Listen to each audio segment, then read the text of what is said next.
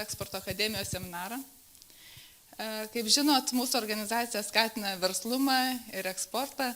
Ir kai kalbame su Lietuvos gamintojais, tai iš tikrųjų matom, kad pagaminti tai mes mokam. Rasti sudėtingiausius techninius sprendimus, patobulinti kažką tai.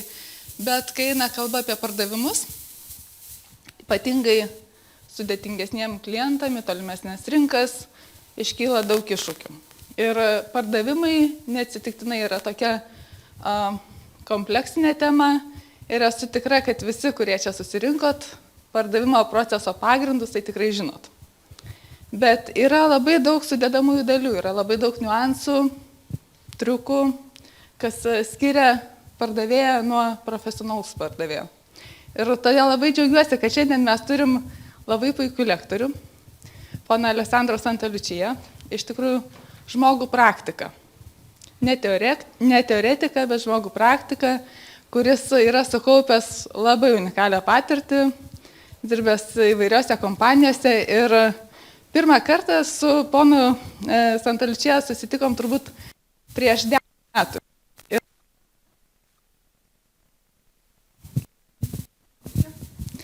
Profesionalumo, sugebėjimo bendrauti su klientu, subtiliai, neneigsiu, tikrai daug yra psichologijos tame. Bet pats valdymas pardavimų proceso, pats sugebėjimas komunikuoti buvo išskirtinis. Ir už tai labai džiugu šiandien matyti čia poną Santaliučiją kaip mūsų lektorių. Ir tikiuosi, jis pasidalins savo patirtimi, savo žiniomis. Todėl raginu visus, klauskite, būkite aktyvus, kad išsineštumėte iš to seminaro kuo daugiau, kad pardavimų meistriškumo pamokos būtų išmoktos ir kad sektųsi tie pardavimai. Tai linkiu visiems geros dienos ir Seminaro Santaliučija. Prego.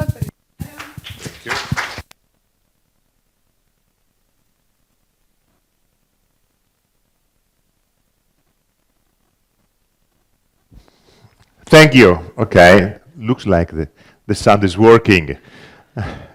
I'm sorry, I have a very strong voice, so I'll try to speak slowly and with not louder, but mainly slowly, because unfortunately English is not your language, my language. I'm Italian, and I should say spaghetti English rather than just English.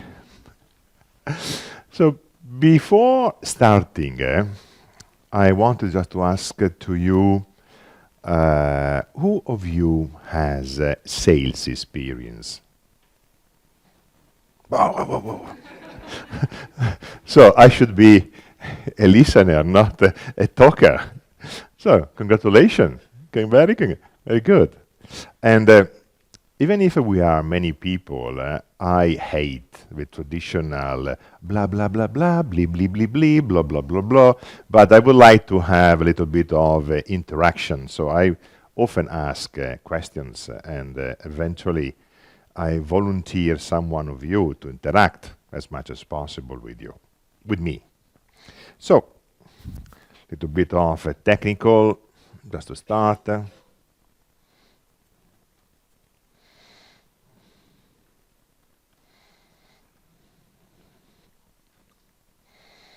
Checking if everything is working. It's working this way. So, the aim, and I'm happy to see that most of you is actually involved on sales. Nevertheless, the aim is to talk with people that has a limited sales exposure on going abroad. Even if you are an expert on selling here, not necessarily you can become an expert at selling in other country. So there are some tricks. And not necessarily if you have developed a good sales competence, you have developed a good sales skills. And we will talk about this during the day.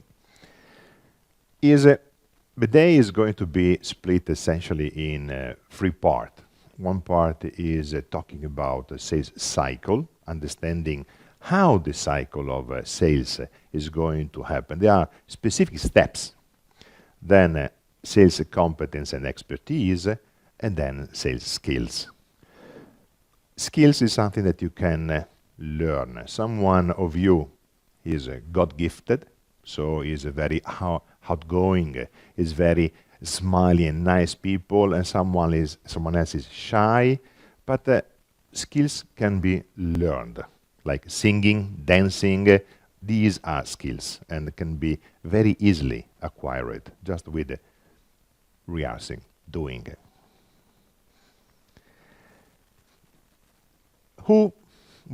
In our idea, who we are targeting, not only people that are executing sales, but also people who are managing sales. In reality, in theory, the entire organization, the entire company should be sales-oriented, from switchboard to president. Everyone should have an attitude to promote and sell whatever is culture of a company, product of a company, service of a company. So everyone, in reality, should get a little bit of exposure on sales implication. What we are going to talk today is business to business, not business to consumer. Business to consumer require different practices and different technology and techniques. So, sorry, if someone of you is more aiming to business to consumer, today we will roughly touch things that could be interesting for you. I already asked about the sales experience. In terms of more specific question, how many of you have more than 3 years on sales? Wow. More than 35%. How many of you have more than 5 years on sales? Okay, still keeping. How many of you are more than 10 years on sales? None. Come on, you are so young. Impossible. I see so young and smiling face. Okay, how many of you are more than 30 years on sales? Okay, so looks like we are on sales. Good. The documentation that I use is essentially public. I use the internet documentation or the internet data. I downloaded the normal clip art from Microsoft website. So I just needed to underline that everything copyrighted by someone else is copyrighted by someone else. The way how is built up, the experience sharing that I plan to do today is mine, is my product. So let us start from a very fundamental, the selling cycle. We need to be aware, and we will touch, you will see through the day that I throw concept, I touch concept, and then I touch again, and then I touch again, in order to be sure that the key points are well seated, and we try to see every concept from different perspective. The selling cycle is a starting point, and the selling cycle is something that you need to be aware. You cannot believe or think or dream that you go, ha, here is my product, oh yes, it is exactly what I wanted, and someone is buying. Even if buying is much more frequent than what you would expect. We will touch it later. So there are many steps. A key point, it's a cycle. It's going never to stop. Whenever you achieve a point, at the end, you close, you should already plan to restart the cycle and go on, go on, go on. When I was opening a company with a colleague here in Lithuania, and we were talking about selling, one of the key points, one of the key issue was to teach to the salespeople that the sales cycle was not closing with the sales, with actual order. The selling cycle should restart immediately and go to enlarge, change products, and widening. So I don't know what if you talk a little bit about me. in the introduction, because you were speaking some lovely language that was Lithuanian that I do not understand roughly. So maybe it's also good to highlight who am I. My background is, do not laugh, please. Do not laugh. I am a nuclear engineer with electronics, computer design, and business administration master. So I am a combination of economic, psychological, because it's what I love. At the fourth year of my graduate university, I realized, oh my God, I should start psychology. This is what I like. It's exactly my, and in my dream, my drawer for the future is to get a degree on psychology. Nevertheless, just to highlight that my background is very technical. My experience is on sales and marketing and business development. I worked as a president for an American company in Europe. I was working for 20 years through all Europe as being general manager in France, living in France, living in UK, living around. And when my wife, 3 kids, said, Alex, Alex, stop traveling. It's a little bit heavy to have. So I decided to stop and build a company in Italy. But then I was missing traveling, and a lovely Lithuanian came to Milan and said, Alex, you cannot stay in Milan, in Italy. You should continue to work around. So we opened up a company in Lithuania, branch in Russia, branch in Finland. Now I'm going to open another company in France. So my wife is starting to say again, Alex, worrying, be careful. So what I'm doing, I'm trying to invite her with me as much as possible. So at least we can do a little bit of a family life together. Closing this introduction, just to highlight why I was talking about the experience in Lithuania. So let us review again the step of sales and connect it on abroad, moving abroad, selling outside your traditional environment. At the start of a sales, the sales process is introduction, okay? So I can see that this morning, coffee is outside, wake up, move up. Then the second, questioning, good. Then presentation, then learn how to overcome objects, how to handle and transform negative comments in step forward on sales. And closing, I will say many times, but you cannot believe. This is something that in today is hard to achieve. More cultured, graduated, wide knowledge you are as a sales guy, and more shy on closing. It's unbelievable. I mean, in the old, you remember 50 years ago, no, you cannot remember, but some time ago, people not so well educated was going straight to ask for the order. Today, people are shy. This is average, not only here, everywhere. People are shy. Talking, presenting, good relationship, blah, blah, blah. But at the end, what is a goal? You are attacking a market that is not your market. The first thing is to know. Again, we will talk about this a little bit later, but it was funny yesterday. I received a call of someone who was just straightforward, throwing to me information about what you want to do, not knowing who am I. So what is relevant is to get introduction of the market, understand the market.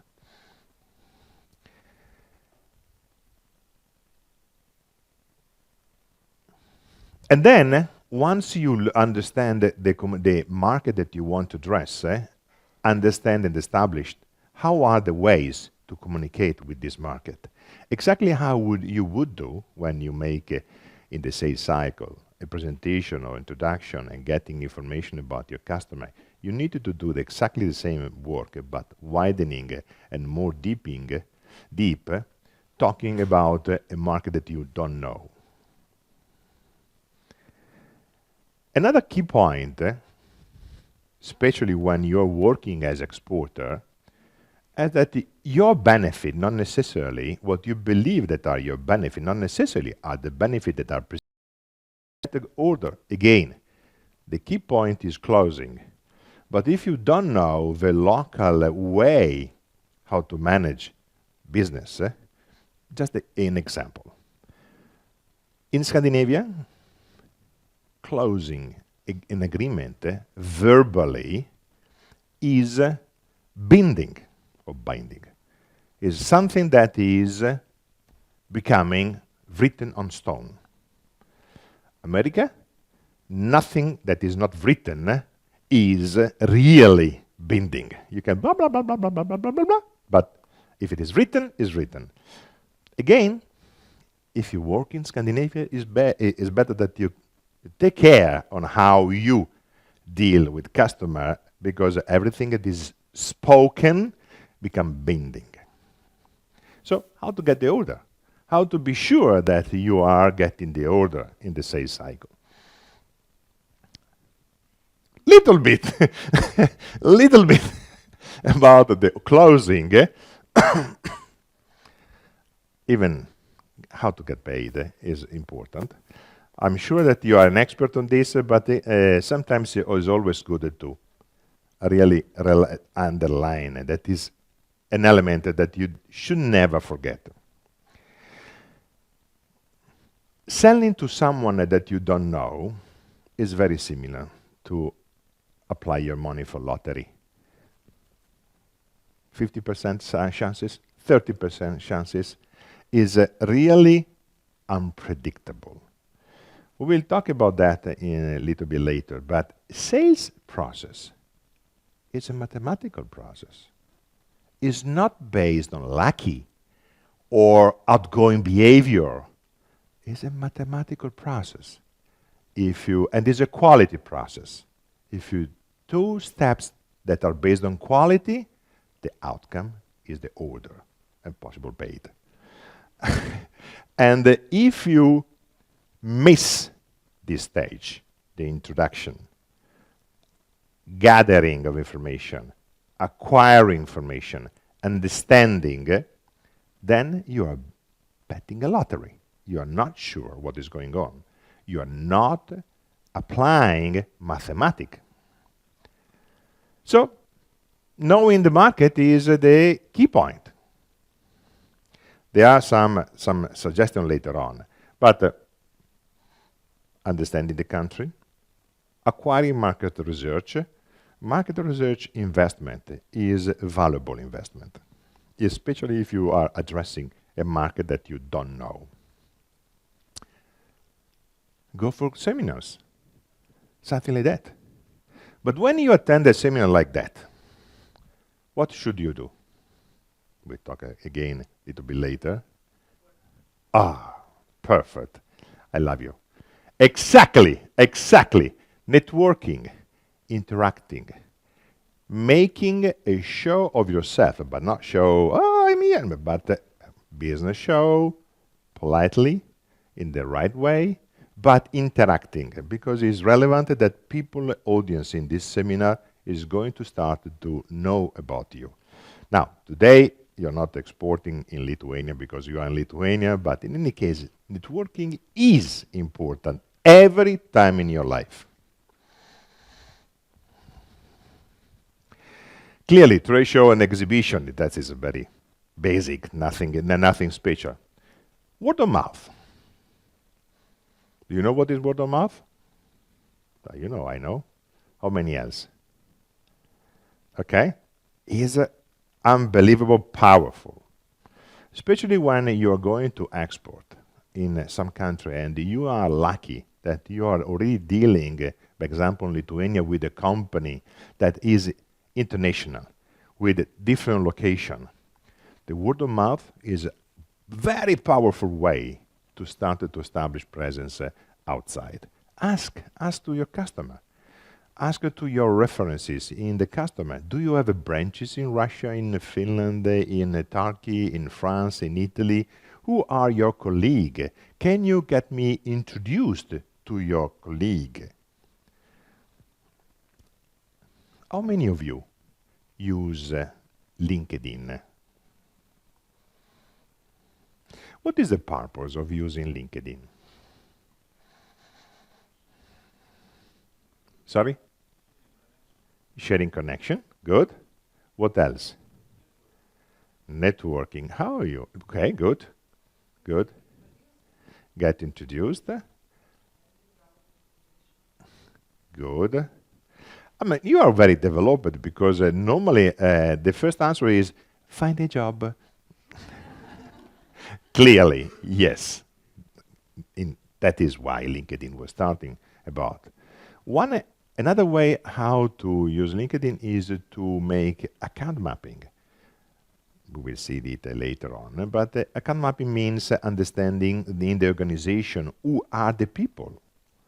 And it's very powerful to find who are the people on LinkedIn. So you can get introduced through using LinkedIn, you can get introduced using referral, and so on. But it can be also a starting point on who is the marketing director, who is the buyer, who is what else in the company. LinkedIn started to be very powerful.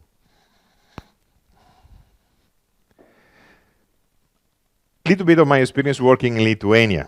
I started to work in Lithuania in the 2003, and the origin and the reason why was because at the time I was vice president for this American company named NCR in Europe, and my employee was choosing to move to a different company.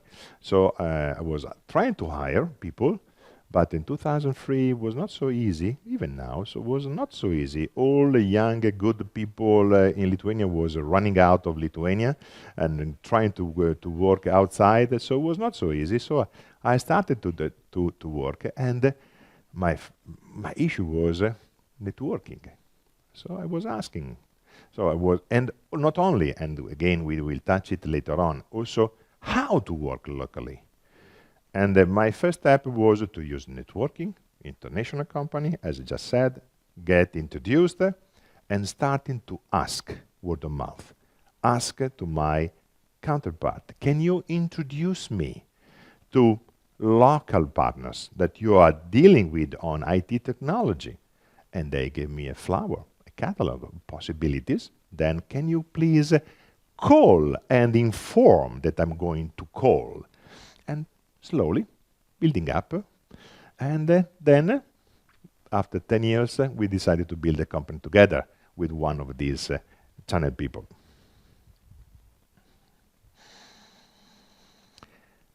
I just mentioned word channel. The way how you reach your customer is channel. How you channel, you convey your offering, your proposal, your message to your customer is through someone else, normally. Especially if you are addressing, exporting, attacking markets that are not your market. So the use of a channel is the way how to establish your local presence. Using local partners is the way how you're going to deal with your customer. We will talk again a little bit later on this area. Direct or indirect?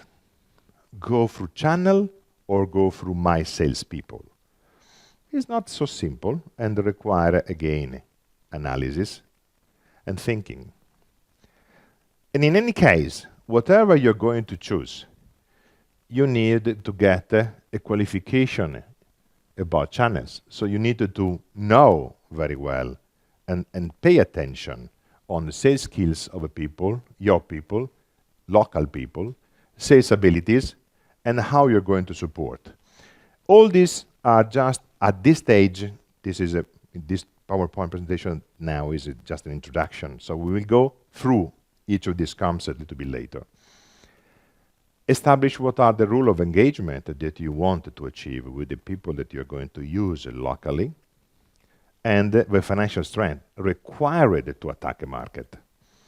All covered later on.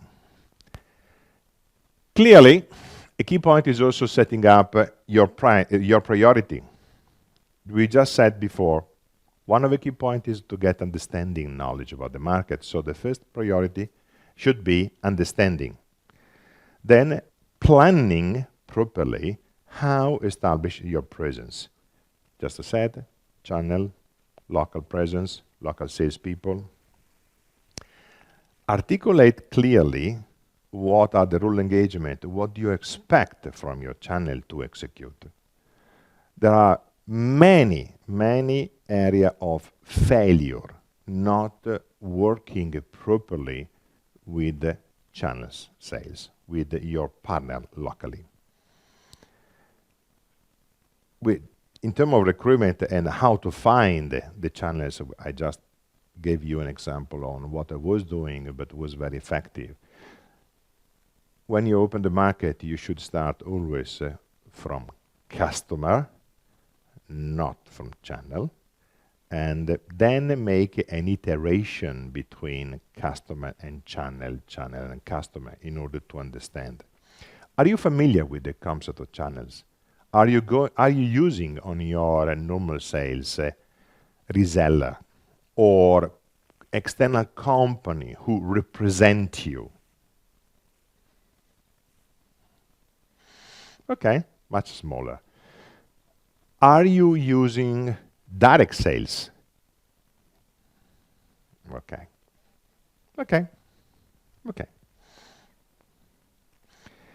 Whatever is, the sales resource is quality. For the one of you that is going to use local channel and local partner, because you will be forced, is normally not easy to open a market without relying on someone locally. So in any case, if you want to export, you need to rely on your local partner. So you need to rely on channels. A key point is, in any case, to assess the sales resource quality that they have. You cannot image to rely on a reseller without assessing the quality of the salespeople. A key point or a key concept that I was often using in the last 20 years is to think reseller as outsourcing your sales force. That open up a way of thinking that is relevant. When you outsource something, does not mean that you give an action to someone else and forget and just look for the results, but imply a constant interaction with the outsourcer and a constant talking on the people that you're going to outsource something. Can be on manufacturing, can be in logistics, can be in administration, and can be in sales. So I was managing about 150 reseller. It's not easy, but at least with the Pareto law, 80-20, at least with the 20% of 150, means about 30, I was acting as a virtual sales director. I was acting as a virtual sales director. So I wanted to know exactly how the salespeople of my reseller were spending their time, and I was developing incentive programs to drive their sales force. So it's relevant to take in account that managing an external company outsourcing sales does not differentiate so much on managing your own sales. It's just more complicated.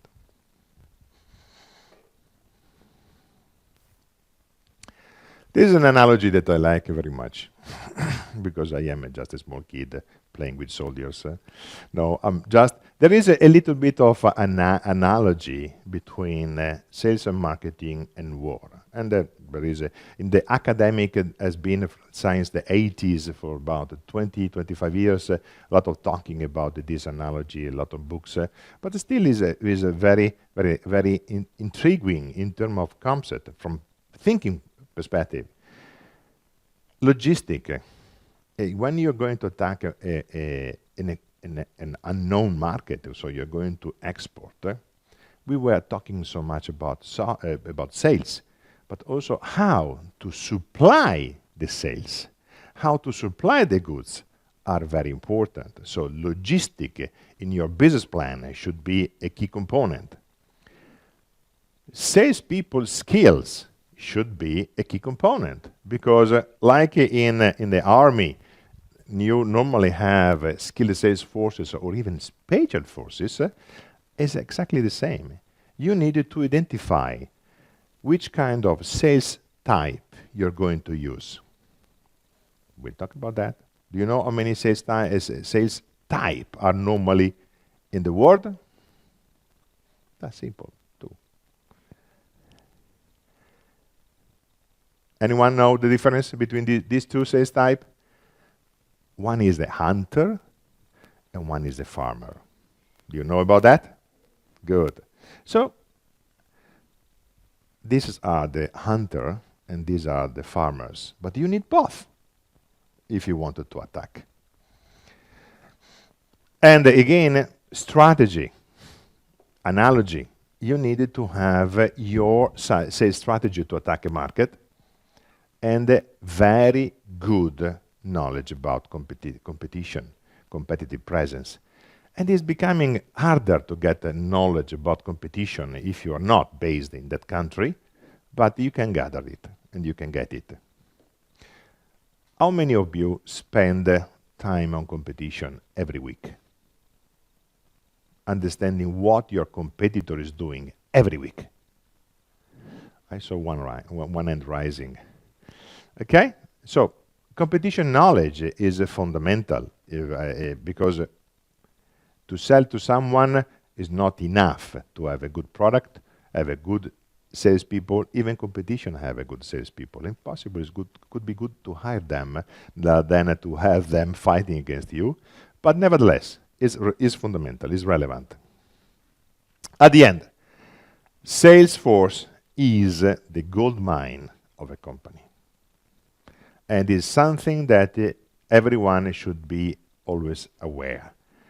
You can have a perfect product, very good, fitting everything, but if you do not communicate properly, and if people does not know that you are in the market, and if you are not able to show how the product are fitting with the buyer expectation, what will be the results? No sales. So, and today's seminar is also something in this area. Plan to spend the time and energy on Salesforce development. Understanding how the sales are happening, we talk again, and manage properly how the sales, incentives, every salespeople. Do you have your salary based on a fixed salary or do you have a variable? Because I saw that about 90% of you is on sales. So how many of you have a variable sales, a variable salary? Okay. And how is the commission rate on fixed salary? 50. All 50? 30? 40? So now the question is not to know about you and about your income. By the way, by example, this kind of question that I was just placing in some country is forbidden, in some other is open. In Lithuanian is open, so I was using. But I was not looking for your income, but just the ratio. Incentive is a key point, and how to drive a managed sales force from a manager sales perspective is strategic. We will talk about this, many times in the last 20 minutes, sales skills, sales skills, sales skills. Means human behavior. Means ability to interact with other human beings. Means ability to understand. Ability to present. Ability to talk. Rather simple, rather normal skill, but need to be magnified, need to be very strong.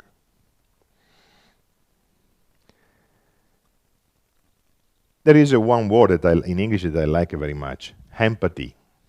At the end, this human interaction means ability to build empathy with the people you're talking with.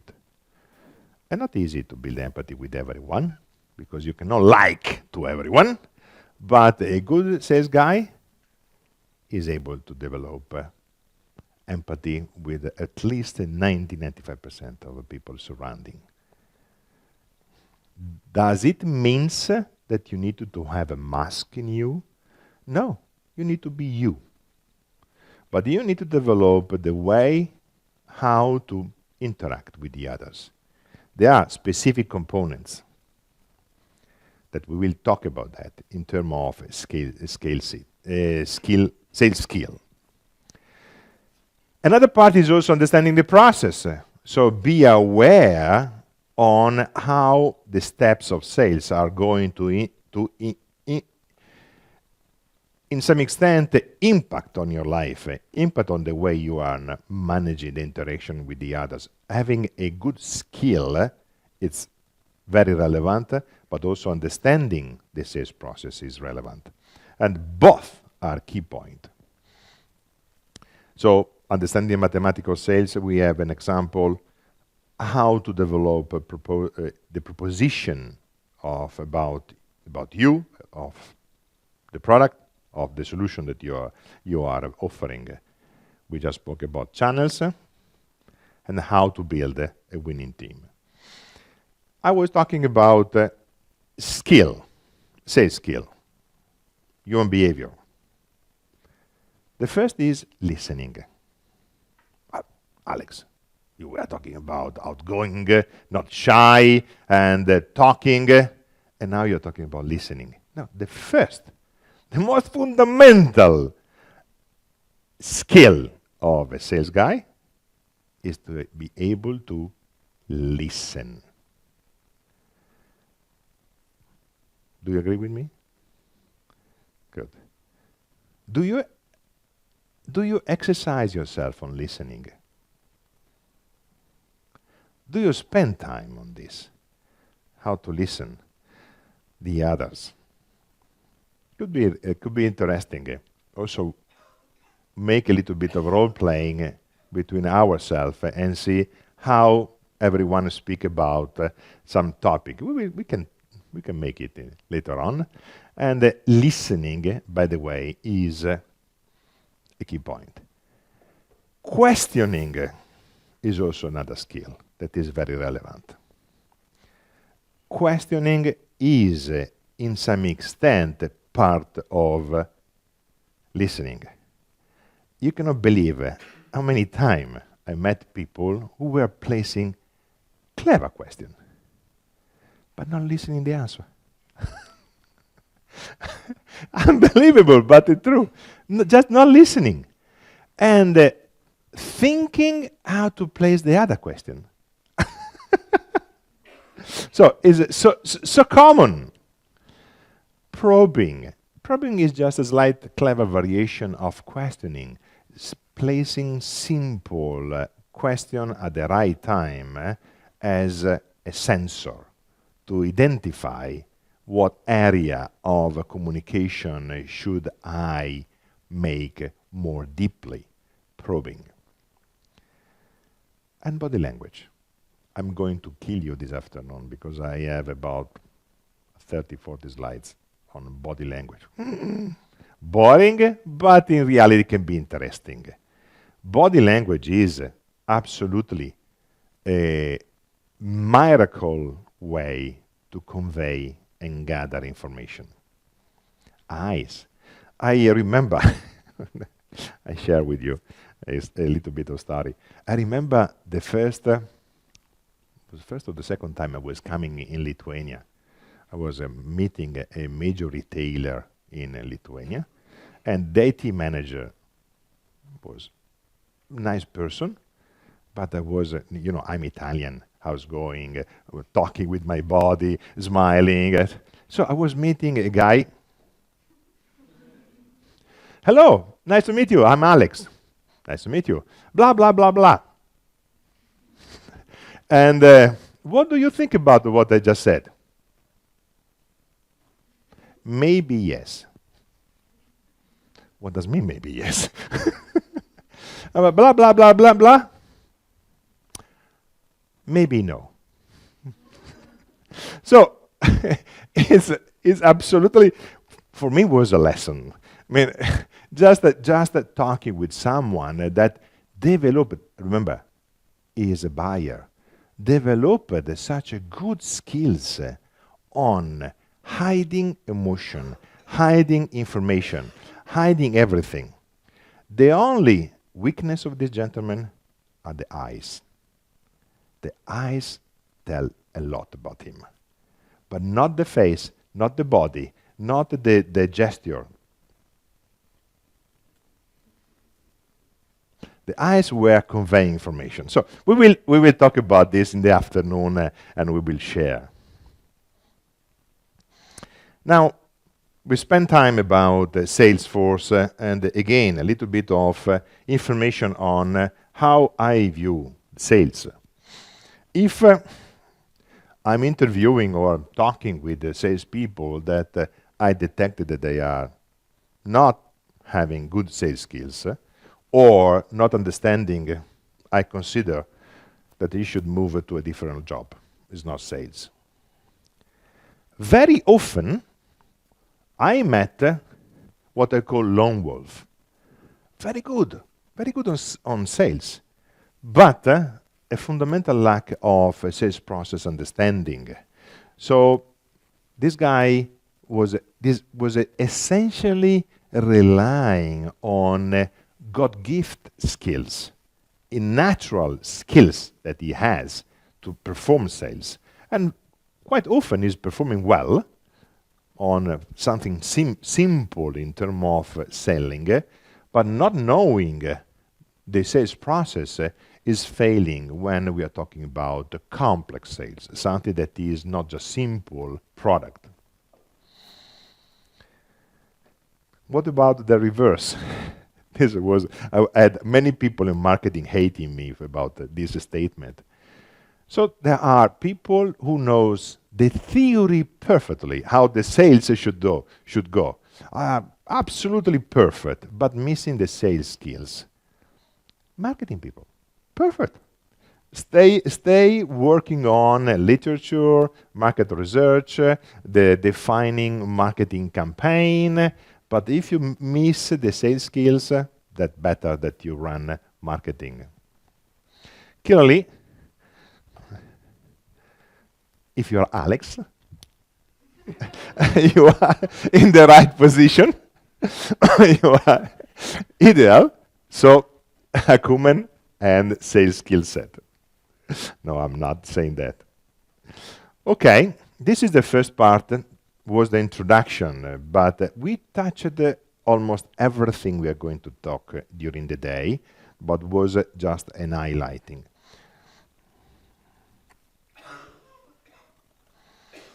Any question in the meantime that I'm launching the second part? Bored? So, before starting, what would be your expectation to be here today? Someone was warning me, do not place this question. Oh! Mwah!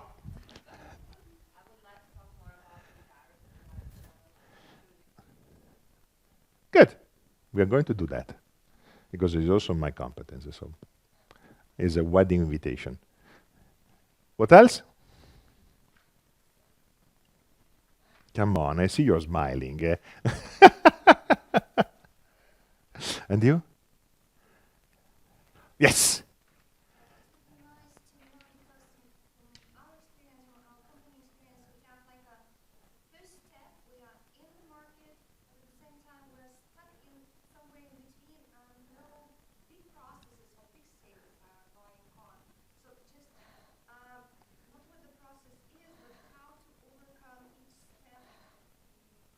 So you are at the introduction, but you're not moving forward.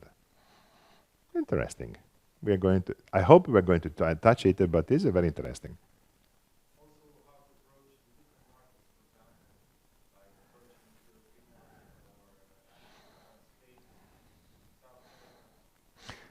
Okay, I have some slides about that, but I limit it to Europe because otherwise, you know, about 150 countries around, possible 150 different culture, but we can try. Yes.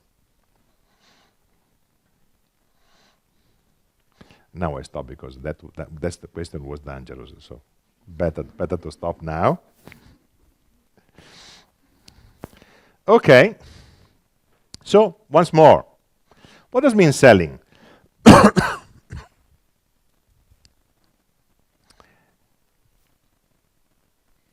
Does not mean to sell your product. Means to understand if your product is fitting with customer requirement. Is also part of the answer to your question. The fundamental error that many companies are making is to say, I have a good product. So go to the market and says, here is my product. Look at it. Beautiful. Nothing better. How you can survive without buying my product? Impossible. It's so superior. And the guy was never thinking to buy that kind of product. And if you do not match requirement, need with your features, it's going to be difficult to sell. I know that is an abused example, but let me do it. Selling fridge to Eskimos is going to be useful? No.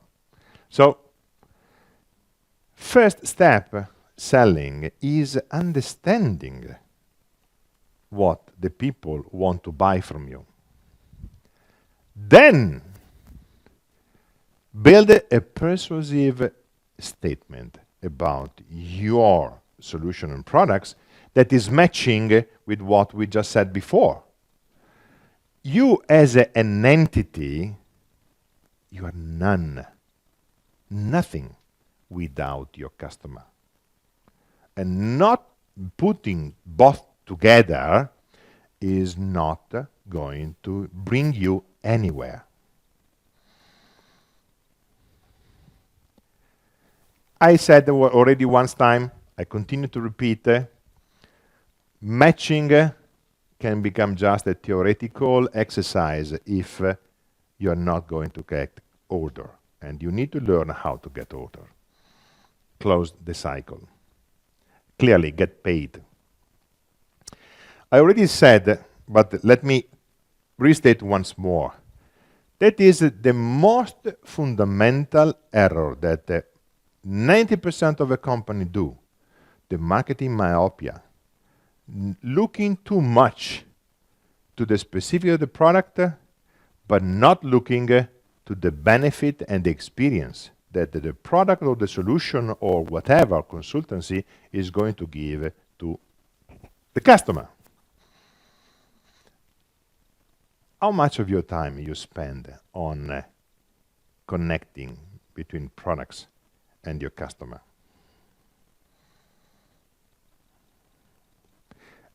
I saw so many presentations, so many.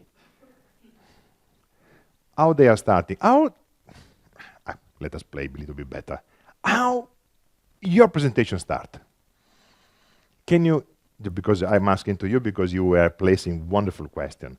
How your presentation start? Tell me how your presentation normally go.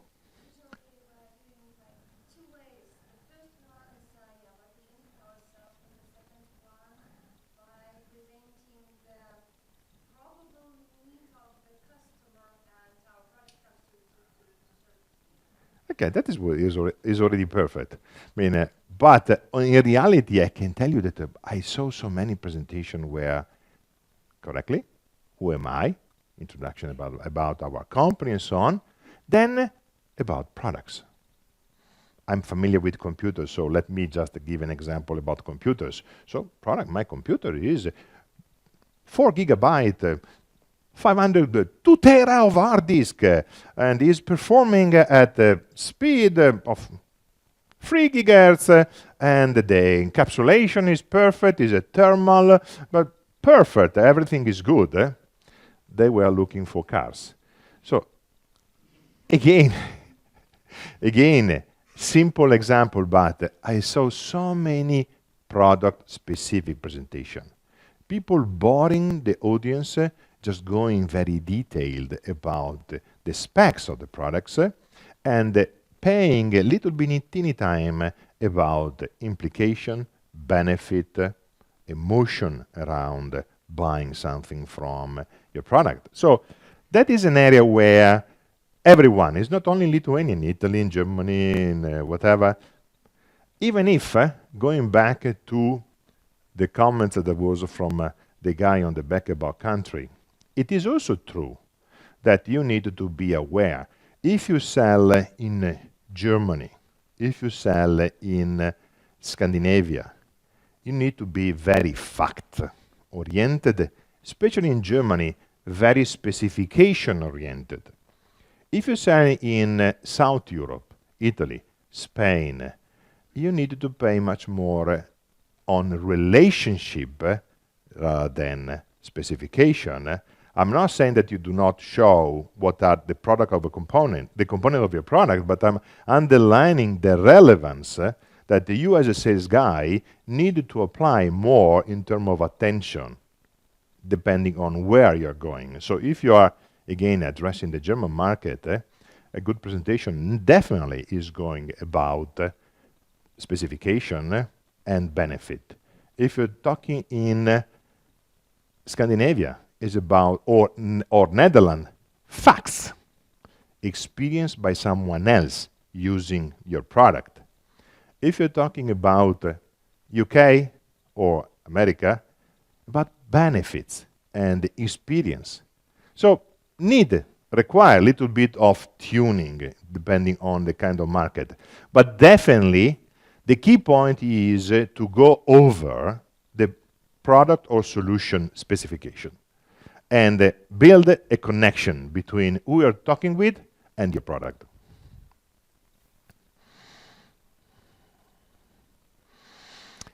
The typical error of the sales guy, and I met many, even in Lithuania, doing the same. I was just running a sales teaching before the end of the year, last year, to my people, because I was detecting that the sales were not really spending so much on needs, but they were outgoing and talking about, again, specific, what they wanted to talk, not what the customer want to listen. At the end, we touched it already, but again, is beneficial to repeat. The winning, effective salespeople are good translators, able to interpret needs and connect needs with the specific of your company.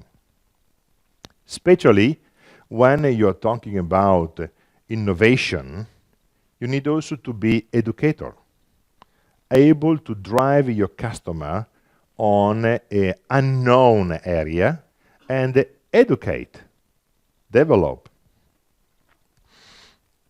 If you're selling complex product or complex solution, then you need to build a complex team that is connecting with the complex buyer organization and be able to drive both. In terms of evolution of sales, through the years, actually, I was working for a company that is, the name is NCR, who invented the cash register. And this cash register was invented in 1884.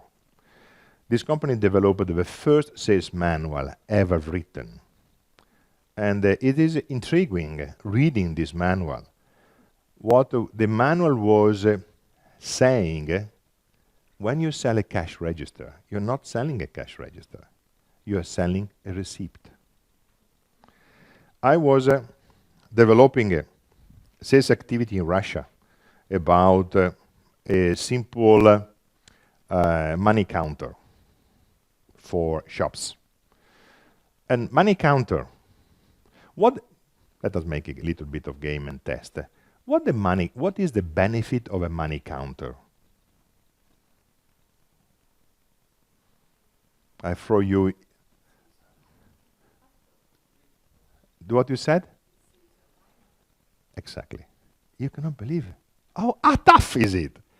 The presentation about the money counter was how can you wait, the absolute accuracy and the perfect. But in reality, why people buy the money counter? To save time, to go out at the end of a day, half an hour before, to go for gym, to go for kid, to go for family. So the key concept of a presentation should have been, I'm here to save time.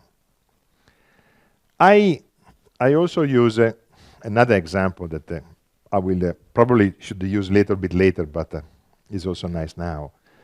I was surprised by a cold call that I got about 15 years ago from USA. And at that time, I built it up. In my experience, how I got a little bit of money is because I was leaving my company, NCR, going out, then going back. They were hiring me again, then going out, and then going back. So I went out 3 times, go in 3 times. But joking. But essentially, the key point is that was the second time I left NCR and was building a company in Italy. It was 96, but the first company in Italy selling internet services. And it was good. No one know about that, but it was funny. Then I got a call, very simple, by an headhunter. Mr. Alex, I know that you open up a company. Would you like to open a company with our money?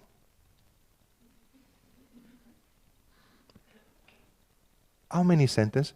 Would you like to open a company with our money? 7 words. But these 7 words, they were opening a total different meaning. A cold call like that, simple, straightforward, at the point, was effective. I did it. I sold my shares and I opened a company with their money. So again, just an example how the relevance on what you're proposing with what you would like to convey not necessarily is exactly the specs of a product. NCR was selling cash register, but they were teaching to sell receipt. There is obviously a connection, but it's not so intuitive to connect. The tendencies would be, how my cash register is fast, is good performing, but no, the concept was selling receipt. Money counter, the concept is to sell time. I'm enabling you to get more time. That's a very real message that you need to learn about your product. So the evolution of sales was moving from a very specific transaction or even trust and relationship was already at the 90s up to partnership. Now we're talking about education, and now it is even more complex about the internet. One of the nasty effects for us as salesmen of internet is essentially on pricing. Unfortunately today, you find everywhere someone offering your product at a cheaper price. Everywhere. So, how to fight? Any suggestion? How to fight? Because I can guarantee, whatever you produce, there is always someone, somewhere, that is able to make an offer that is cheaper And internet is making this someone going to disturb your sales cycle very quickly. So,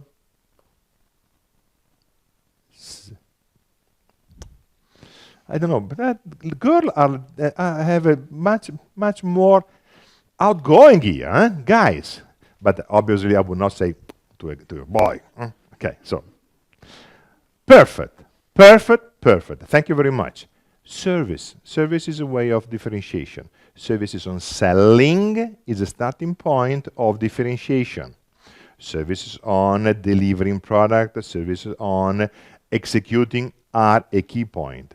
So you need to, when you think about your offering, you need always to pay attention on how to service your customer from selling point of view and how to service in terms of product solution. We talk about the two kinds of sales. I'm just going to tell again, but there are also two kinds of client. In the sales cycle, we use two words for client. One is prospect, when is someone you are addressing and you are starting to talk with, you are working for the first time. And the other is customer. So someone is a client, but is already your customer. Now, a key point here is that when you're addressing someone you don't know, the selling cycle is longer. When you're addressing someone you know, the selling cycle is shorter. So, successful companies are able to rely a lot on customer. Develop prospect for sure, because there is a run rate. You are going to lose some customer for sure. So you need to get a new customer. But nevertheless, successful companies are the one able to transform their customer in a fundamental asset for the development. Can be word of mouth, can be a referral, can be enlarging the offering to other business division, but they are your key asset. Again, nevertheless, there is a Pareto law, 20%, probably you're going to lose every year, so you need to develop your prospect. Yes?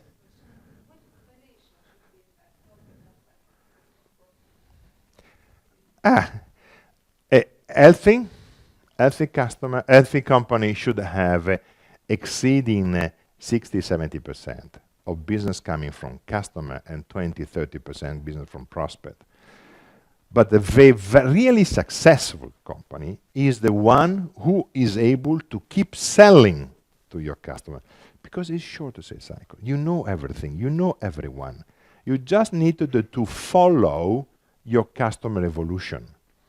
They are, like you, competing for their own product, for their own market, and you need to keep a track of how to help them to compete more, continue selling new products, and moving forward.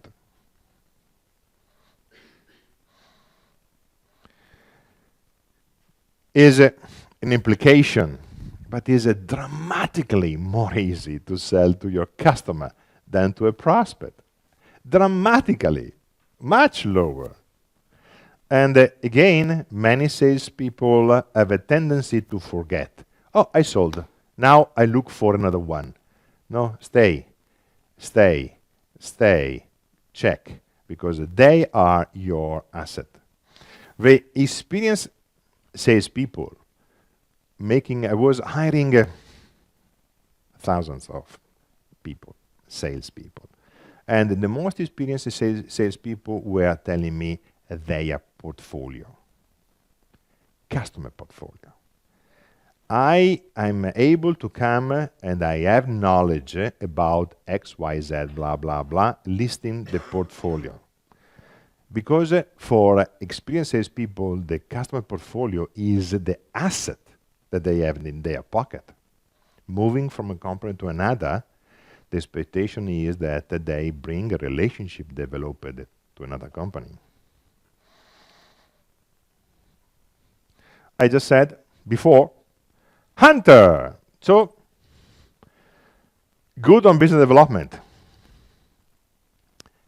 Able to see strategy. Able to drive the company to develop the right strategy. Eager to close order. Means is a matter of self-achievement.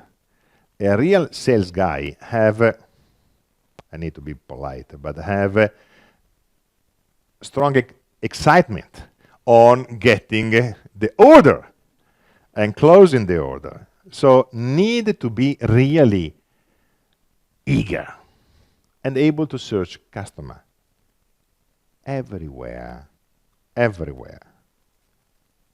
A good sales guy is able to network everywhere, because from everywhere leads and opportunities can come. And if you are a hunter, you need to be able to search for opportunity everywhere. You're going to the dentist, search for opportunity. You're going to cinema, search for opportunity. Live looking for opportunity. Can be opportunity, not necessarily, I mean opportunity on selling something. I'm talking about opportunity on networking. The risk for a bad hunter to oversell. I remember at that time was much thinny and younger, and I was going to a seminar, and this is a bad experience, not a good experience, but it was also good to share the bad experience. So I was going to a seminar, and I realized that I was sitting close to a very important person in a possible customer of mine. Sitting. Oh, you know, I'm working for, and you know, we have a wonderful product. Oh, you know, we have this guy. 5 minutes, he stand up and go away. So, hunting is good, but do not oversell. Do not start. You need to be aware at the sales cycle you are. If you are in the wrong sales cycle slot, you risk to oversell. It was just annoying, this guy that was looking to this seminar to talk, to listen about what the seminar content was, and Alex, stupid Alex, was coming and blah, blah, blah, blah, blah about products. So, hunting, yes, everywhere, but be aware to do not oversell. And these are two not good features. The hunter has a tendency to do not spend enough time on developing a relationship. As soon as he detects that the relationship is not going to produce an outcome, go away. So it has a kind of a bee attitude, flower to flower.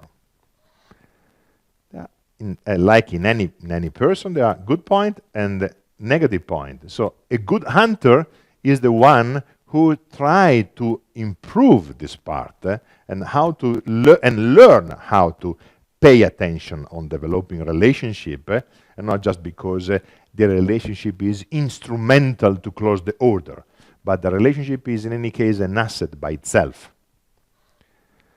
The attitude can be good, but be aware. The other kind of sales guy, farmer. Good on business preservation, good on staying at the customer location, visiting the customer even too many times, but looking very carefully on how it's going. Detail-oriented. If you ask a forecast to a hunter, what you're going to get? Nothing. If you ask to a farmer, you get a very detailed, precise. I expect to close order in this, in this way. Eager to please. So relationship-oriented. The farmer is someone who pays attention to be well accepted by the customer, to the relationship. Hunter he wants to please, yes, but what he really wants is to get the order. I mean, I'm happy that you are so nice, but this, can you sign, please? This one, signature. Sorry, customer, can I remind you that it's time for signature? It's good for developing long-term relationship, because again, relationship is keyword, as an hunt attitude. Building stock for the future. Is anyone perfect? No. Exactly. The combination is good. And as a company, you need to be aware how to rely on farmer and how to rely on a hunter. So when you have your Salesforce team, you need to pay attention how to forge the sales team with hunter and farmer. Normally, the farmer, if we use the war analogy, are soldier. Hunter are special forces. So a clever way could be to use hunter to open market and then replace them by farmer. And allow the hunter to have the B effect and go to someone else and then substitute with the farmer to keep customer. Again, it's relevant that you are aware of how to forge the sales force and take in account these two kind of people. In the complex organization like today, or complex sales, unfortunately, I do not have the pleasure to know in detail your company and what you're offering. So in general terms, today, sales are becoming complex because the product is complex. So you need to develop a kind of cooperative partnership if you're selling complex things. So you needed to develop a way how you understand your customer requirement, your customer life, your customer, how they are going to attack their customer, in order to identify how you can partnership with them using your service and your product. An example again, here in Lithuania, we were talking about, with my business partner, we were talking about how to improve the quality of our sales force. And one suggestion I gave was to start to hire people from our customer. Because it was becoming so important to know exactly the market detail of our customer that we needed to bring in competence on market. The competence about your product and your solution you have in your company. It is easy. What normally you miss, or normally is missing, not you, sorry, but what normally is missing is competence about the knowledge. The knowledge of a market that you wanted to attack. If you're offering a complex service, is irrelevant to build a team who is offering product and to specialize by, not product, but kind of service offering in order to have multiple people talking with multiple people. The salesperson need to be able to use a facilitative technique. If you are leading a team or you are team meeting a team, you need to facilitate the interaction between team to team, and they require knowledge. We're not going to address this today, just an highlight. It could be an opportunity for other seminars, but partnership selling imply team building and team-to-team talking. Let us review again what we just saw before, the sales cycle. So the first step is I'm hiding, so you cannot answer. Good, clever. You are learning everything. Good. Exactly. Planning and preparation. Prepare your activity. just going out because you are an expert of your product count nothing. I need to be careful, because if are you used to say like this for 0? No? Okay. Because it's a very dangerous gesture in some countries. So 0. Okay? Then you plan it, you understand the market, you are now starting to build how you can propose.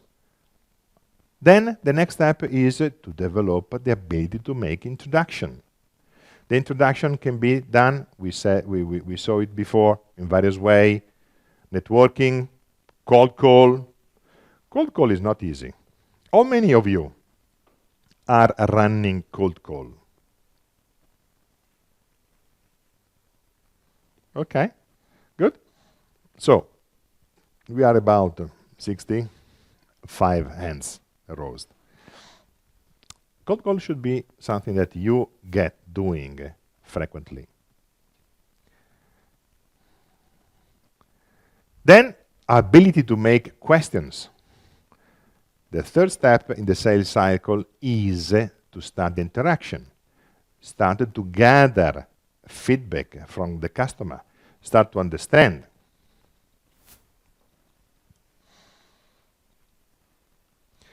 Finally, we are at the point when we are now ready. We build up everything, and now we go for presenting. Now we present, we convey to the customer what we built up so far. The reaction? There will be reaction. Be sure. Whatever you're saying, because the competition was meeting the customer before you, or whatever, there will be some comments, and you needed to handle. We will see how to handle these object. Then I will never stop to remind, closing. You need to close. Many shy people have a tendency to do not ask for the order. And then, do not forget that whenever you sold, you need to make a follow-up. One of a major drawback or major problem that I had developing sales team was then that the good sales guy, once closed, they were killed because they were spending so much time on fulfilling and executing and taking care about the order they got. And then again, this was a key problem that I found in the company that we developed here. That people was used for sales and then was also involved dramatically on fulfillment. What do you think about that? Exactly, is a wasting of resources. Is an easy way to handle because definitely the customer was knowledgeable about, the sales guy was knowledgeable about the customer, but was a wasting of resources. So the first thing that they did was reorganizing the company to detach sales from fulfillment and implementation. But even detaching this, then it came out the problem of farmer-hunter. People good on hunting new prospect was using for farming, and that was again wasting of resources. So you needed to pay attention on all this as well. Closing the order, getting the order is not enough. It's not enough because you need to restart the cycle. You need simple like that. You need to restart the cycle. And if it is a customer, then you can jump to here because you know everything. But if you instead want to attack a new market, then you need to restart the cycle and look for different customers. Yes.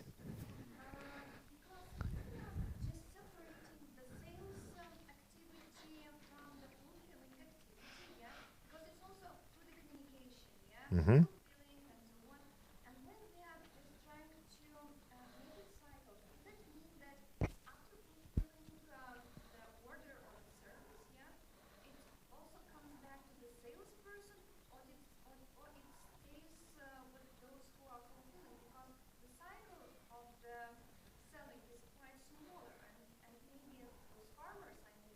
I mean, in principle, my answer would be that order need to be in any case to sales. Fulfillment is not sales. Fulfillment is executing, and executing services or delivering product, installing the product, and be sure that the product is performing as required. So in any case, order should go to sales, because whatever it is, a farmer or the hunter, you need to incentivize the people and keep them in the loop. What is wrong is to expect deep involvement about the fulfillment. Clearly, they need to be aware of what is going to prevent possible bad reaction from customer because you deliver 1 week later or so whatever. So you need to be aware as a sales guy, but order, go to sales.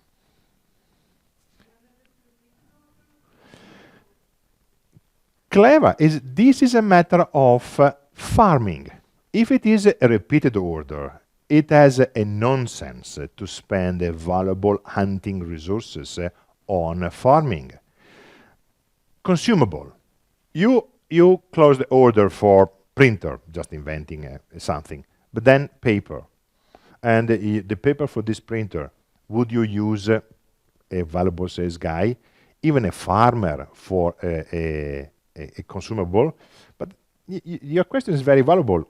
A part of the organization that I told you before in the company here was also, still not implemented, but I want to implement, to build up what I call in-house salespeople. So people who does not go outside, but make phone sales. With expertise or even on cold calling, so is salespeople, but salespeople that normally do not go visiting because they can close the order buying such a simple item over the phone. Then just cost saving and clever to use a sales guide for making this kind of sales, which is not a really good way. Nevertheless, and anytime salespeople go visiting, he need to remember that selling to customer is always easier than selling to prospects. So need to remind, did you finish your paper? Should I call in the office to our inbound sales to check it and call you because you are running just for 2 weeks of paper? Just an example about the printer and paper. So consumable or other low value per item can be managed by the inbound sales, instead to have outbound sales going out.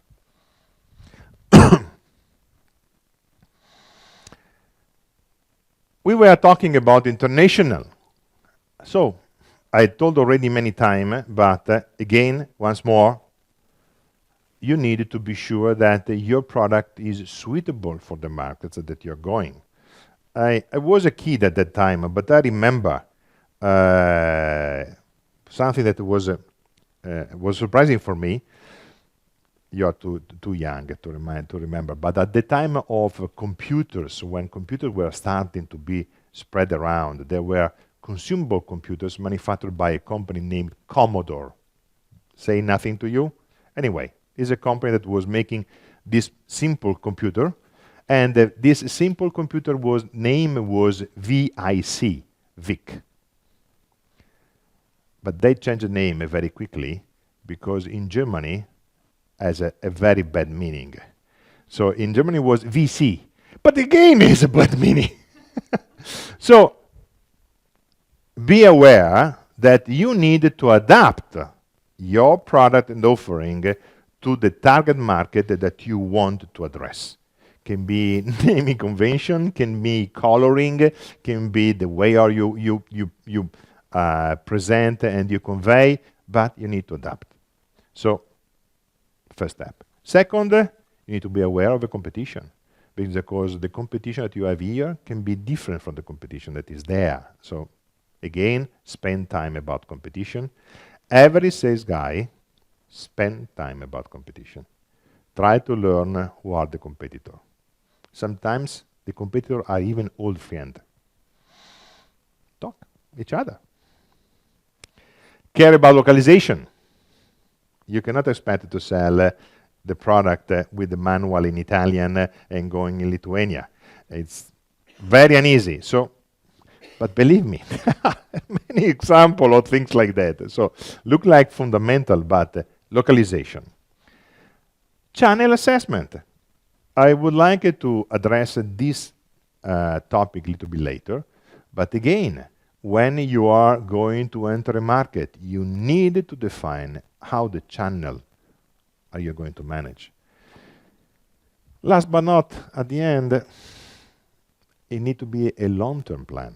It's not opening the market does not require 6 months, even 1 year. Can even require 3 years or 5. Be prepared. Going abroad, going outside require preparation, require good channel selection, and require time. A way to gather information is to go and attend a trade show, but do not expect too much from the trade show. Why? Because everyone is doing that. So you find a lot of competition. Funny enough, trade show is perfect to gather competition information. From this perspective, sometimes it's even better to do not go there, because you are just giving information to your competition. An example, I'm in the IT industry for retail, and there is a trade show in Germany, in Düsseldorf, Euroshop or Eurosys. It's funny. It's 3 days. 2 days are only operator, no customer anymore. Just 1 day they are customer. Then you need to be lucky to be selected with the right day. But many competition. So it's good to gather information about competition, but the world is becoming so competitive in the economy and sales that is trade show is good, but not necessarily is the right way. I found an example that was very funny of a clever people. And now I see so many Japanese repeating, use the trade show, but then book an hotel and have in the hotel a separate meeting and have a nice, good-looking woman or man at the entrance making invitation to go to the hotel rather than to attend the trade show. I'm not saying it's perfect. There is nothing perfect, but I'm just saying that you needed to understand what is the best way to reach your customer and understand the competition. Probably the trade show not necessarily is the easiest way or the best way. You need to be a little bit more cleverer than just simple attending the trade show. I found active participation to seminar much more powerful than trade show. Seminar belonging to your customer, not belonging to yourself, clearly. So if I am addressing retail market, would be clever to address a retail seminar, not a retail trade show. So going to make a networking in a seminar, if possible, use a referral. So use your customer that today are here or close to you, and they can give you information about other customer. We talk about that market research. I really emphasize that it is very important to find your specific way to run business, not just copy the other. Try to find the way how you can get in touch with your customer easily. Be aware of business taboo locally in the market when you're going to meet. Again, this symbol is not necessarily a good symbol, or other ways. I just discovered recently that blowing your nose in public in Japan is forbidden. So if you are attending a meeting and you start to then you're sure the impact you're giving to your customer or your prospect is very bad. It happened to me once. I went into Tokyo and I was talking and so be aware of possible business taboo. Understand your competition. I told already, but again, once more. And another key point is to understand who is your real customer. If you talk about international companies, not necessarily the local contact that you're talking with is in reality empowered to take decision. And you need to assess very quickly, otherwise you lose money and time in the selling cycle just to address the wrong people.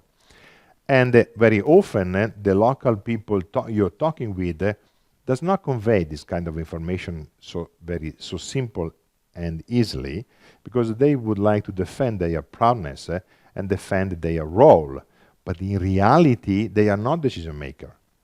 They are influencer. And as influencer, good to talk with, but they are not decision maker. Do you understand the difference between decision maker and influencer? Good?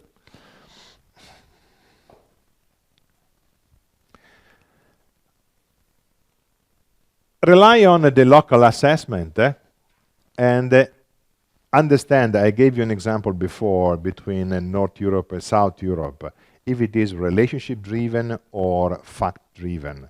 If you run a business in Italy, definitely fact can be important, but relationship is more important. If you do it in Spain, it's the same. If you do it in Germany, specs. Sweden, facts. England, benefit. So you needed to tune.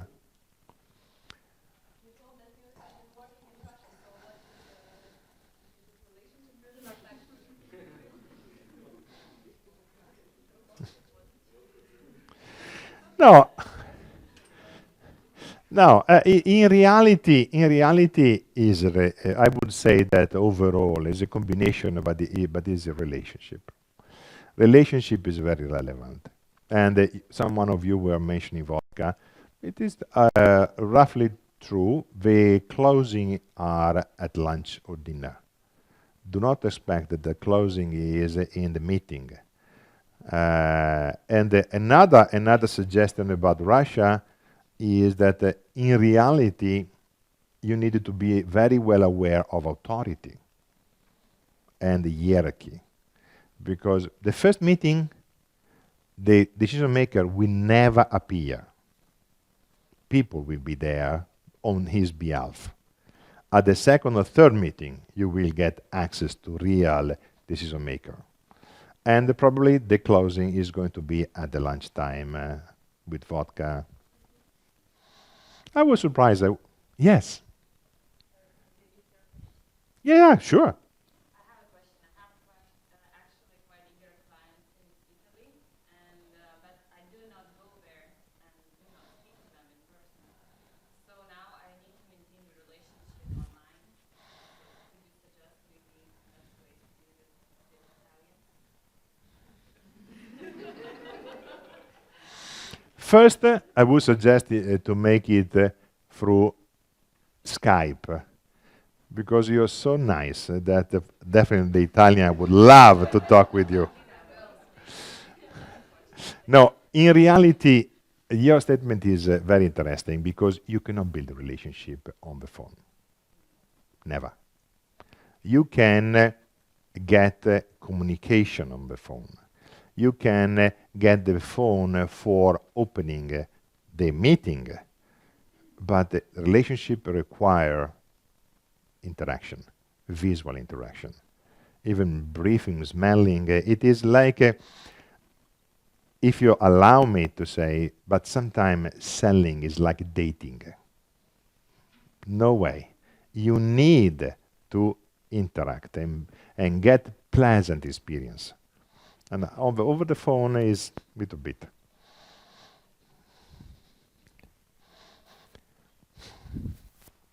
So, we are running quickly. We need to run quickly. We are overcoming objection, then closing just 3 or 4 slides, and then we finish. But we can stop in reality, because we are not driven by slides or whatever.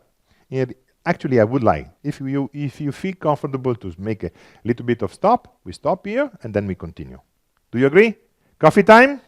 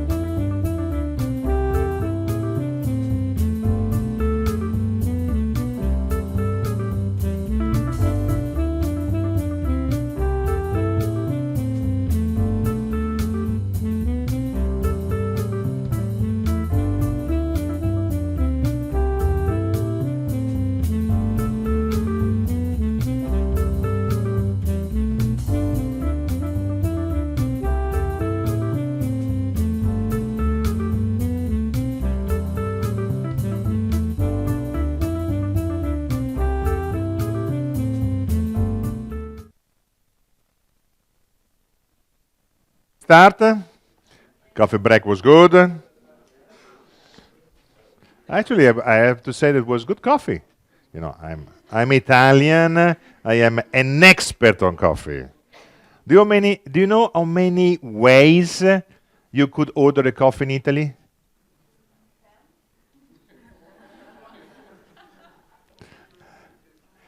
250. 250. Coffee, ristretto, small coffee, cappuccino, marocchino, mochaccino, with milk, without milk, long water. And another way, another little bit of suggestion about coffee, just to warm up after a coffee break. When you take a cappuccino in Italy, never order a cappuccino at dinner. Never. You will see people, or cappuccino, espresso, just espresso, but cappuccino in the evening. And do you know what does mean cappuccino? Cappuccio? Hat. Exactly. Was developed by monks, and monks were wearing a hat, and it literally means small hat. Developed by young monks. So cappuccino. And you know one of the easiest way to greet in Italy? The word that everyone uses is perfect. Ciao, ciao, ciao. Do you know the meaning of ciao? It is correct. You use it as when you start or when you leave is the same ciao. But what is the meaning? And I found very unique that in Hungary they use szia as in the same way, and it has exactly the same meaning. So it's coming from old Italian, from Venice.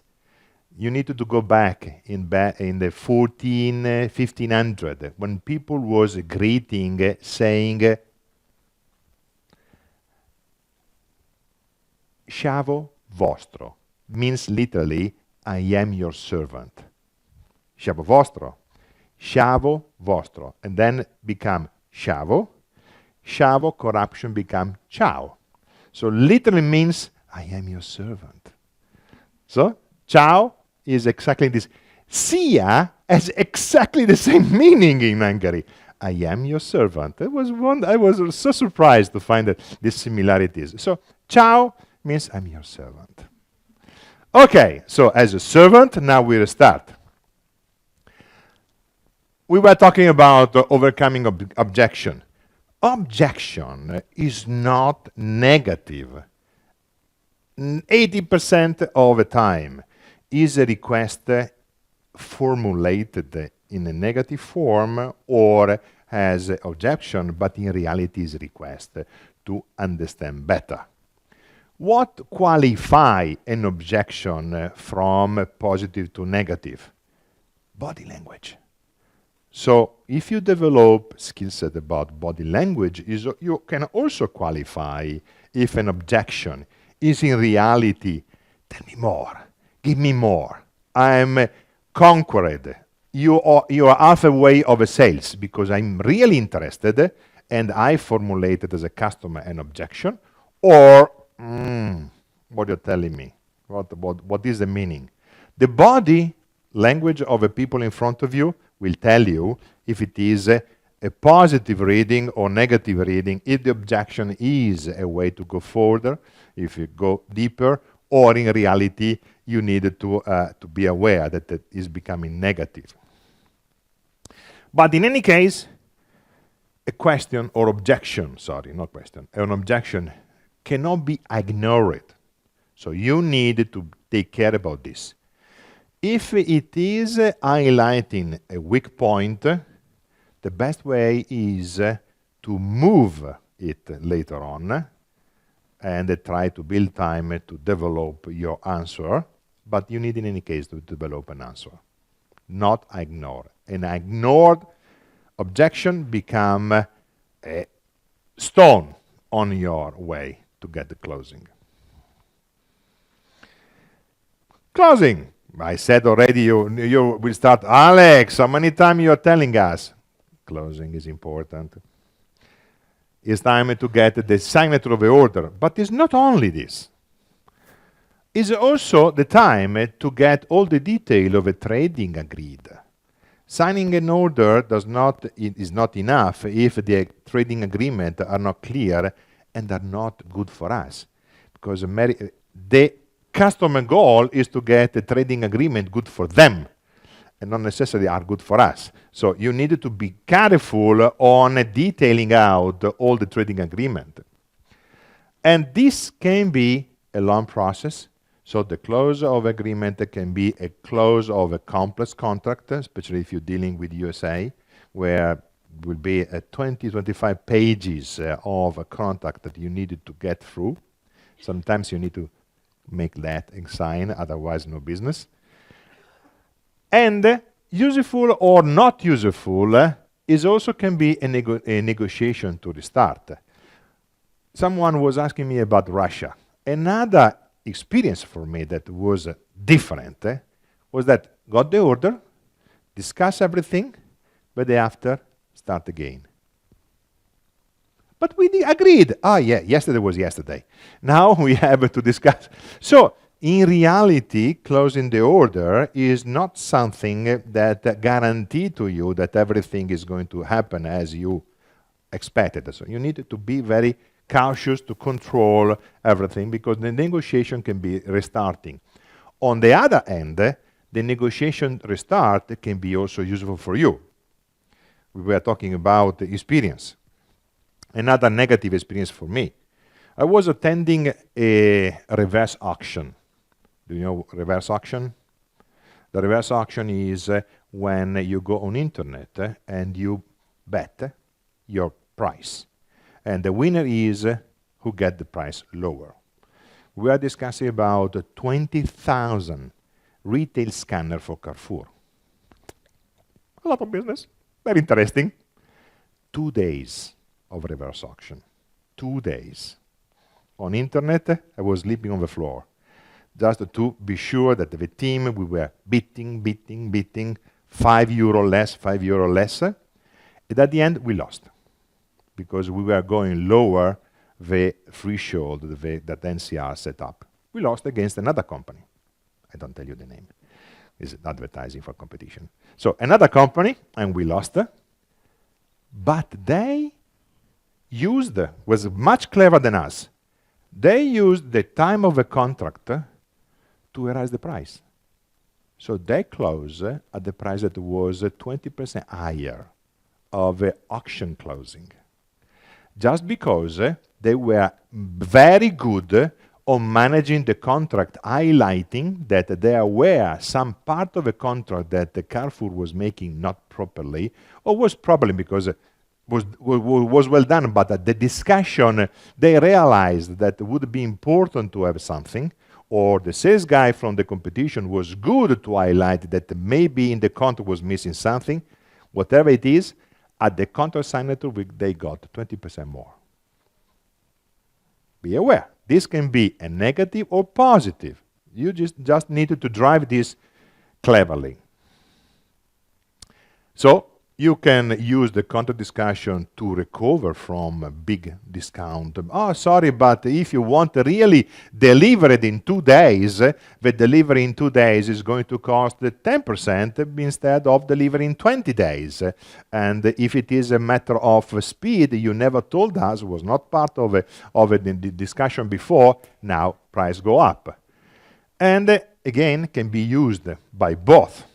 But can be a good time at the closing when you consider to have closed, the detail and nailed down detail of the closing can be an opportunity. After sales is always an opportunity. The sales does not finish, as we said before, just closing. The sales guy, the salespeople need to be aware of how the fulfillment is going to go. My suggestion is not to involve them too much on the fulfillment by itself, but need to be reported, need to be updated about how going, and run customer satisfaction. Do you use customer satisfaction survey? Good, clever. Is very relevant. Is very important. Salespeople hate it. The company love it.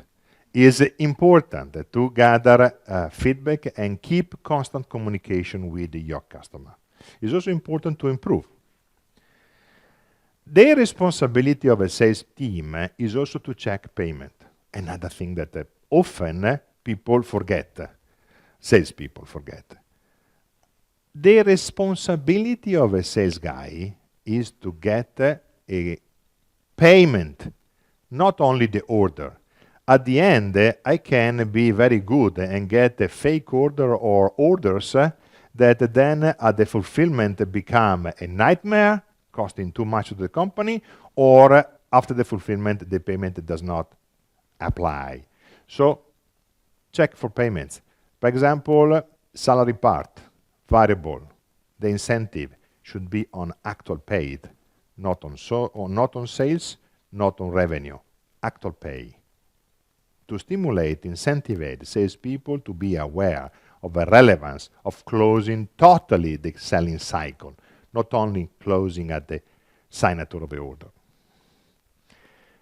Always, after sale, check for new opportunities inside the customer, always.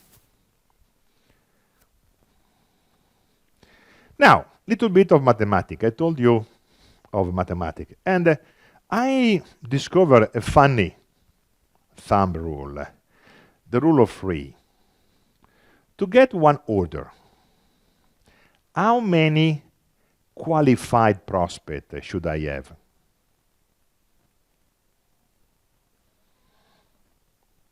One possible question could be, what is qualified prospect? Because I never mentioned, but by the way. And the number. So, after coffee, come on, you should be all wake up. So what is a qualified prospect? What does mean in the selling cycle? Is a prospect where you were running already introduction, you were running understanding, you were running presentation. So you qualified. You are more or less already close to the end. So what is the relationship between a customer who signed and qualified prospect? That could be good comment, by the way. If it is 1 to 10, then your qualification process is wrong. It's too high. But you need to catch this on metrics and understand, because again, sales is a mathematics. So, as a thumb rule, I cannot guarantee that it's perfect, but it has a sense. 3. To get one order, you need to have 3 close to order customer. So, if you look at the funnel of your people, of a salespeople, do you know what is a funnel on sales? Funnel, it's a tool to make cooking, but it's also used. It's not casual that this has this shape. This is the shape of a funnel. So the funnel in sales, if people give you forecast and you have a target, you as a sales manager, you should be aware that to get 100,000 euro sales, you need to have 300 euro forecast. If you do not have a minimum of 300, it's very unlikely that you're going to get the 100. So this is the first rule of 3. With one customer, 3 prospect. Then, next. If you want to have 3 forecasted prospect, you need to have 3 prospect. So, how much count now? To get one order, how many prospects you need to have? 9. So, if you do not deal with 9 people, it is very unlikely that you're going to get one order. Now you understand.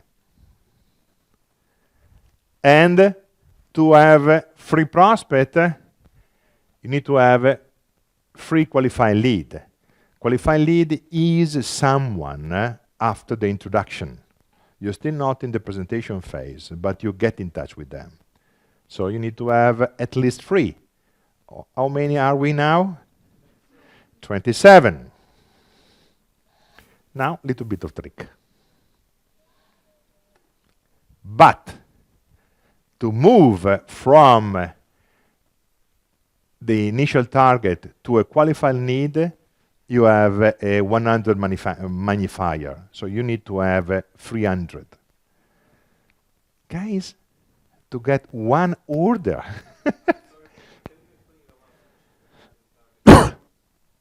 Target. So you want to target Italy for your product.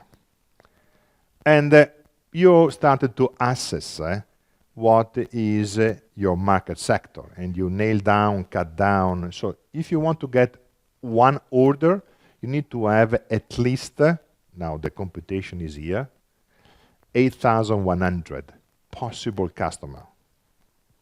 If you want 2 order, 16, and so on. So you need to have a very good understanding. Now, I said to you, the thumb rule is not precise, perfect mathematics. Can be 2.5, 2 and 7, or 3.5, or whatever. But roughly, you need to be aware. What is this portion is normally very relevant for marketing people who try to start to analyze a market, define the advertising, define how to attend. So, by example, if you attend an advertising, who is working marketing out of you or is in the marketing environment? So when you run a marketing campaign, do you take in account this number? If to you today for this seminar, how many invitations did you send out?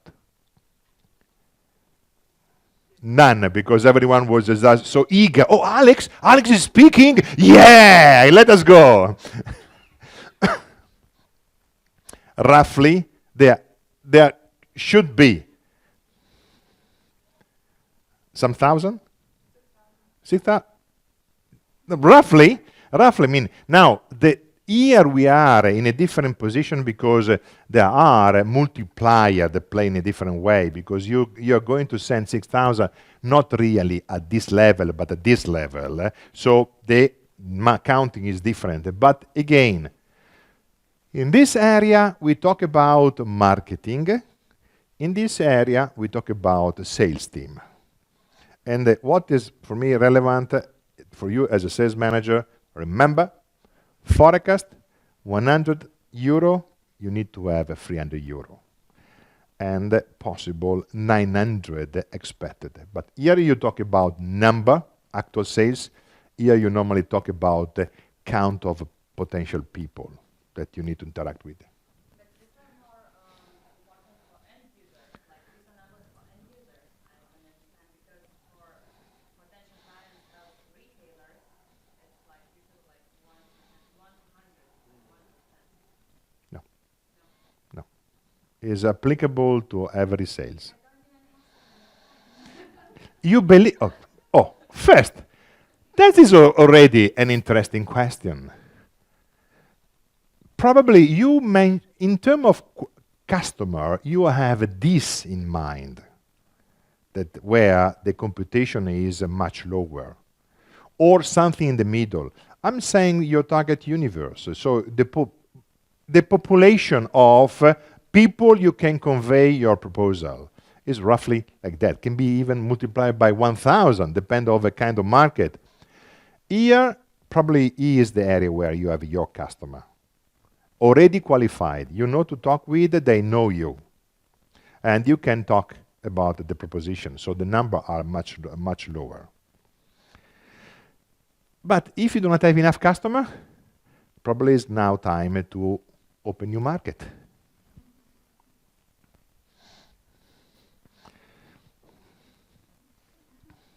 Okay, so this is about a selling cycle and about mathematics. Now I'm going to bore you on. We are going to take again many of the concepts that we developed so far, but before lunch, we are going to talk essentially on how managing the sales cycle, and we are going to talk about the channels. There were a good question that I got at the coffee time that I would like that the gentleman that was placing to me is going to repeat the question, because I think is valuable. We are going to talk about this in terms of channels, and also the answer is valuable. Let me check. Here it is. Thank you.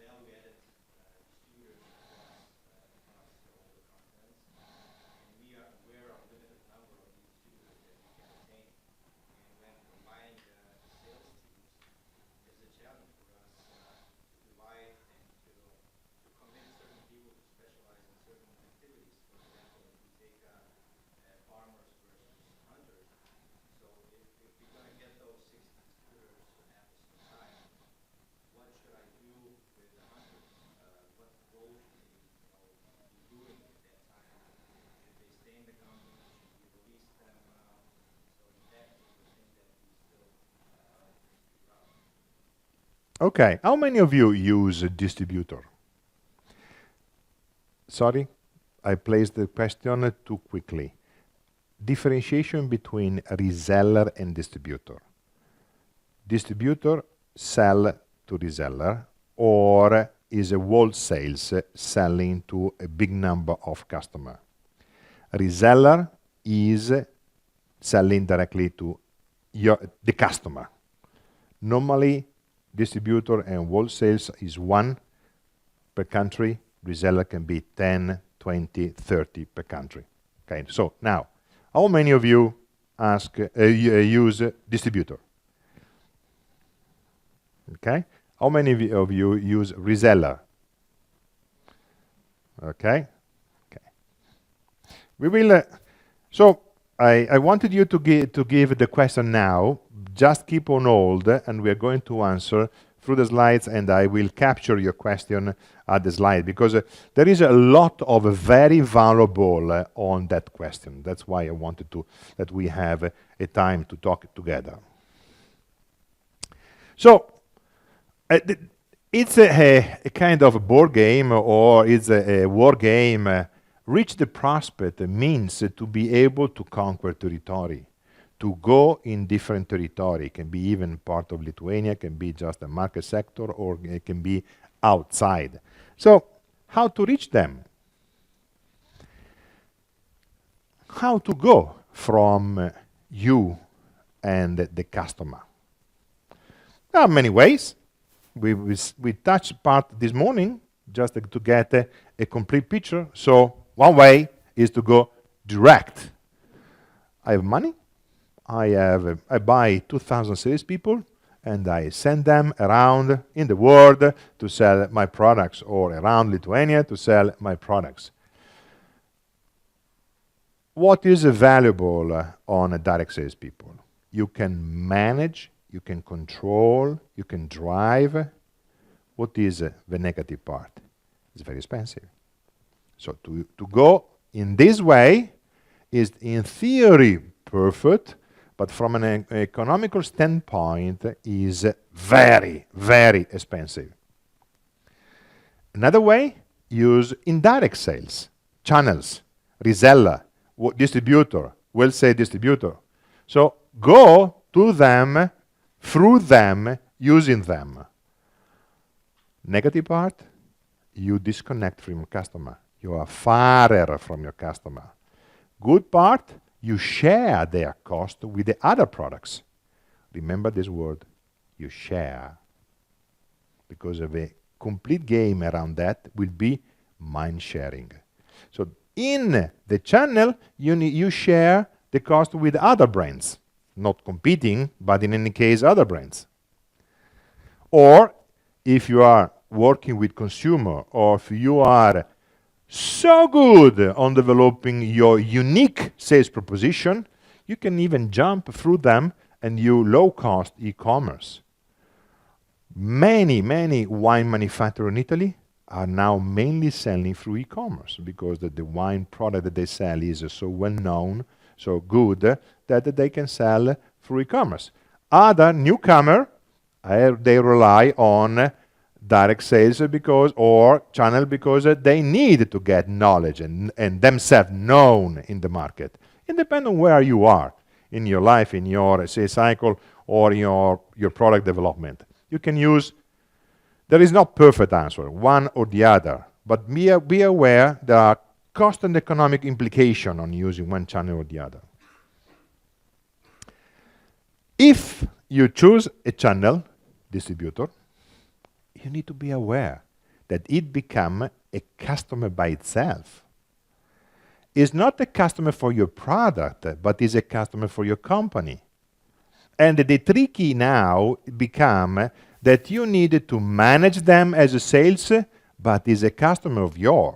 So you need to think also how to please them, how to get them engaged, how to work with them.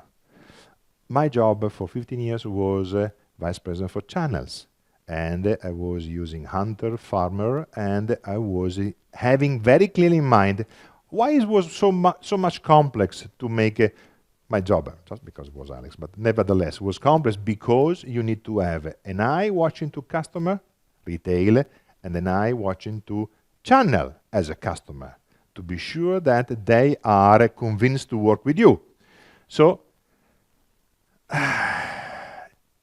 your proposition need to become a value for them, need to be a substantial asset for them.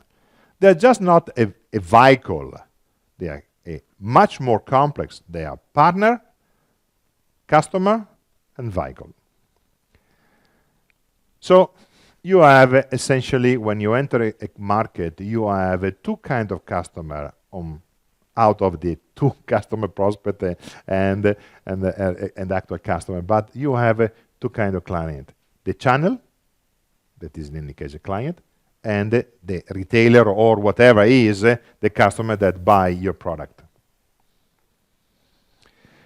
I developed a strategy.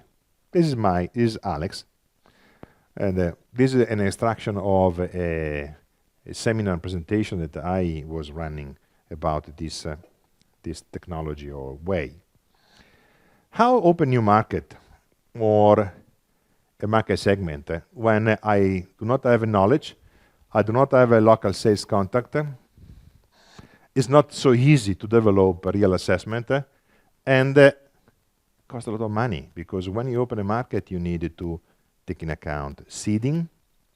Do you know what does mean seeding in sales? Seeding is giving for free products for demo, for evaluation, to build the referrals. And you need to always be prepared to seed the market that you're going to make it, because one of the key points to open a market is to create a reference. Enter a market without a reference is very hard, because the people want to know where did you sell your products, where your service has been already used in my country. No one. I come back later. So first, seeding. Seeding means buying market share, making the opportunity with someone to have an installation and be ready maybe to take out after a 6 months or 3 months, but you need to be there. And then develop sales and marketing communication. So entering the market requires at least to develop an action plan, a plan around these 3 components. And the other question is, as you were saying, how to rely on a local distributor. Positive is, or local reseller, that you're going to have a variable cost, minimal investment. You can be just making an agreement. I give you 100 units and you pay when you sell, or I give you 100 units, you pay now and forget how they're selling. The problem is that it's not predictable. Just working with the wholesales or a distributor, when you start the market, how can you predict the sales? It's not easy. It's impossible. Clearly, if you are already selling by 10 years in that market, you can, based on history, start to make some forecast and predict sales. But at the start is not easy. And you are at the mercy of the distributor. You need to rely on what they are doing. And you are far and you don't know in reality the market. And there are also some hidden costs. For example, going back to your question, I open up a wholesale distributor for Europe because I thought it would be a clever way how to sell, but the way I was doing was a mistake. It was a disaster. And then I realized that in order to be successful, I needed to get an employee of mine inside the organization of a distributor. So I paid to hire, actually we agreed to pay 50-50, to pay a local champion inside a distributor organization that would help me to get mind share of the salespeople of a distributor to be sure to sell my product. Because opening a contract or an agreement is not enough. You can be good as well. But your wholesale distributor probably has another 100 good products to sell. And if you have 100 good products to sell, why they should pay attention to your product? So it becomes a mind share game.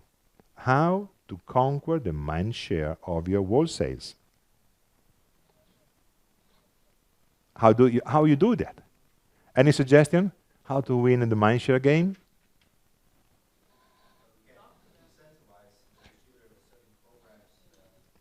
Incentive.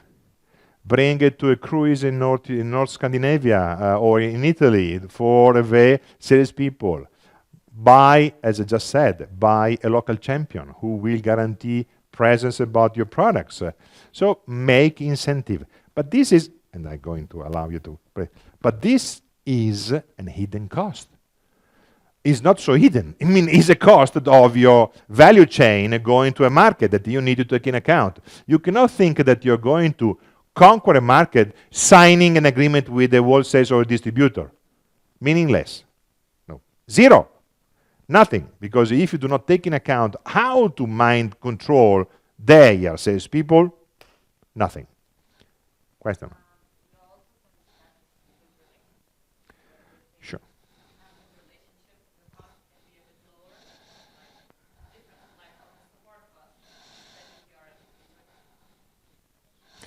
In any case, good relationship is fundamental and useful for developing sales. But you need to articulate a little bit better. Again, it's not enough to have a good relationship, because maybe you have a good relationship with the buyer, and the buyer is fired or going outside and you are dead. So you need to have a good relationship with the complete organization that is representing yourself in a country. That means go to the salespeople of your reseller. Go to the distributor salespeople and be sure to get a way to conquer their mind share. There are ways, not only this, there are also other ways that we're going to talk about this. The other way, we just talk about this, is to develop your sales team and deploy some people to expatriate and go in the local country to develop, possible learning the language, learning the culture, and develop, and start to make the market development. It is good because you can get an understanding of a market much better than relying only on wholesales or distributor. You get a relation with direct customer, even if, as we just talked, is a product investment, and more. Once the sales guy, the good sales guy, in this case normally we talk about hunters, go and develop, the negative part is that as much as he is going to be successful, is going to be sucked out his energy by the customer that he need to take care.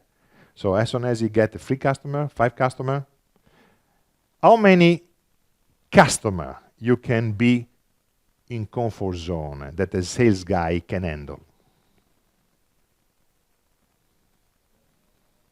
How many?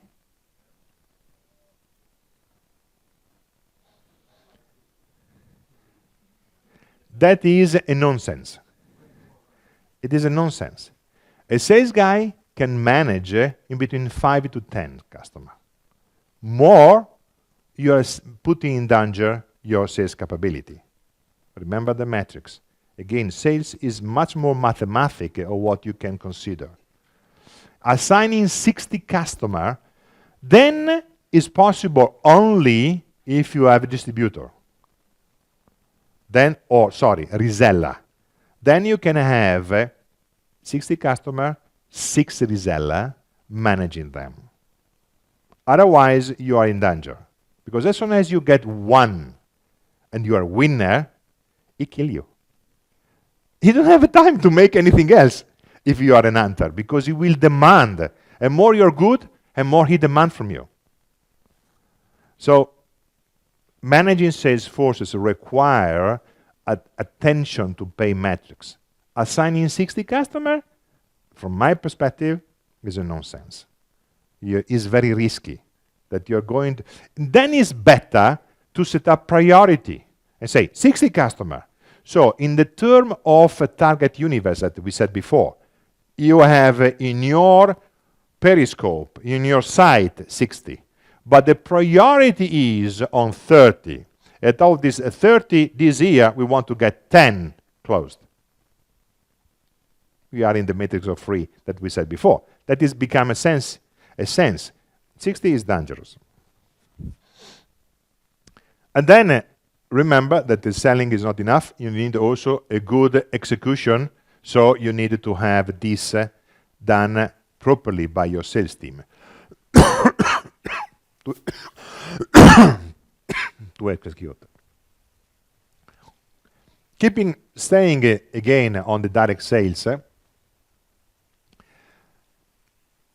it has a lot of sense if you have a really major account, a limited number of customers that are big and you can rely upon. Then direct sales can be very effective because you don't need so many. You don't need so much seeding units. It's a limited number of customers and you can go. Be aware that in any case, having a big customer also implies low margin on your sales, because a big customer is empowered to get supplier from everywhere, from any corner, from India, from China, from whatever. So your cost pressure is going to be very high. Require a disciplined sales team that is able to make all the steps in sales with discipline. Sales is not a matter of artist. It's an art, but does not require an artist. You need to be very disciplined on executing and be aware of what you are doing. We talk about expensive in terms of approach, and we talk about already about bandwidth, the example of 60 customers.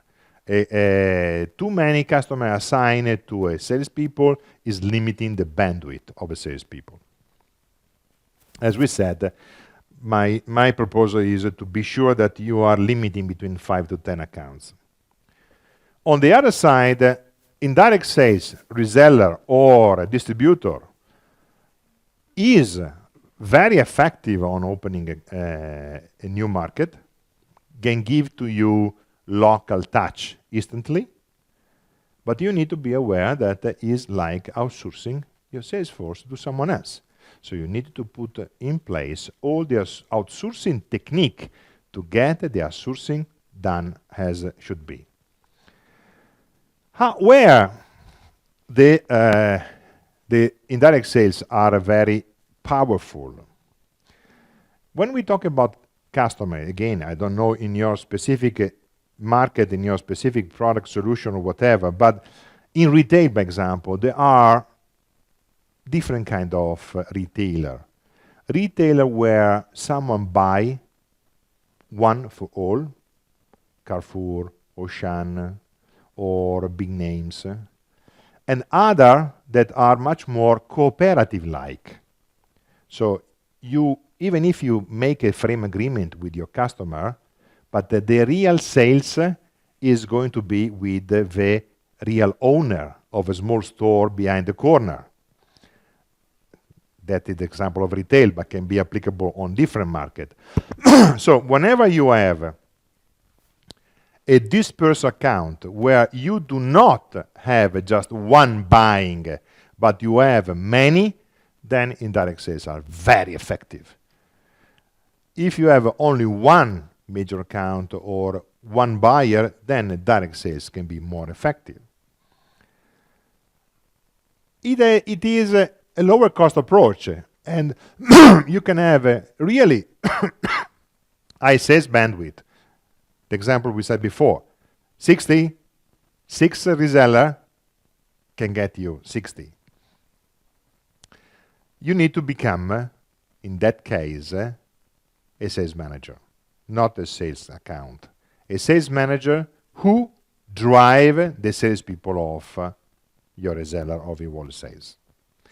This is a very fundamental trick. How to be able to drive people who is not employed by you. It's a seminar by itself. It is a very uncomfortable. You cannot give orders.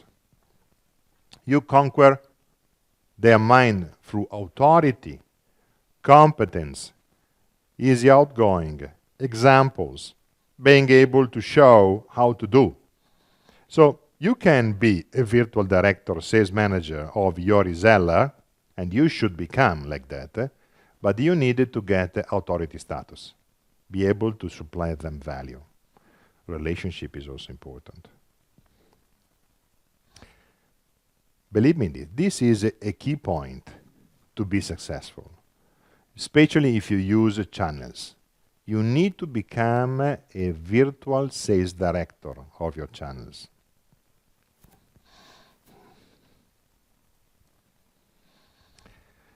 I propose a technique that I named it as sales pollination. You know, the bee going flower to flower, where you use hunter to support farmer. The farmer are the reseller. The hunter is your people. So, in reality, try to make the best of two ways to go to a customer, channel and direct. The indirect sales execute, but you develop. So you have hunter who go to customer, develop the market, but then stand out and allow the channel to make further sales. Step out from a sales cycle where you consider is now safe and allow the channels to close the sales cycle and to perform the execution. Was exactly what I did use in Lithuania. I went to IKEA and Maxima and I talked with them and I asked, I am from NCR, I would like to get you as my customer and I would like to ask you one simple question. Who you are confident to run business today in Lithuania? And they gave to me 5 names. Then I went to the channels, I get engaged with 2 of them, and then I went together, opening up the market, teaching and showing what I was doing to the reseller, then closing and then disengaging, and going to Finland and allowing the local reseller to further develop the market. So, using both and expecting that if I develop the market for a reseller for free customer, then he need to develop other 30 by himself and activate a very positive way to go forward. Question? Yeah. We are now thinking wholesalers, and that we are thinking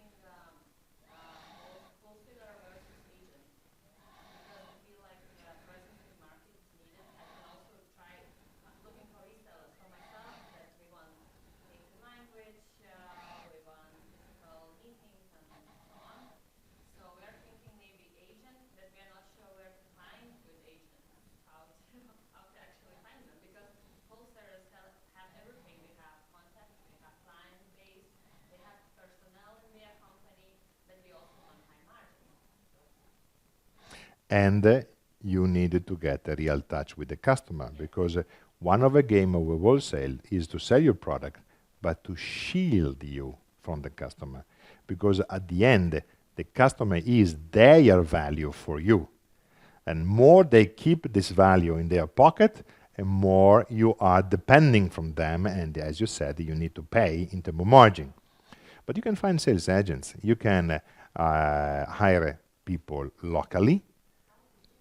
You can use a hiring agency and just be very clear on what you're looking for and describe. There are many companies around Europe that use one man working from home and representing a foreigner in the market, but going together with the sales, with the reseller, but protecting your interest. Be sure that so when you're making hiring, you should be very clear. I want a sales guy. He need to be a sales developer, read hunter. He needed to be able to act as a virtual sales director, need to drive the sales force of a reseller, and needed to develop a relationship with key customer in the country. It's not impossible. Looks like complex, but it's not impossible. Take time, but it's not impossible. You can do it. And you can make it. And then you have the ability to keep your feet in the market and have armies, your reseller working as a farmer and your agent working as a hunter, going to develop for the farmer. And as soon as once developed, the farmer come and take care, and boom, boom, boom, boom, the B effect. But it's much more easy than what looks like. Sorry.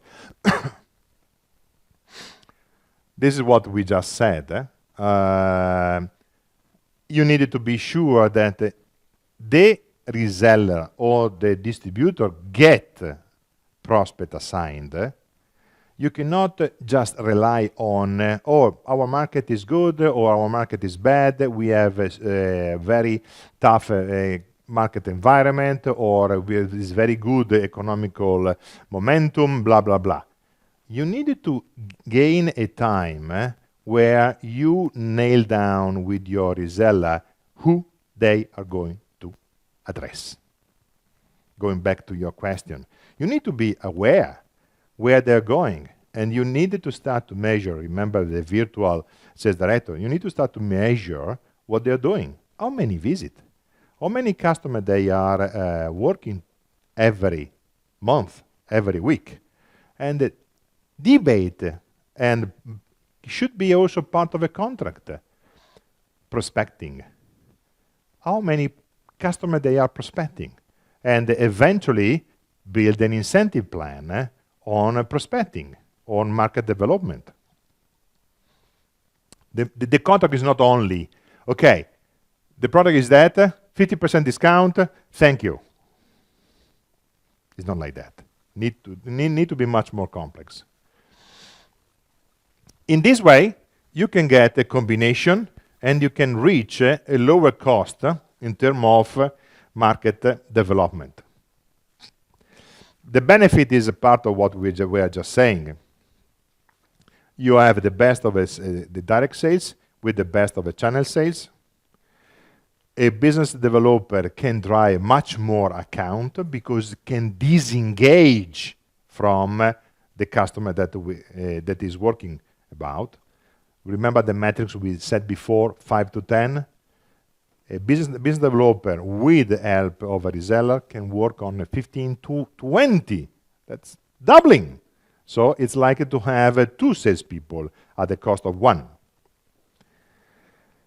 Then you need to make and develop a mind sharing program. Mind sharing program can be various. For example, Microsoft or Cisco or other company in the IT and telecommunication have a very powerful mind sharing that they name as certification. In order to work on networking devices, you need to be certified by Cisco. And you need to get training on a certification. So the certification way is just another mindshare game.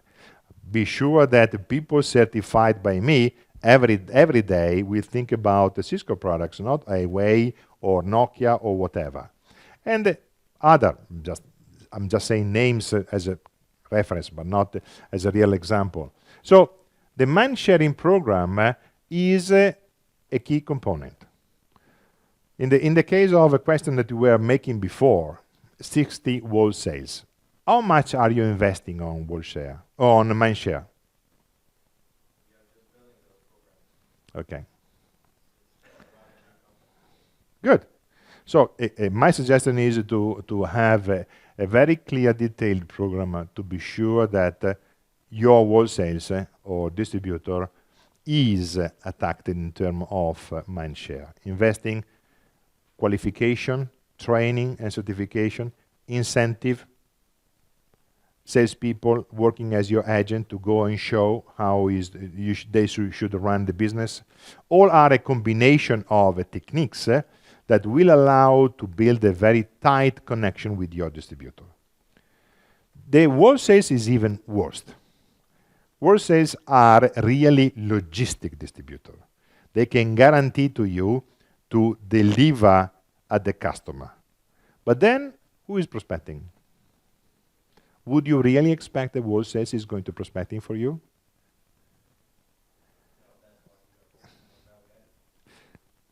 Value added, and what is the value added?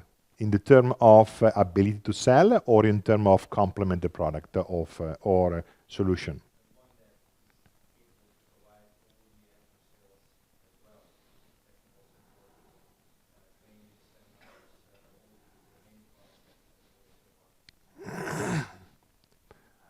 For sure, value-added wholesales or value-added distributor is very valuable, much more than wholesales. You can have a wholesales, definitely you can, but in that case you need to develop marketing technique to be sure that someone is in the market building demand for your product, because the wholesales is not normally spending a single penny to make demand creation. Demand creation is on you. And you think to save money, but in reality you are going to spend money in order to develop demand creation. Demand creation should be done in any case, even with the value-added reseller, because in any case you cannot rely only on them to be sure to open a market. Demand creation means marketing. Are you familiar with demand creation terminology? What is a demand creation? Sure. Demand creation is like in English, create the interest in someone to do something. She was making demand creation to prepare the seminar, issuing around 60 invitation, 6,000 invitation, putting on a website that would be the seminar. So was stimulating inside you the interest on this event. So demand creation is just that. But why I am saying is irrelevant, because the best to make demand creation is you. Because you know and you can connect your offering product with the customer.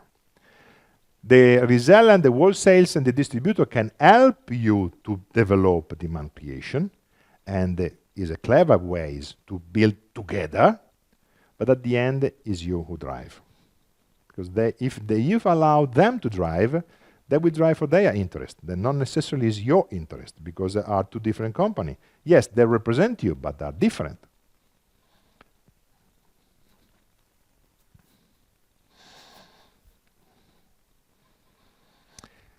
Before starting the sales process, what about questions? What time are we going to have a lunch? In 15 minutes. So let us stay here before starting and let us talk between us. So out of what we just said, any question? Yeah. Yeah.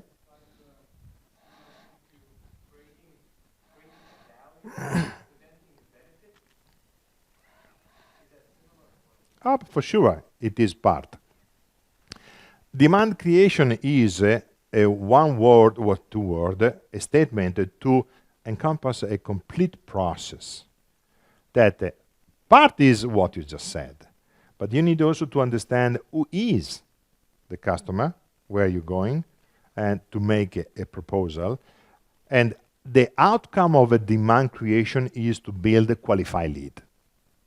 So a typical example of demand creation is advertising with coupon. Make advertising where people answer. Or telephone call, cold call. The cold call is demand creation because you qualify people. Many marketing activities are belonging to the category of demand creation. But the outcome is not inform. The outcome is get someone in contact with you because got intrigued, interested by what you're saying. But in order to achieve this point, you needed to have a knowledge on what you're doing. I give you just an example of what happened to me yesterday night. I don't know how. Someone got my phone call, my phone number. In reality, I am quite public. I mean, you can get a lot of information about me on internet, around, so it's not so uncommon. I get a phone call and this guy saying, "Hello, Mr. Santalucia. I am blah, blah, blah from Lithuania. I know that you are going to run a seminar tomorrow about sales, and I am offering to Italy products, blah, blah, blah," and started to talk with me about the product that he would like to sell in Italy.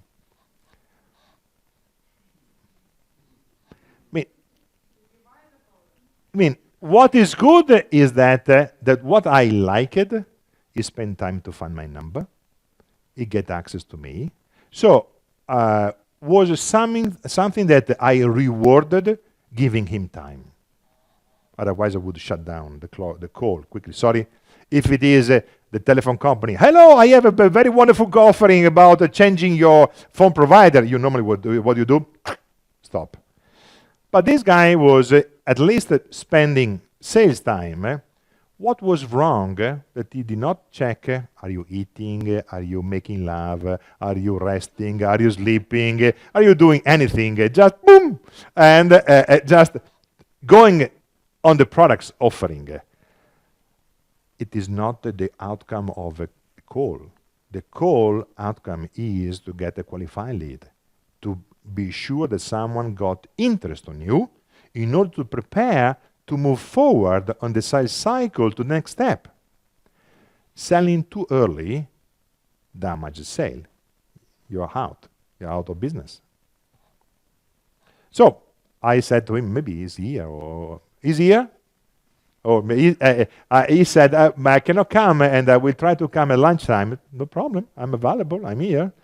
But again, I appreciate the selling effort that he was doing to reach me.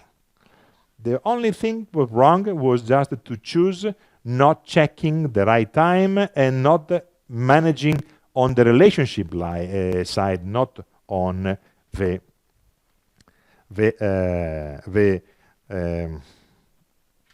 selling by itself. We were talking about technique of marketing. I have also another example of poor marketing. I told you before advertising with a response coupon. It's a typical example of qualifying a lead, development of leads, lead generation. I remember I saw a wonderful advertising in USA. Wonderful advertising, well done. With was a total black background with the products in highlight, almost three-dimensional, beautiful. With on a right bottom side there were the coupon. But who has a white pen to ink in a black background? Who has? No one. So how can you expect a response from something done in this way? So again, this is much more for marketing people.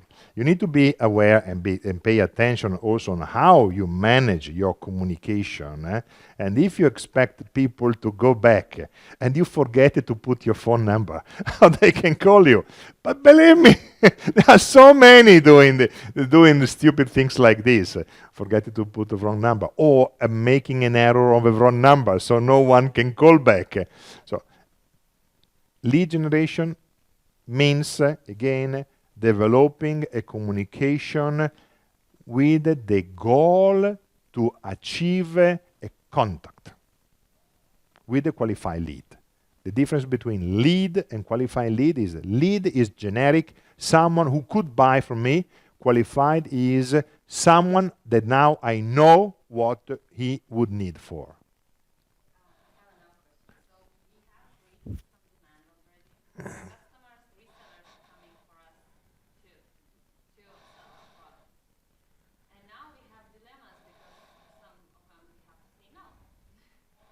Why? We need to say, because, for example, some ask for wholesale, and we already have a wholesale there, but we are not 100% sure, it's not very well developed yet with that wholesale. A lot of questions are answered there. And how to say no without actually saying no.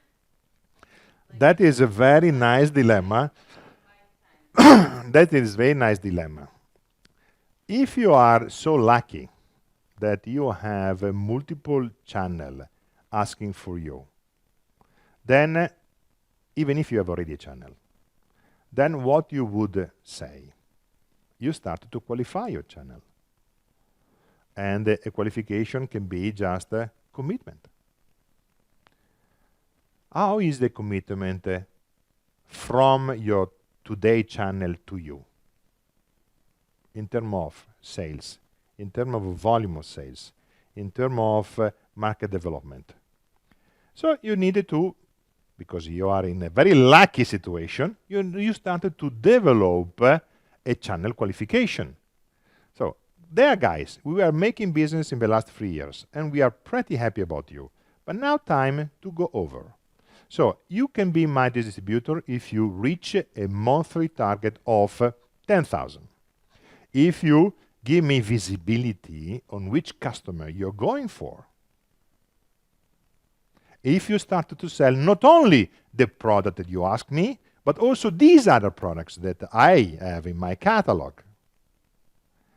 So because that is a very nice situation, because you have already developed customers and you now start to put in competition. I mean, lucky, finally. You're not only you who need to compete. They start to be in competition for you. So say, someone else want, okay. The one who's giving me the highest commitment is going to get it. What is important, that once you commit and they commit, you commit as well. So for the time of period that you agree upon, you are very loyal and respectful. Because in business, loyalty, respect is a key point, always. Just because someone else comes and says, oh, I promise you 3 times of what your world says is doing, you need to pass through a qualification and understanding why he's saying something like that. Maybe he's right, but you need to be sure. And even if he's right, in any case, for your image, it's better to wait for the end of a commitment you gave to your previous one. And then at the end, you can go. Absolutely. Absolutely, you are lucky. You are in a position where you can ask for better qualification. Other questions? Did I kill you so much? One morning and you are already dead? So come on, give me a question. Give me a question. Oh, you see, that is, in any case there were a question. Let me just play a little bit. Again, this is just another example. Do not be shy, and little bit in an elegant way, nice way, but push. Probably people answer to you more often than what you would expect. France, French market.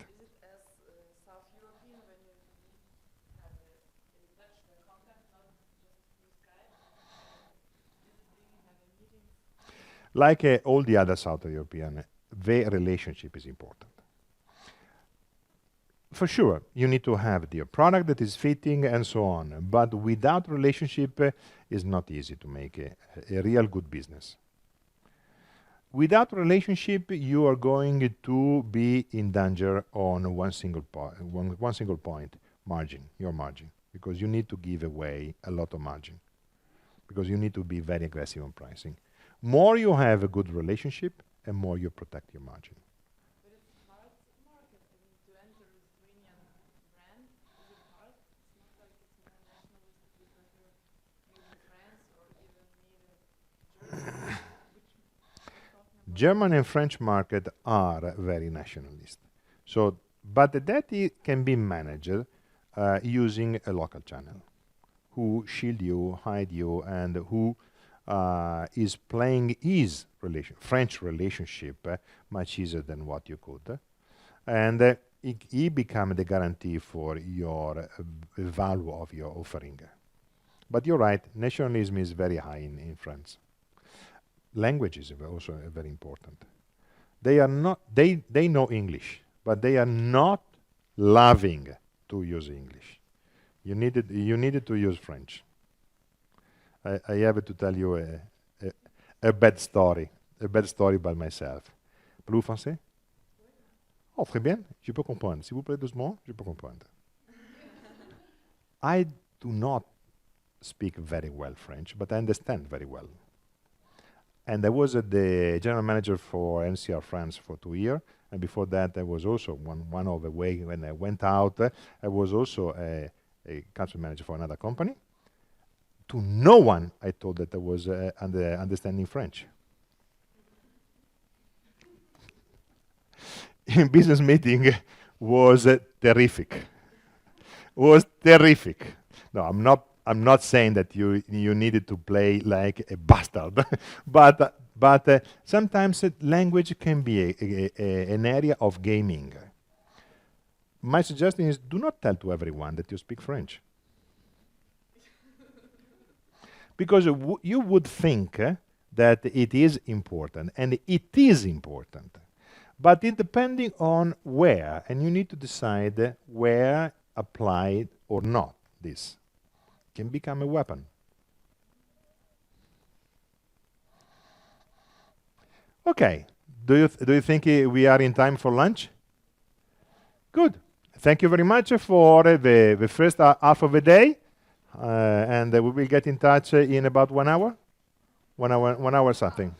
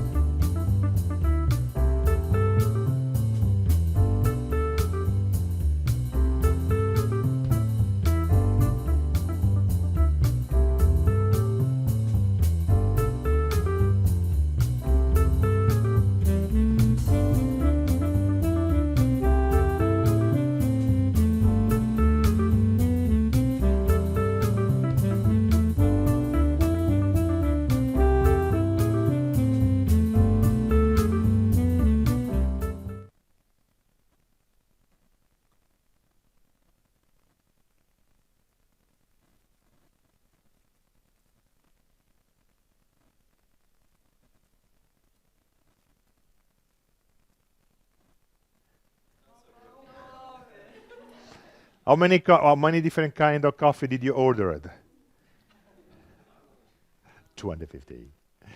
And so, just to stretch and restart, after lunch, people start, Alex, but I'm sure I will keep you awake.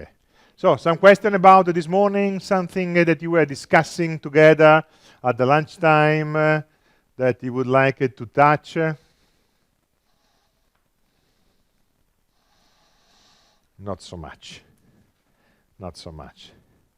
So you will stop to talk French.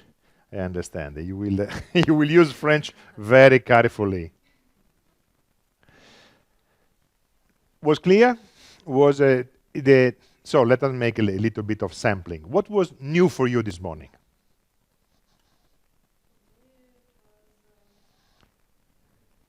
A lot of new information from, Tell me one. Yes.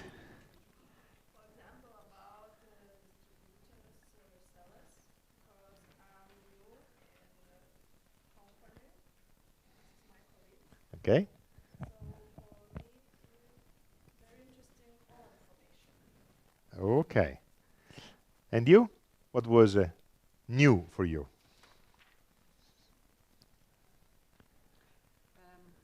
What I liked, maybe it was not really new, but impressed me, was that, how do you call it? When customers start, 200 pages of notes. objections of customers, that objections of customers are a good sign that they are interested. It is. It is. What did you find new to you this morning? Better to have 5 or 10 good clients than That's very relevant. What did you find new? Maybe about this differentiation between salespersons, that there are bees and Hunter and farmers. It's also useful. It's not the only one. Many people told. We never thought about that. New rule of three. rule. Rule of three. Yes. So mathematics. What did you find new?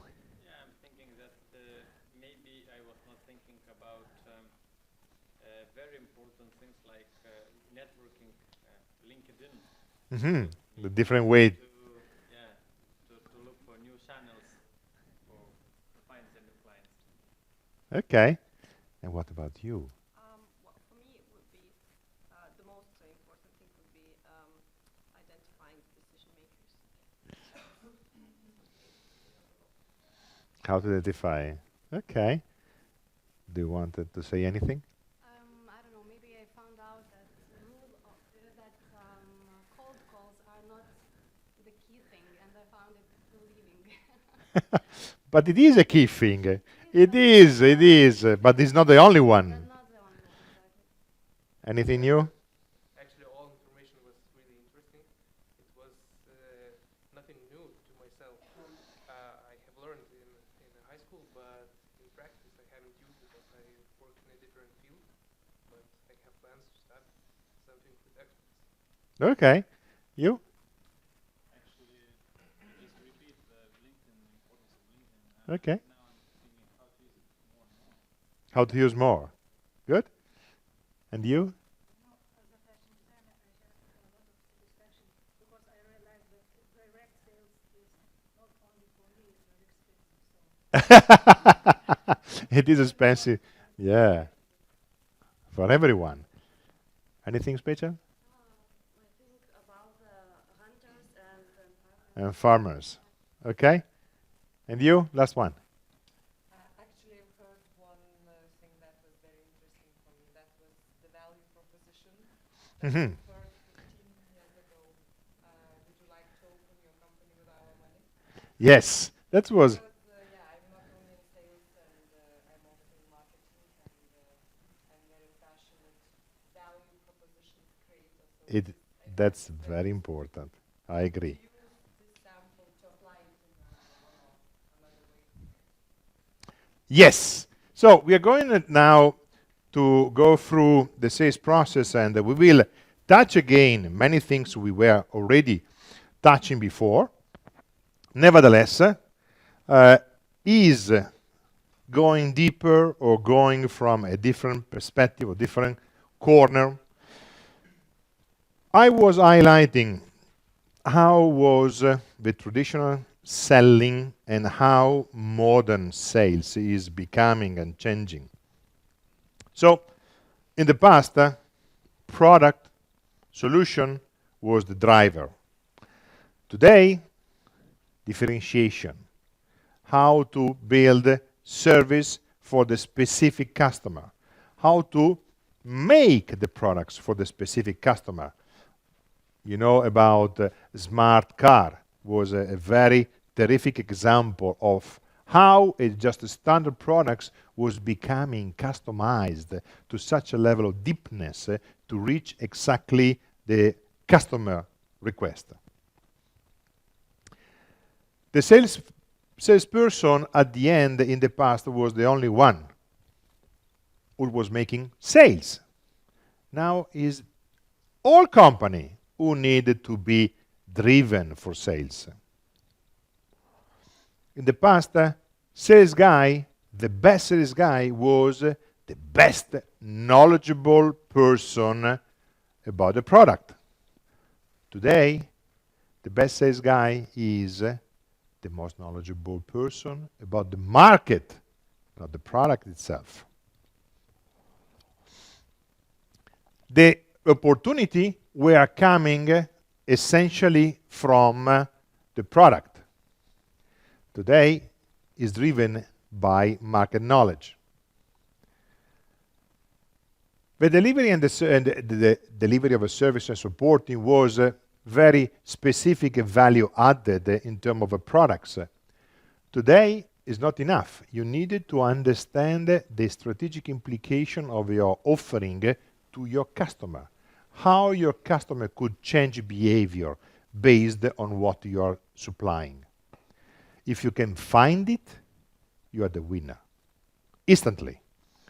If you can find the real value add of your product to your customer to transform him in a winner team, you are as well a winner.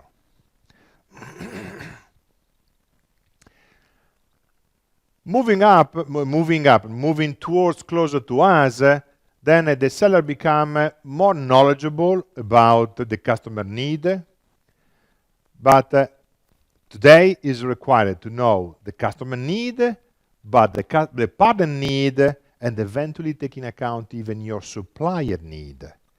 All company become a sales organization.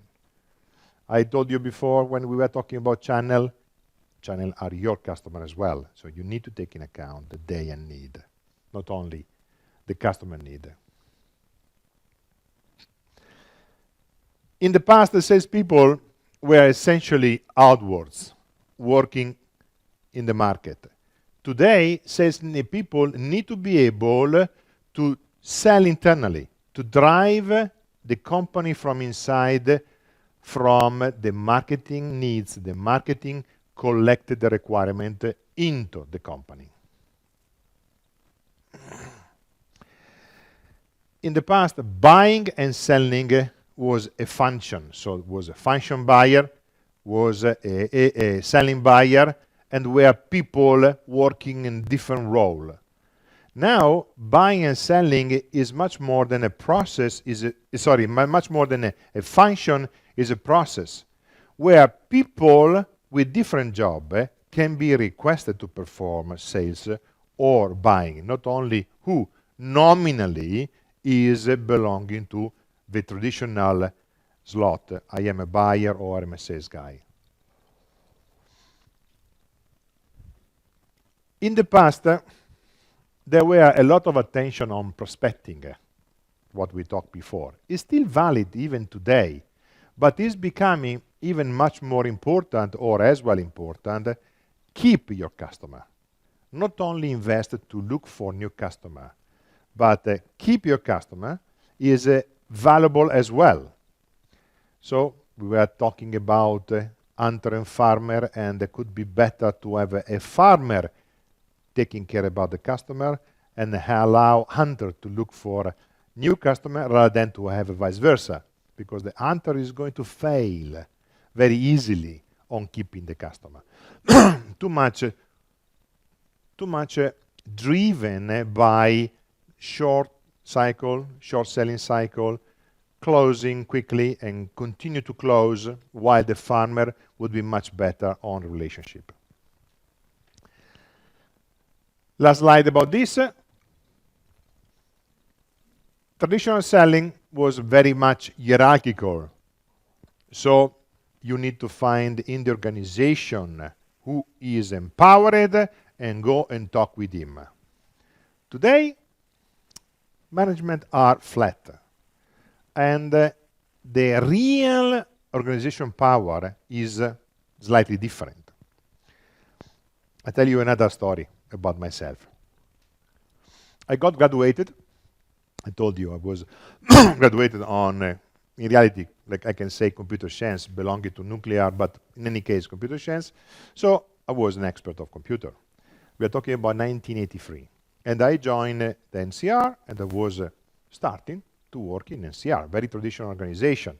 I was in marketing or product marketing, and like any company, there were people like receptionists, people making logistics, people on sales.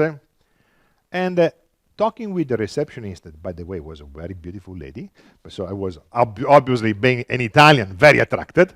But talking with her, she was telling me, you know, Alex, I have a big problem. There are many people calling and asking for PC. What is PC? I mean, I'm talking about 1983, okay? So what is PC? And I was like, ha! Why not? Ha! I'm here. I can tell you. Don't worry. You know what? You can divert the calls on me, and I will handle all the requests about PC. In 3 months, I became the only one in the company knowledgeable about PC. In a year, I became a product manager for PC. In 2 years, I became the sales division director for PC. Starting from switchboard. Starting from very not powerful person. But for what was important to me, very powerful. So hierarchy or management are relevant, and you need to know. But you need also to assess what is the real power of a people for what you want to achieve. Sometimes you can be surprised. Driver, receptionist, low level in the hierarchy can be very influent. Now, another statement about authority. In the past, the authority of a salespeople was minimal. How do you manage your salespeople? Are you giving in terms of authority? Do you give them a discount enabler? They can discount so much. Are you driving based on margin? Someone wanted to give me an example? So you drive on margin. So you are already on the right side, more than, because no, in the past or even now, many people on sales are driven by structured discount. You cannot go over than 30%. If you go over 30%, you need to ask to your manager, and your manager, we need to ask to the company owner, and so on. Now, from the start, needed to give flexibility, agree with the salespeople the environment where they can maneuver, and at the end, give to them authority to decide how to go. Then you can check on the sales. When you make analysis about the sales, you see that on average, this guy is low margin, and this guy is high margin. Probably this is using too much price discount as a way to sell. But in principle, giving authority allow fast reaction and order taking.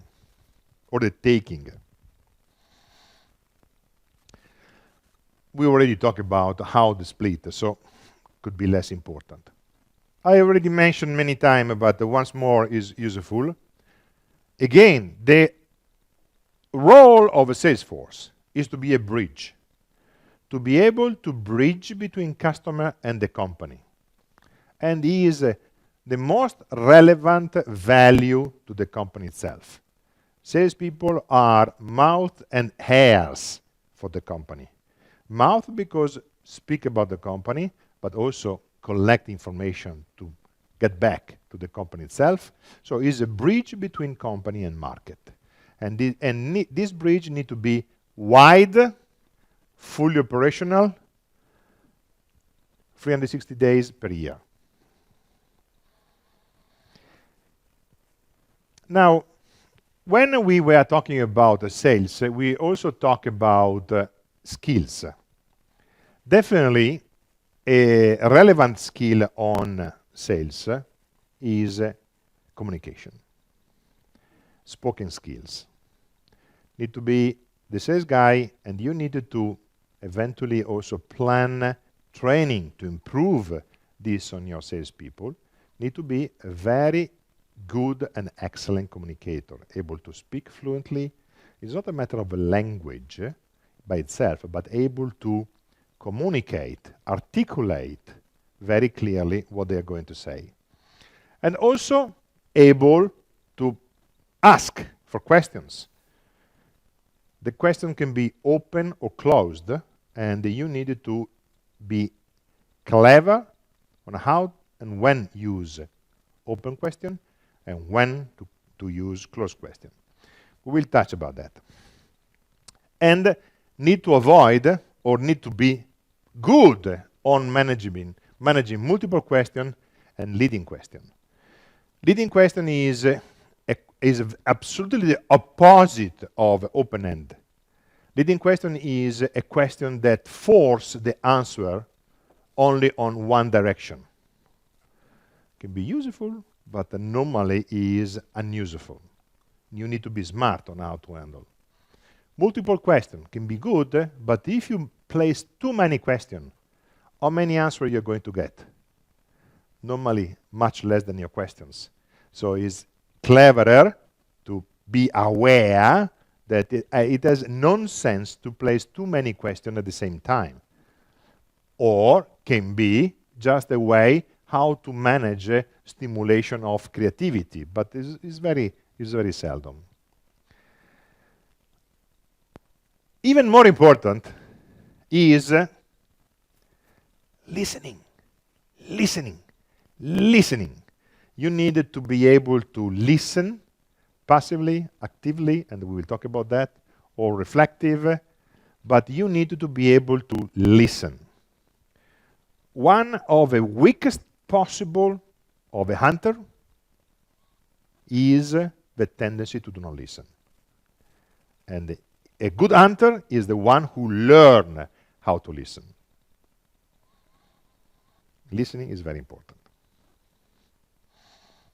And like maybe I told you already, but in some extent, in very circumstances, sales process is very similar to dating process.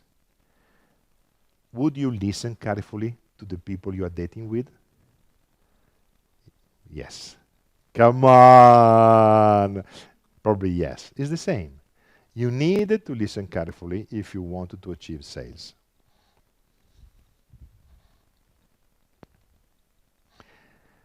Then you are good on listening, on questioning, but you or someone in the company needed to have time spent on developing the proposal, developing the proposition, not in terms of actual offer, but in terms of key concept behind what you're selling. There are various FAB or BAF, depending on which area of the world are you, is I think about my offer, my product, and my solution, having very clear, convey to the customer what are the features, what are the advantages, and what are the benefits. If you are in USA, they would say what are the benefits, what are the advantages, and what are the features. Way or the other is very important that the features by itself are useless for sales perspective is the implication, benefit and advantages, not feature only. If you can reach a point that out of a mix or a number of BAF, you can achieve one single unique selling proposition, it's perfect. Because then you can keep your communication straightforward, simple, not complex, and you're striking. The example that was mentioning before, you correctly were highlighting. The girl or the woman calling me, I would like to have you opening a company with our money. Simple. Very simple and effective USP. Feature, benefit are in reality given as underground or hidden component of a very simple statement, but the statement was effective. So you need to develop for your products an USP. It's a must. You cannot compete if you're not able to do that, because someone is doing his own USP against you.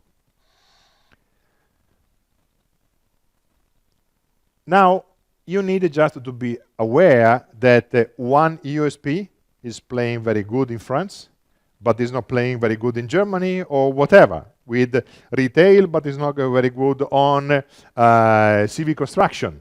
So you need to develop the USP or USP for the specific target that you are going to attack.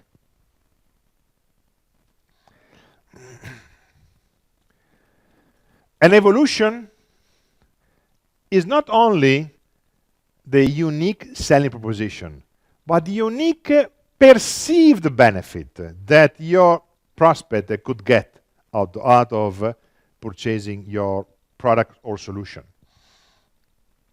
Is even more customer oriented. Here are, I'm good because. Here is, if you follow what I'm saying, you're getting richer. You are getting better. You are getting more time for having to go into swimming pool or a sales training done by Alex. So all things that you can develop in association with your offering. Any question? Are you developing your USP or UPBs for your offering? Someone is saying yes. Everyone? Good. So you are developed. I don't believe it, but anyway. I told, but again, is worthwhile to remind, whenever you are going to define your proposition, you need to test and check it against the market that you want to attack. A specific proposition could fail in another market. You need to adapt. So, whatever is going to be, and whatever is adapted on the specific market is also important, that is simple, concise, and strategic by nature. Not dispersive, not long, 20 minutes sentence, need to be a kind of elevator speech. Very quick. I think you were running a seminar on elevator speech. Did you all attend? So do you know what is an elevator speech? You said no. You said yes. You know. You said yes. How many do not know? Oh, a lot. So elevator speech is, just 2 seconds. Elevator speech is teaching or reminding the relevance to build a very simple statement about yourself and about what you're offering, but need to be not simple not only simple, but need to be also effective. So you need to prepare and be always ready with some statement about your product and your offering that very quickly would describe who you are. How would you describe where are you in business? What is your business? Sorry? So, there is quality and not quality on this statement. Quality is that is very evocative and is very clear. What is not good is that is too wide. Inventing on what? Different is I am an innovator, able to change how people look out of a window because I know what he's doing. Now, it's something that is developing interest to understand more what you're talking. The people look at the out of the window because he maybe is making glasses, he making glasses shield or whatever, but is stimulating interest. So this, who was attending this elevator speech? Did I summarize well, or anyone want to make a specific comment? Was good summary? Okay. So, and you understand what, so now what I mean. The ability to develop a story about you and about your product that can stimulate interest.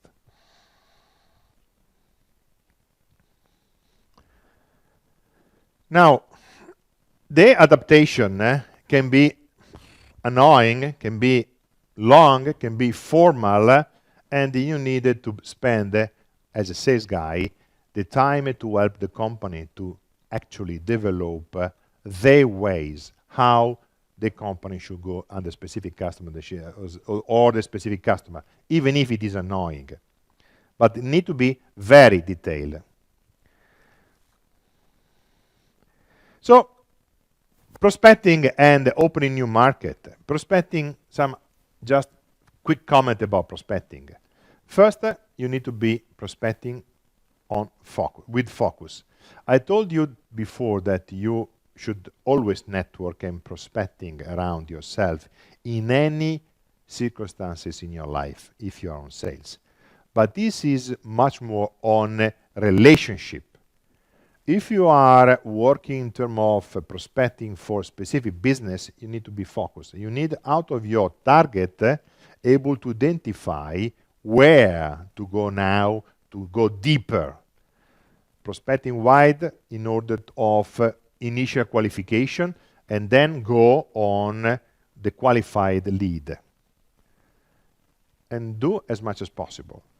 Qualified lead or lead, you need to be able to generate lead and qualified lead as much as possible in your life and your business life. Be prepared. So think about your elevator speech on your offering and the elevator speech about yourself, and be prepared with a simple but effective statement. And if possible, especially when you're doing this as part of your job, 1 hour per day, cold call, use script. We will see it soon. Key point. Be aware of where are you on the selling cycle. Stay at the selling cycle. Do not sell too much quickly. Do not sell when you should not sell.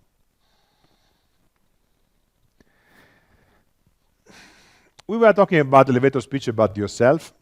So when you make a first call or first meeting, is relevant that you are able to present the company and present the expected benefit to work with you.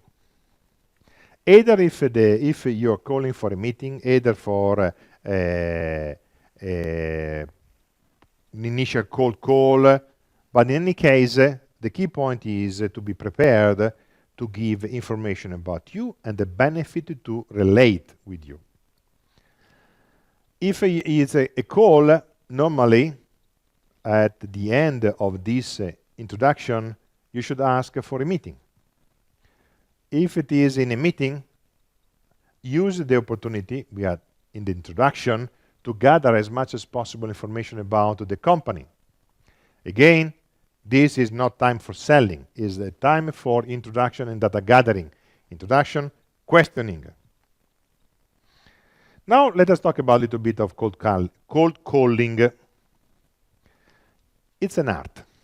How many of you are used to make a cold call? Okay. And so you understand when I say it's an art. It's not something that you can invent on the fly. It's taking a lot of energy. But by the way, it is something that all the big entrepreneur, established with success entrepreneur, mastered. They are a master on being able to place a cold call in the sense of do not have any problem to pick up the phone or go to someone and start to talk and get his attention immediately in any circumstances. Not easy, but that is why a successful entrepreneur are very few. Otherwise, we would be all millionaire. It's not easy, but you can achieve it. Again, there are some similarities with the dating game. The good point of cold calling, again, under the name of cold calling, can be a phone or just a snapshot meeting or whatever, is to position yourself as a company, as an individual, and develop new business. One of the good of cold calling is that you are in the empowerment. So you control how it's managing. Someone calling you, you need to reply and you need to react. In the cold call, you are the owner. Definitely require training because it's not easy. It's not easy. Normally, if we talk about a cold call over the phone, so you have a number of a possible telephone call to make, 10, 20, 30, you need to prepare yourself with a script. So you need to be very precise on what could be the outcome or how the call is going, so anticipate possible issues. As we said before, prepare an elevator speech about you and your product. Again, avoid to sell anything. And follow the key objective. When you are making a cold call, you are not selling anything, you are just trying to establish understanding of your lead, to move the lead from lead to qualified lead. Once you got a qualified lead, then you can ask for the meeting. So understand how to get access to the people, can be through their secretary, the personal assistant, directly depending on the organization. Understand about the real power in the organization, who are internal, sensible people, and at the end, succeed to get a meeting. As we told before, be aware that just asking for the purchasing manager does not automatically give you the chances to meet really who take decision. Are you familiar about account mapping? We'll get a little bit later, but in any organization, there are buyer, there are influencer, there are operational director, and there are staff director. Any organization. What is the difference between a buyer or decision maker? Sorry, it's also different. Decision maker, buyer, influencer. Buyer is who actually make the physical closing. But sometimes he is not the one who decide. Very often he is not the one who decide. He's just a clerk who make the administrative task. The decision maker and the influencer are the one who make really the game. And you need to understand who is the decision maker. And you need to understand who are the influencer.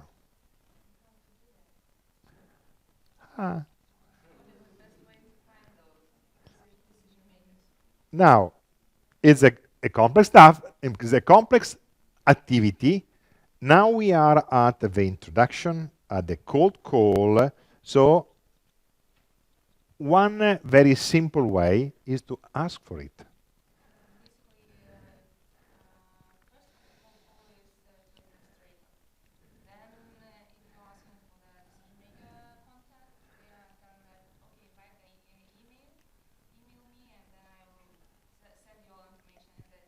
Can be. Another way to ask, no, you are definitely right. We will see in a very few seconds, but another way is to ask for her, to move her role from passive to active. I'm calling because I'm selling how to allow people to see through the window in a different way, or I'm selling devices to help people to get time. And I think that in your company there could be interest. Can you help me to understand who should be the people I need to talk with? 80% the people answer. If you go straight, I would like to talk with the buyer. I would like to talk with the director of. I would like to talk with the manager of. Then there is resistance, because you are asking something that the people passively react. If you engage them, can you give me an help? Astonishing. Is working. People is willing to help. On average, people is much better than what we expect. They are willing to give an help. But you need to be humble to ask for. Humility is also another lesson for sales. But we will just touch. It's a good question because we are going to get through and see this. So, if you're running a cold call, avoid to sell at any stage. And instead of starting or developing too much time on proposing something, develop the time to establish a communication link with the people you're talking with. Can be even a switchboard. Sorry to bore you. I know that you're doing a lot of things at the same time, so I really appreciate the time you're giving to me. Can I place a couple of questions to you? Treat everyone like the big boss. Everyone is going to pay back. You need to establish a connection with your prospect. It's not just a telephone number that you need to place a call for, but you need really to work on it.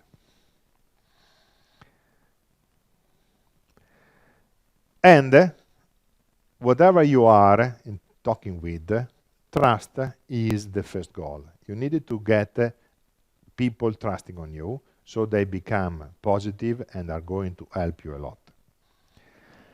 And do not be scared. What you are asking, if it is well managed, asked in the proper way, is normally accepted always. You're not asking the personal data about people, but you're asking help how to get in touch inside the organization. Clearly, as much as possible, if you get information on the company and what are the company problem or company issue, is going to be very powerful to you. So, there is not secret. It is the script about cold call is just linear, logic way how you would run a call. A good thing is also to use the reciprocity law. Try to do something that you would accept and not do something that you would not accept.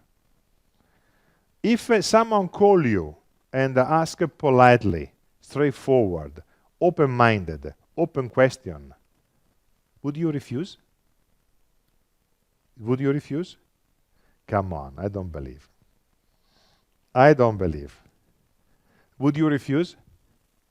I mean, it is also a matter of social and local culture, but normally, at least in Europe, now what we are talking today is mainly based for Europe, because in some other country there are really heavily social local culture implication that do not allow you to do what I'm saying.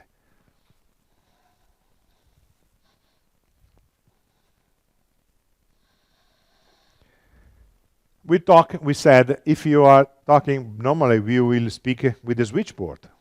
And even if it is a switchboard, introduce yourself, full name and company, and ask to get in touch with assistant or secretary of the target person. So, hello, I am Alexander Lucia. I'm working for a company XYZ. Can I understand or can I get through the people managing the selection of new technology? Answer. Which technology? The technology on XYZ. I understood. Probably the right person should be Mr. and navigate. Why are you smiling? Are you doing this every day? Good. And now what is the outcome? So it works. When you are transferred to the people that you are looking for, normally is not the top manager, is someone shielding the manager, or someone who's working as secretary or professional or personal assistant, start to change the game. Can you help me, please? I'm looking for. Can you help me, please? I representing the company on this ABC, and I'm looking for the people who could be interested in your organization. What do you think who could be? Or I'm representing XYZ, and I understood that you are the personal assistant for probably the right guy who I need to talk with. Is correct? Can you confirm? Can you help me to get in touch with him? Then the answer can be send an email, phone call. But even if sending an email, then what you should do?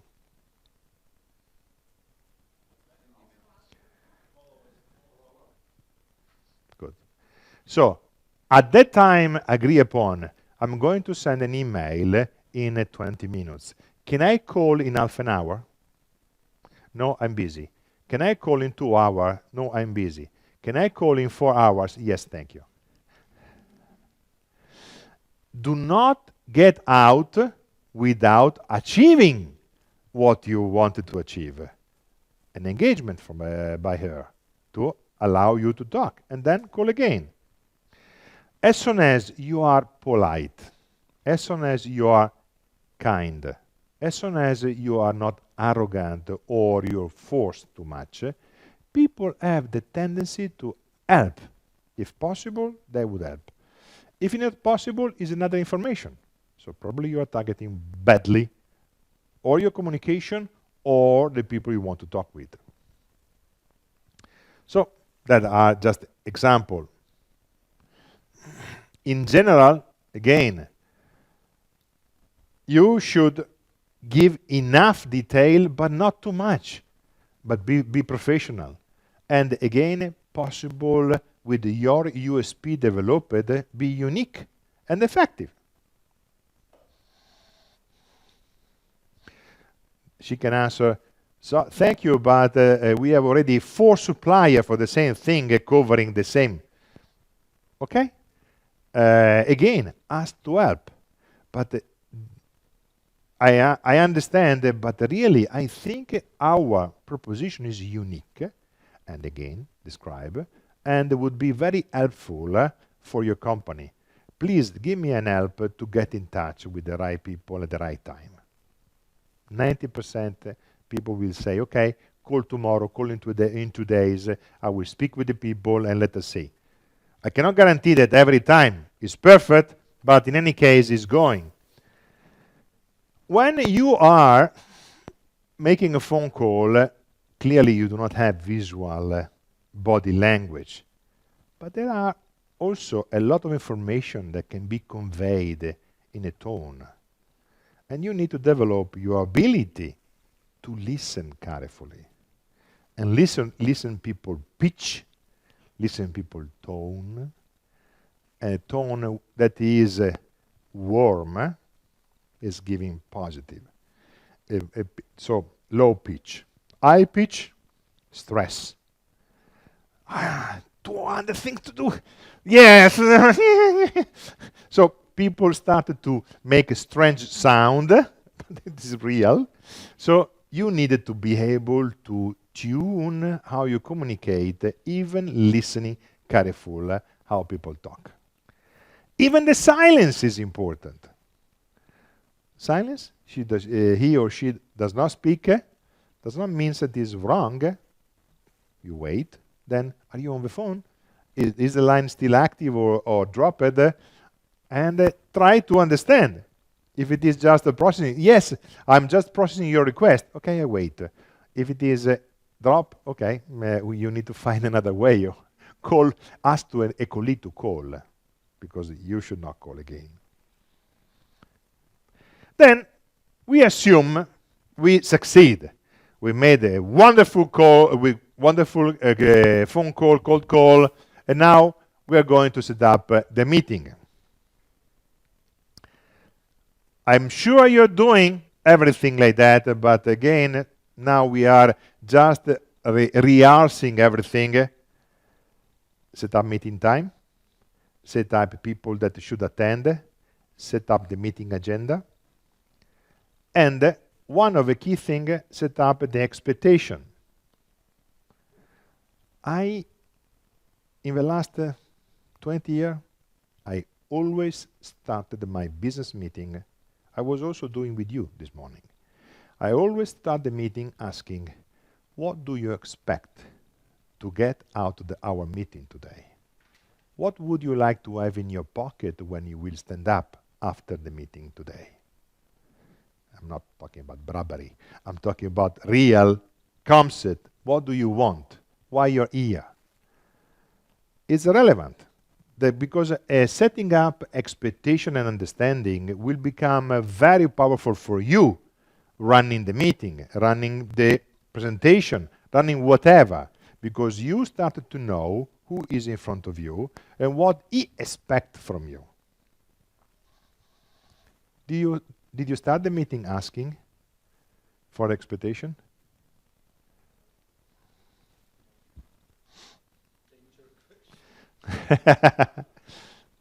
So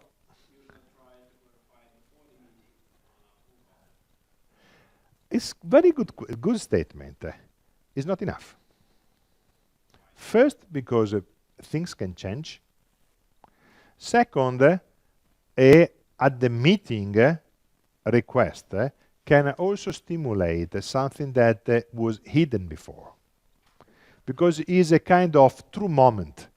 There is no other way. This is a meeting where you as a customer have the power to ask me something very specifically and manage your time at the best. People can ask, they can tell you before, but even if you just restate, is powerful. Because then you are sure that the hour, 40 minutes, 2 hours of a meeting are going to be very, very valuable for you and for them. So, my suggestion, again, not a must, but it's good. Yes?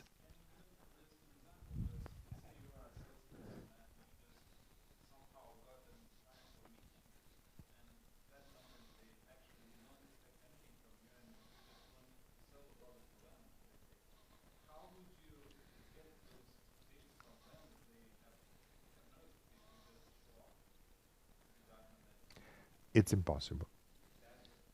It's impossible. No one give you what they have most valuable, their time, for nothing. If they accepted the meeting with you, means something. They want something. Maybe it's not exactly what you want, and that's exactly why you needed to discuss. Question?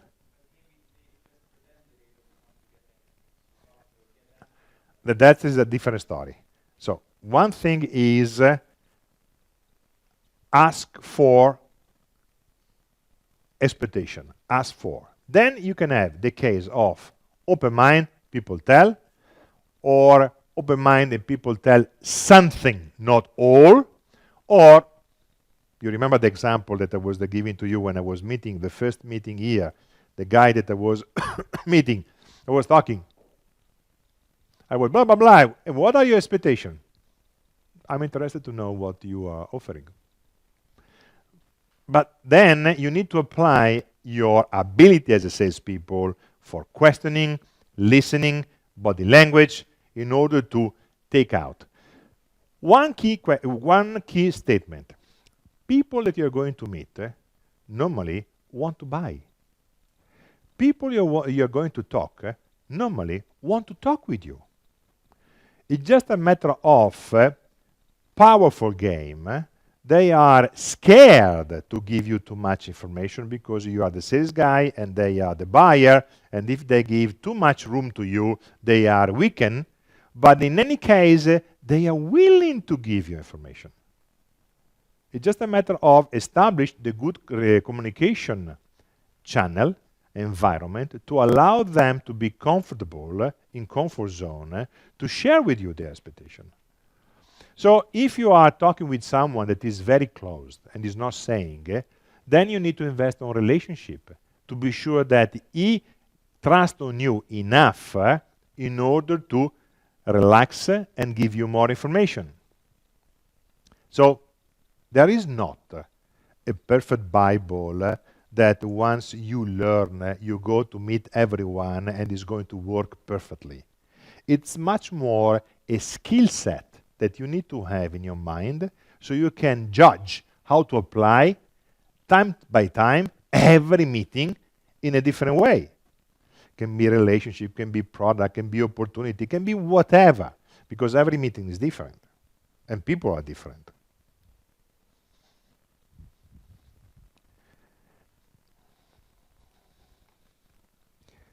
Then, remember that what are the first meeting goals? The first meeting, we are still not on the closing side. So, what you should avoid is? Good. You are listening. Good. Exactly. The first meeting is to validate information. Not to talk too much about your proposal or your proposition, but to talk about them and try to gather information or new information. How the organization is working, what are the purchasing process, what are the trading preferences, blah, blah, blah, everything. And establish a solid relationship. An ultimate goal of a first meeting is to define next meeting, next step. It can be that you sell now, but it's something that is unpredictable, is just lucky. You go, you present something that we are eager, like looking to find, and they close. But they close, not you close. They close asking for ordering.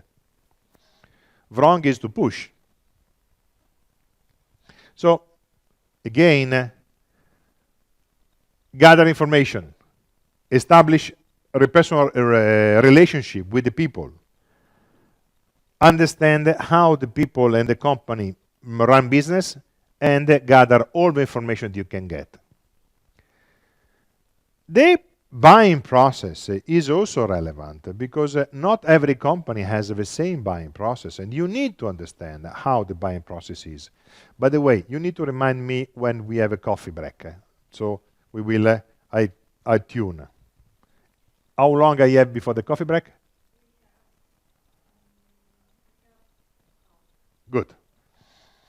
So, even the competitor you need to ask about competition. Even if quite often people will tell about competition to you, but that is instrumental. They want to talk about competition to put you in pressure, to put you in weakness, because they are the buyer, so they needed to find the ways how lowering your power. So then we talk about competition. They can even show offer from the competition. They can highlight competition benefits. So what you should be ready to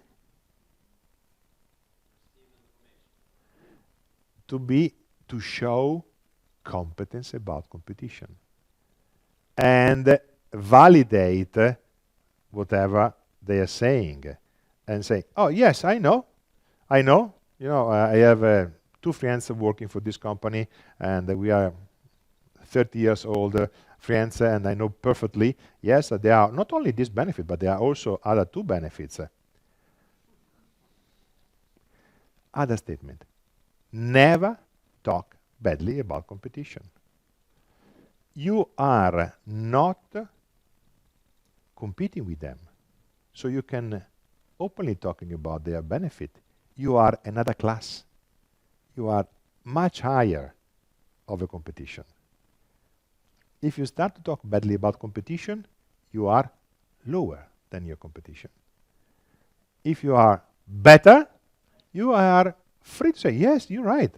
Oh, you are mentioning 1 and 2, but I can also add that they have also another 3rd benefit. And in this way, you are establishing now very clear rules. Don't fake me. Don't play with me. I know exactly who are my competitor, and if I am here, it's because I am much better. And now I'm going to explain you why. You follow?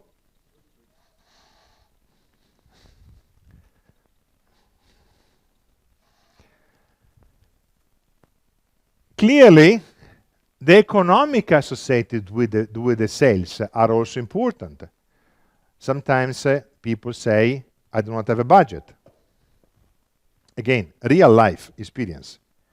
5 years ago, I was meeting a customer in Italy, and I'm proposing the self-service for store, where you buy and you do everything by yourself. Pretty expensive units. And he said, I have a budget only for 100,000 euro. And my proposal was 115. 15% drop is killing budget today. So I shifted the discussion about the service. And I detected that they are planning to install there are 2 stores, 1 store in June and 1 store in September. Then I said, can we agree that the maintenance fee is X, but I'm going to quote you only the number of months that you really are going to need for the maintenance. So the quotation for the maintenance was becoming from 17,000 euro was becoming 7,000 euro. Because I was just applying for the specific service for the month. At December would be back 17, but not eating his budget now. So from a gap of 20, from a gap of 15, the gap went down to 5. And he agreed to find an extra budget. So we close. You need to be also playing around about the implication of economics and the budgeting in order to be sure that you can match budget requirement of the people you're talking with. Especially if you're talking with a company with a big organization, budgeting allocated, you need to be aware. And the first question is, normally, what is your budget? And what is the normal answer? I have no budget. It's not true. It's not true.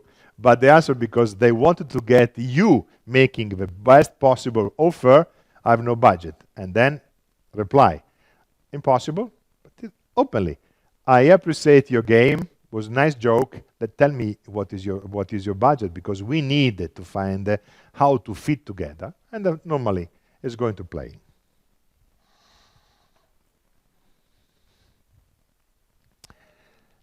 At the end, the first meeting, as we said before, is the ultimate goal for you is to agree on how to run the rest of a discussion, how to run the rest of a meeting.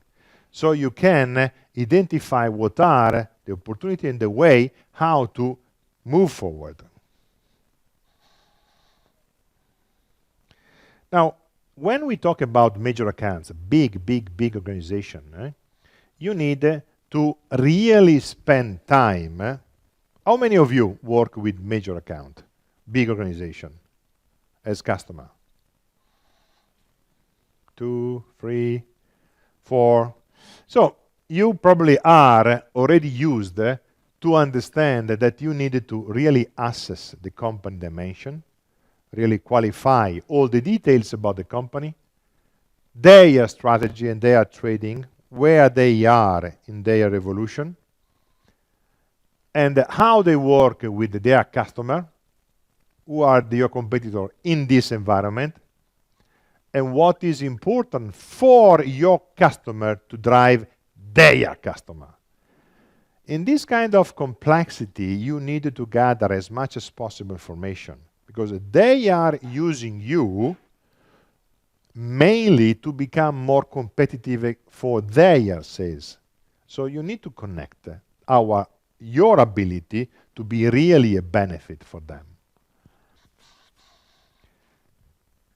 Decision maker and influencer. We spoke about that before. You needed to assess who is the influencer and who is the decision maker. Then, if possible, know where they are, who they are. This is something that you cannot get from LinkedIn, because what you can get from LinkedIn is the role, the name on the business card. But what is real decision making or influence, you need to gather from other sources.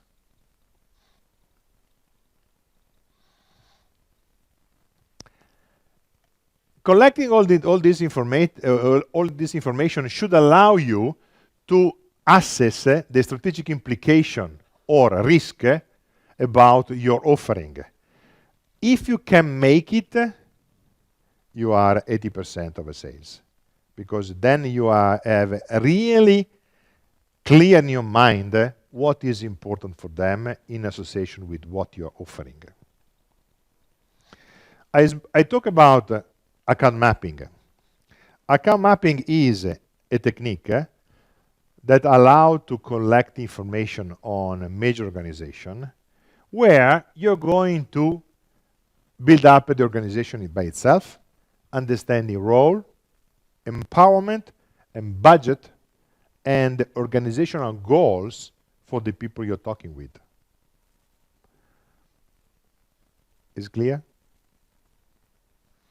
A little bit long list, but powerful. You need to talk with people in the organization, and for each of the people, you need to assess this point. Not enough. You need also to understand a little bit about personal life. At the same time, in my selling cycle with my potential customer, I always ask, what are you looking to achieve in the organization? What do you want it to be in 2 years?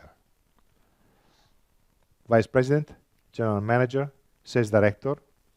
You need to understand what are the personal goals of the people you're talking with. Not only the organizational goal, but also the personal goal. Especially if you are a direct sales working with a limited number of customers, where you need to know a lot about the customer. And assess competition. Understand what the competition. Did you ever in the past use personal questions to your prospect? Good? Good, because it's relevant. It's relevant. is again giving you a lot. What they really wanted to be in the organization in a year or 2 years. Sometimes they give you information.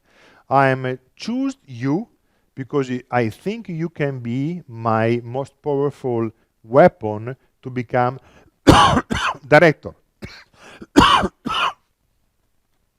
It's important to know what is your role on his personal life.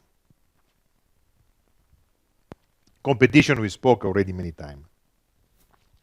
So now we are approaching the art of questioning. The ability to place question, to understand the real and actual needs from your customer.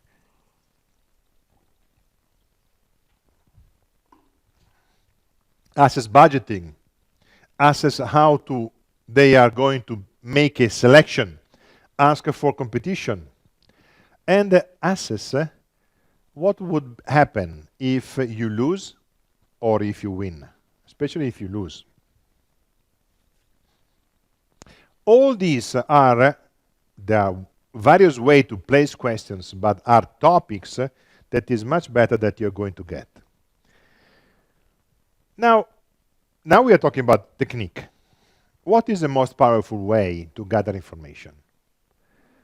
Placing open question.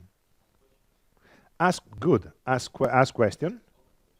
Open question. Open here in the sense of wide, generic, not driving, but real question that are looking for an answer. And can be on every topic, challenge, difficulties, organization, whatever, but open.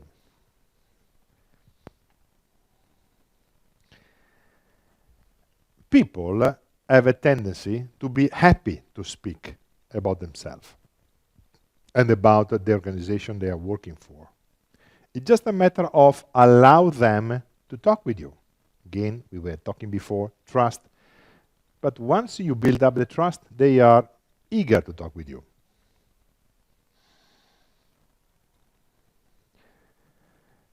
Your job as a sales guy is get this information to establish the connection between your USP and their risk, problem, need, opportunity, whatever.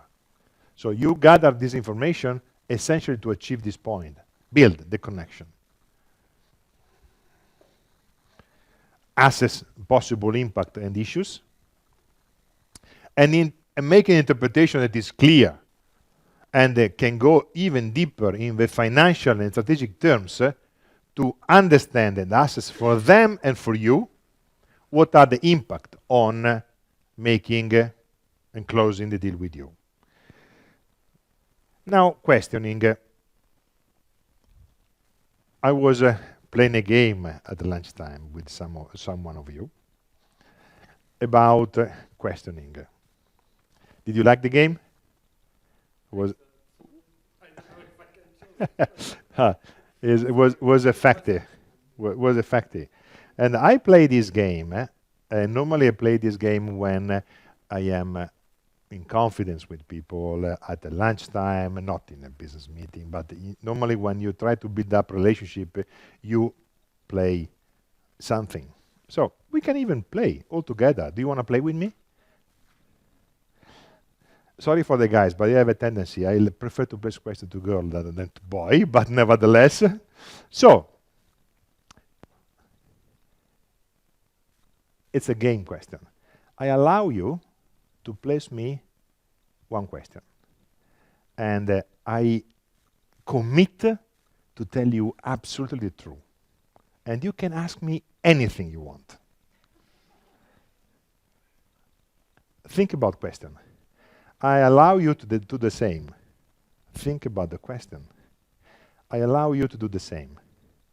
Think about the question. Total, absolutely wide open. No limit. And I'm going to answer. Come on. No, I said no limit, but there can be some limit. But just because not everyone is interested so much, but no, okay, I rephrase. No limit. No limit at all. Okay, who is ready? Okay.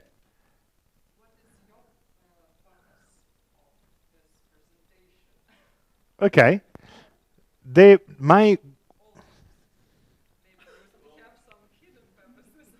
Okay.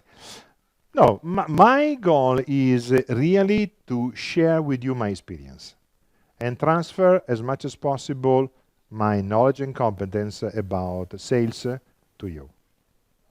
I'm doing this for fun, no, not becoming rich. And then good question would be, how much would you mean for to be rich? But nevertheless, I'm not becoming rich, but I'm doing this for fun.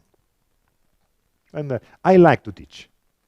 It's something that I get. And if you put me on the stage, is my natural water. I can play as much as possible. Did I answer it?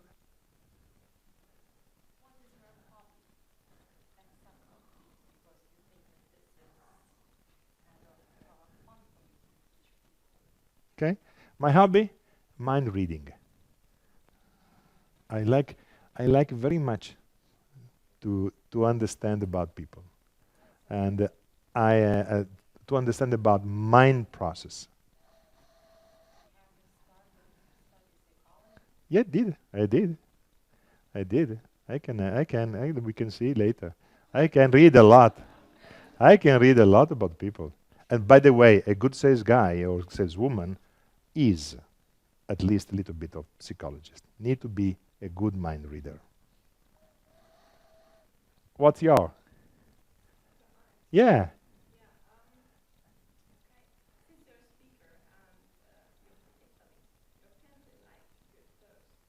Sorry, you?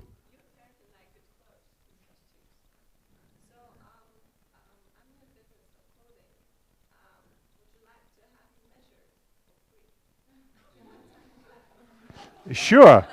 Is underwear or normal? Because that would be interesting to understand together. No. Oh, okay. I lost something. Okay. Yes, I can, but I am fat. Okay.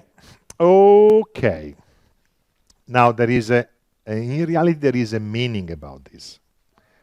When people ask, tell more than when people answer. People project themselves into the question. Your question was about you. Your question was about you. Your question was about you. Much more than me. So when you want to hear something from someone, allow them to ask. Because when they ask, tell you. The timing of asking, the subject of asking, the difficulties on asking, the body language of asking are all messages that you need to learn together. Okay? It's tricky. It's more powerful allowing people to ask rather than to answer or give.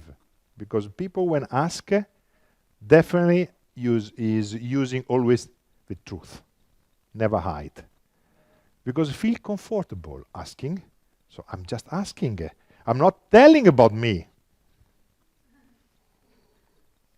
It's telling a lot about you. It was interesting, by the way, understanding. So it's just another way to highlight that psychology and communication are very relevant.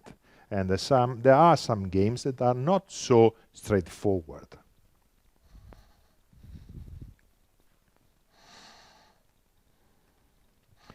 Now, presentation. If you achieve the level of understanding, so you gather information, you understood a lot, so now you are at the time when you are finally presenting your key points. From this point onward, you need to be ready for closing, because after the presentation, then the closing can happen anytime. There is a typical story about a sales guy who is making a presentation, and then the customer says, okay, I'm ready to sign.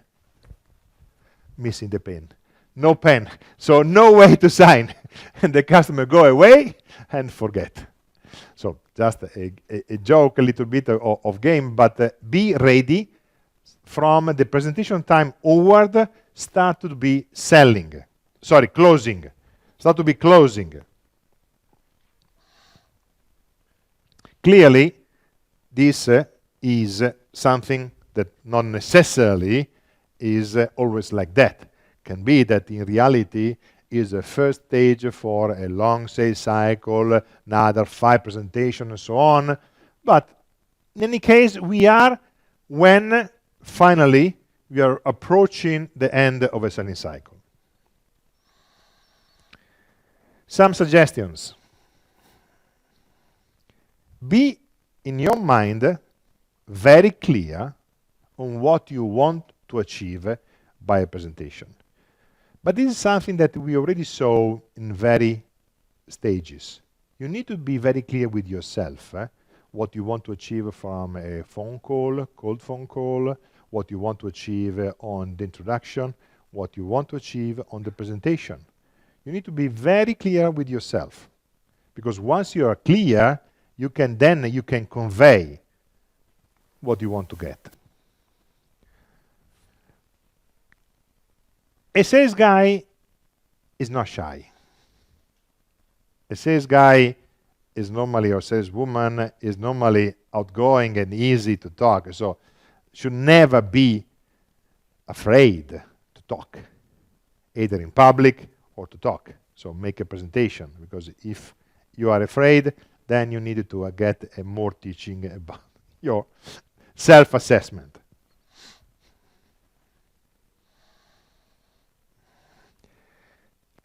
And this is also something strange, but it is really working. Passion is a key point. When you are presenting something and you do not have passion for this, people get it instantly. No believing. But if you are the one not believing, how the other can believe you? So the first key point is not only competence, able to articulate with logic your USP and so on, but to be able to transmit passion. Am I transmitting passion to you today? Because I believe on that. I have pleasure to be with you. I have pleasure to talk about what we are talking. So I'm passionate. It's relevant to be passionate about your sales. And you also need to be pleasant in the sense to be able to entertain people. Did I entertain you today so far? We are playing together, we are talking together, then I'm an Italian guy, so body language, I'm doing almost like an actor. So, but again, entertaining, transforming a business relationship in something that is pleasant is worthwhile. Can be, say, a joke, be very careful, but it can be or an anecdote or a story or whatever. Just, I am here to present you about how good and wonderful is my product, and is exactly what I would like today to do.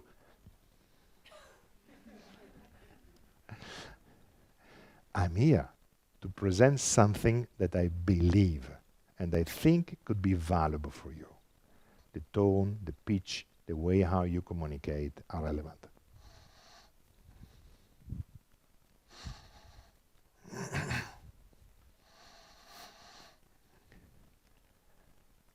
Introduction.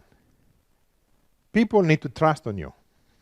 So, before starting or a little bit after starting, I was doing a little bit after starting, was also intentional to avoid the traditional, I am Alex, blah, blah, blah, blah, blah, but talking about me at the right time is another way to get introduction about yourself and build again relationship and trustability. You need to be credible about what you're saying. Smiling, again, looks like to be so stupid and so simple, but smiling. You're smiling very well. You're smiling very well. Lovely smile. You are not smiling too much. Smiling is very powerful. Make pleasant people in front of you. Would you like to talk with someone? Or someone? No, I'm exaggerating a little bit, but the meaning is, again, body language, specifically your body language is important. It can impact people in front of you. So, smile is a very simple statement. In any case, be aware of your own body language. We will talk about body language soon. It's not only a matter of understanding the body language of the other, but also understanding your body language. We'll talk soon.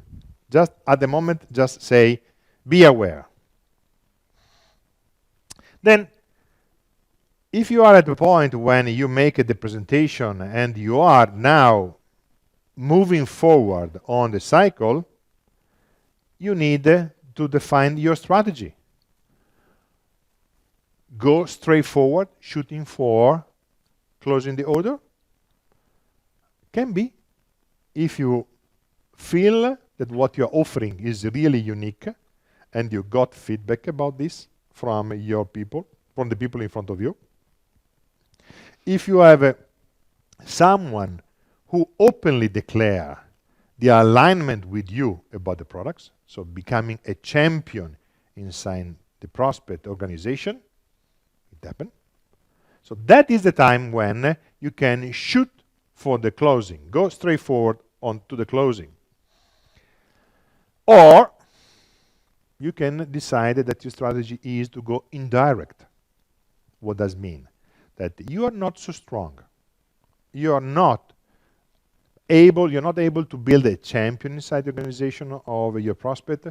So you try to change the arena, change the purchasing criteria.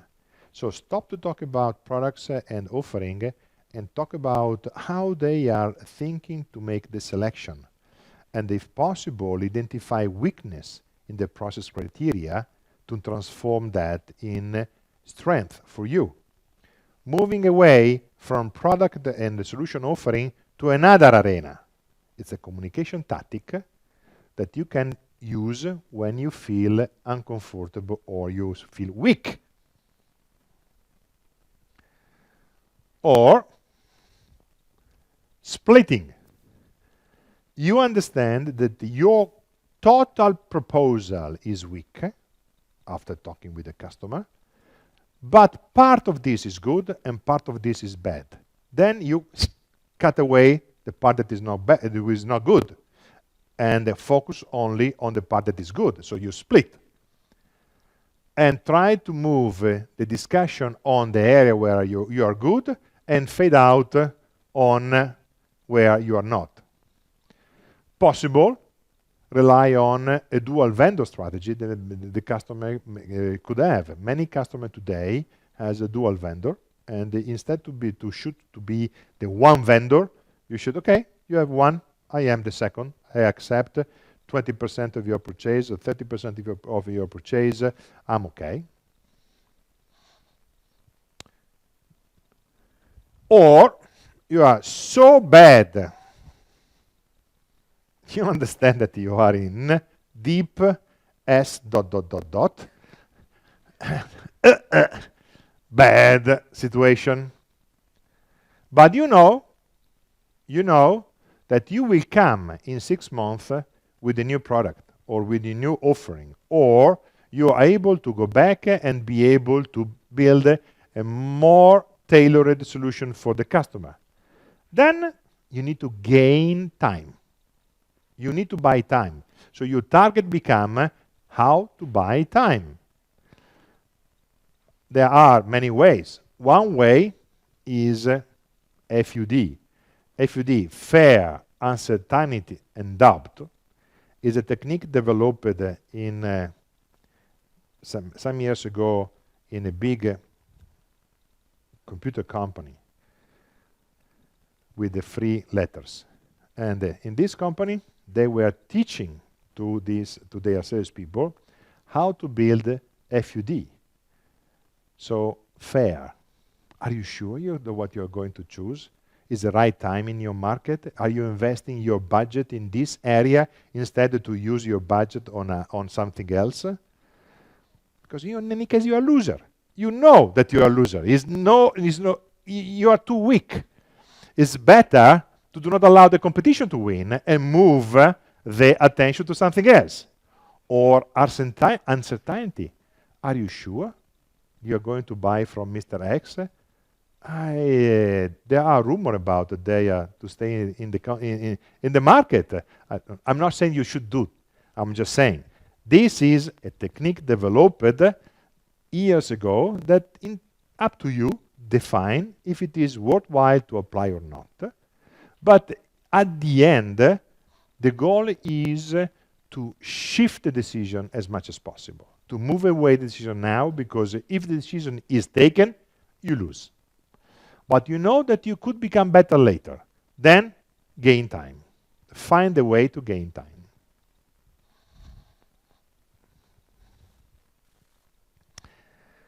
Objection. Now, how to manage the objection? We told before, objection is not necessarily negative, can be positive. So try to manage the objection, because there are objections that could risk to drive you away from your target, and objection to stay on your target. Then you need to understand and what is the real meaning of an objection. Again, normally the objection is good. What is important that you understand the implication, you understand how this objection can be in the area you are talking with, or causing and dispersive to our talking that is useless. But based on that, stay on your business target and use the objection as request for more information. There are, in any case, some implication and benefit on the objection. So try to highlight, are you objecting because you expect X, Y, Z, or understand and assess long-range benefit or short-range impacts, and try to keep, in any case, the helicopter view, looking to the objection, and if possible, define a kind of score system for the objection in order to agree with the people you're talking with what are really relevant and what is less relevant. If the objections are pushing you in a dead corner, fighting is useless. Agree, accept, and look for a next meeting in 6 months, in 3 months, but otherwise it is useless. We can stop here and we can get the coffee break.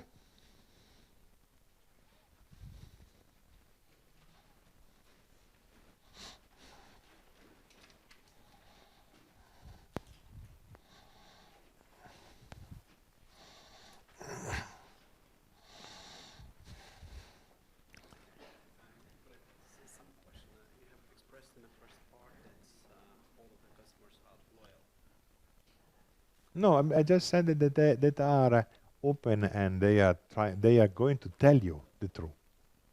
Well, actually, we are working now on the industry. Mm-hmm. Well, you know that they're quite tough. Yeah, yeah.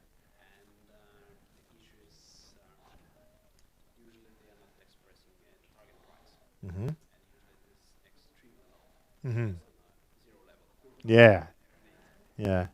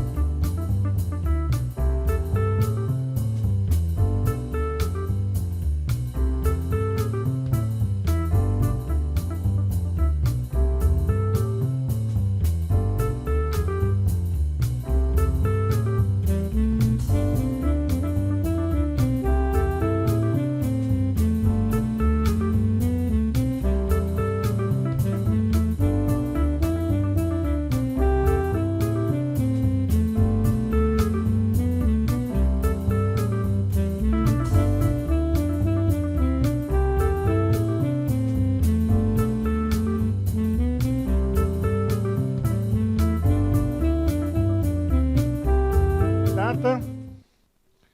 Ready to go? Okay. We are becoming less and less. I hope that is not me, but just because people is drinking, busy, and so on. Okay? So, there is a time when you made your various steps, you are over the presentation, and is now time to close. Maybe you close very quickly, or is now time to negotiate. And the negotiation need to be something where you assess and you rely on the benefit that you can give to the customer, either in terms of company, either in terms of personal side. And sometimes personal can be very valuable if you get information to highlight how your activity can really make a personal benefit for the counterpart. Try to assess and agree about the losing that everyone would have not achieving an agreement, and build up a kind of wish list of tradable items to negotiate. So you need to set up priority on yourself and set up priority on behalf of the customer, and understand what are the areas where you can give away and say, yes, I give to you, or the area where you say, no, I cannot give to you. You can achieve, if possible, an agreement in principle before that all the detail and term and prices are really nailed down, but would be useful to get an agreement where you and the customer agree that you're going to make business together. And then we will find the ways how to absolutely transform this desire in a reality, but you can do it. So some suggestion.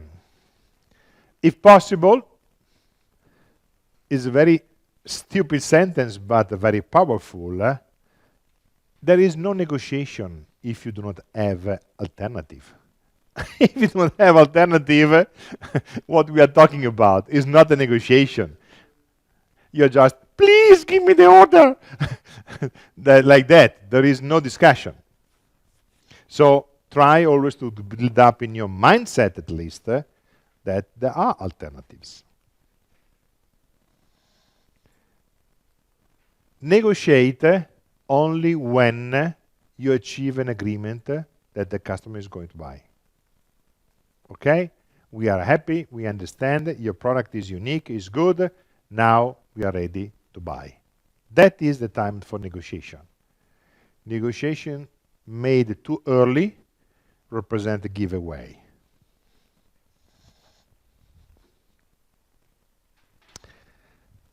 Start trying to shoot high. I'm here to sell to you 1,000 items, even if you know that probably you will close at 800, 700. But there is always time to give room to the customer. They will do the same, by the way.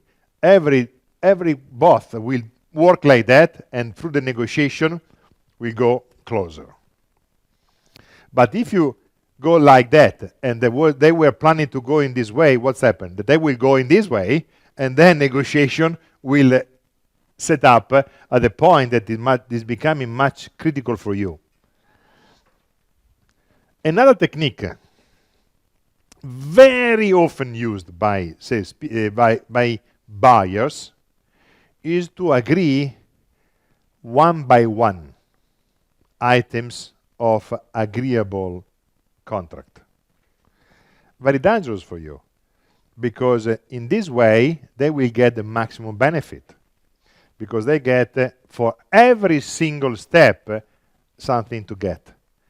So before starting negotiation or before giving any answer, wait that the list of desire for the customer are fulfilled. Not start negotiation with the first 3 items and then, oh, but we want also this. Oh my God. Oh, we want also this. Delivery by free. payment in 6 months. We buy now, we pay next year. No, good. Everything is possible, but let us list all together now. So when they are all together, you can negotiate something, but you can defend something else. But it's a very common technique by buyer. Split all the terms of agreement little step by little step and achieve a benefit for them every time. Remember, trading is a component of the equation. So, payment terms, delivery terms, financing, warranty are all elements of the equation, not only price is the only thing. Your role is to keep the whole picture, as we said before. Do not allow to get a split down agreement, but your role as sales is to keep the total picture of the sales action. If possible, be prepared to think in a creative way about variables that are out of the game arena. At the coffee break, we were talking about specifically a business opportunity where price is, or looks like to be, the strongest issue.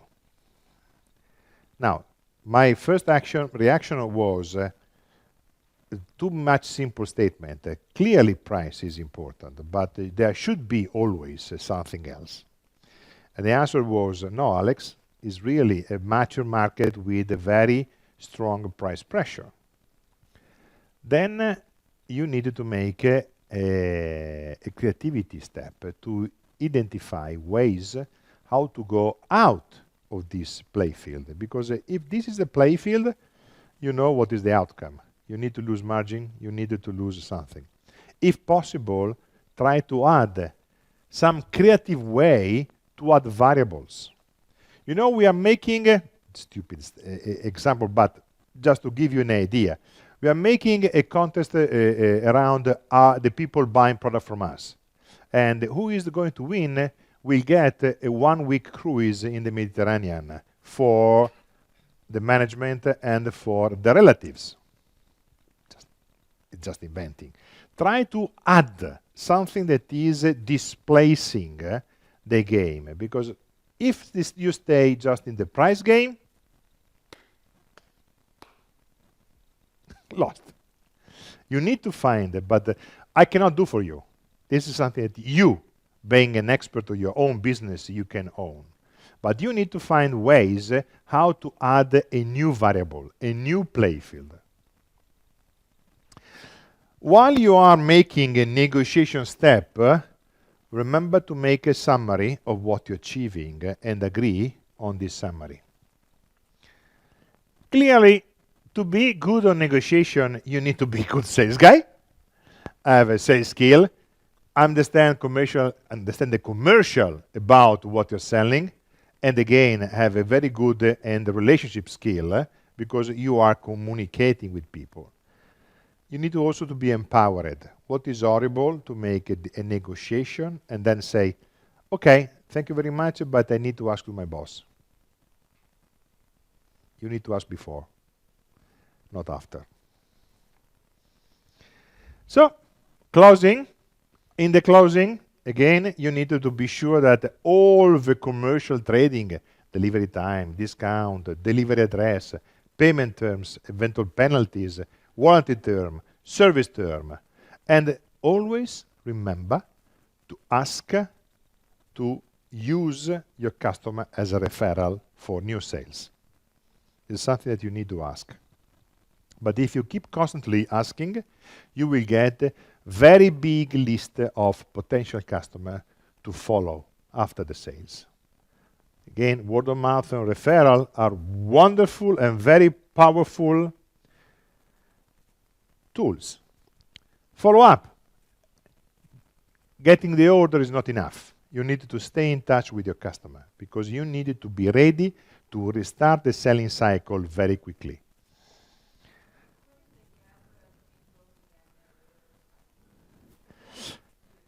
Yeah, can be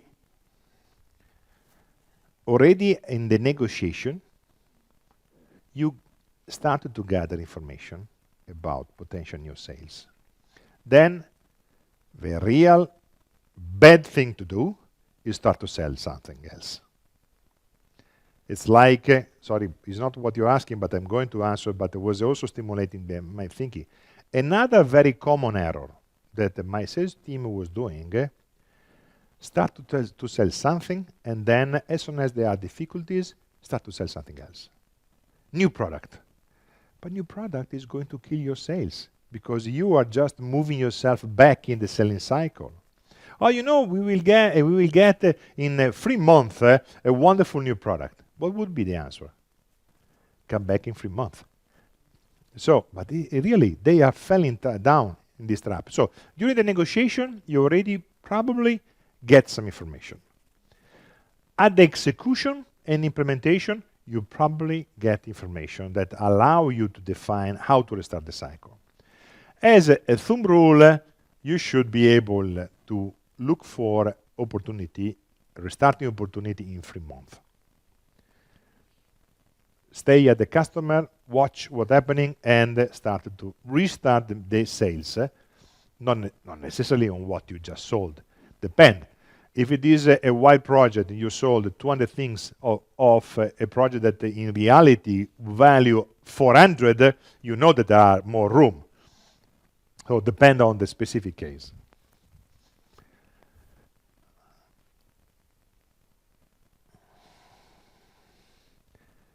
If the implementation is very complex, the salespeople need to be sure what is going on and be a member of the team that is going to implement in order to be sure that he's get all the feedback and reporting. Even after that everything is finished, the sales guy need to confirm with the prospect that everything went as was agreed upon, and eventually give feedback to the company on any mistake or any misalignment in order to protect their customer, the customer, and show to the customer that in any case the sales guy is on the customer side, not only belonging to the selling company. Asking for referral and new contact at any stage of the implementation in any case is good, because probably implementing is also provoking a better understanding by your customer, so they can give new referral, not only on the specific product, but even about the services. So referral is something like a cold prospecting that you should run every time. Remember, it's always it's always easier to sell to your customer rather than to new customer. Incentive. We were talking about this already during the day, but salespeople are very sensitive to incentive. Salespeople need to be incentivized through contest, through canvas, through salary that is based on a fixed and variable part. Canvas is pretty useful. Canvas is a competition between sales guy. Every 3 months we are going to give 2 days in Italy to the winner of the targets achievement of the 2 months. So take care about spending time and energy to keep your sales team incentivized. And remember that behind the sales guy, there is always probably a wife or a husband.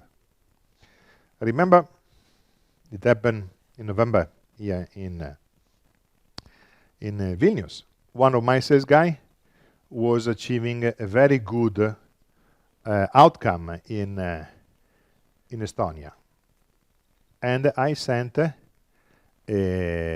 about 50 roses to his wife. And there were also the invitation to go to an Italian restaurant for the 2 people. Just as my personal thanks to help him to be effective. Because I know that he's also thanking to her that he was devolving such energy on his activity. So pay attention. There is relatives, there are family with the salespeople that keep the salespeople energy and the willingness to perform. Okay. This is the part about selling process. Now we are going to talk about selling skills. Tired? No, we have just about 200 slides still. You're reacting. So you are already well wake up. Good. No, not so many. No, less. So, some suggestions to be successful in selling. We already talked about this. Elevator speech. Remember that a good sales guy is the one who is able to make a good impression quickly, in few words. Keep your attitude as a problem solver. You are not selling something to someone. You are working to satisfy someone and someone needs. That's your main goal. Through your product. And be passionate about what you are proposing. You need to transfer this passion. We talk about this, networking relevance. Be ready to be a referral for someone else. And this is exactly LinkedIn concept. Be a referral for someone else and ask to someone to be a referral for you. Jointly and with reciprocity, help each other in terms of referral. Then expect that someone will talk very good about you as a sales guy if you have a reputation about trust, integrity, and credibility. And by the way, this is one of the most important value for the salespeople. Credibility, trustability, integrity, trustability. Everyone count. Everyone count means that everyone around us can help on our business. Today, tomorrow, who knows? You need to treat everyone around you with the same fairness and attention, because sooner or later it will pay back very positively. Okay, I think that we already talked about this. Plan, be able to make follow-up, keep a positive attitude, and stay focused on making your effort. Even if you need also to take care about your life balance. If you work too much, what is going to happen? You are tired, you get irritation very easily, and you're not a good sales guy. A sales guy deliver with himself, his body, his way of talking, positive attitude.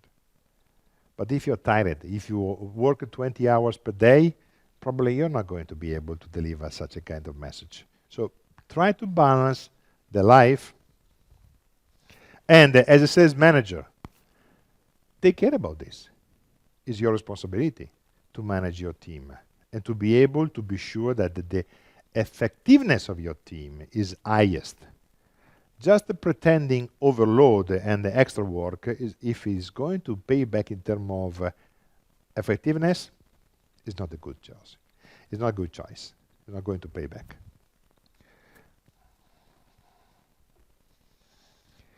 Skills. We talk about that. Art of listening. Every good interaction start with your ability to listen. It's not easy, but who is going to master the art of listening is for sure very good. Either you are in a big business or in a small business, mastering the art of listening is a key point. And you need also to develop something that the female part of the world has already well developed, and the male part need to develop, that is sensitivity, intuition, ability to use your third ear, sometimes people call stomach, but be able to feel who you have in front. That is going beyond just simple talking. And in some extent is like a natural way to detect body language, or natural way to read eyes, whatever you want to call, but you need to develop this kind of third ear that will help you to listen. Another trick is that you need to listen yourself as well. And try to do not overload, overtalk.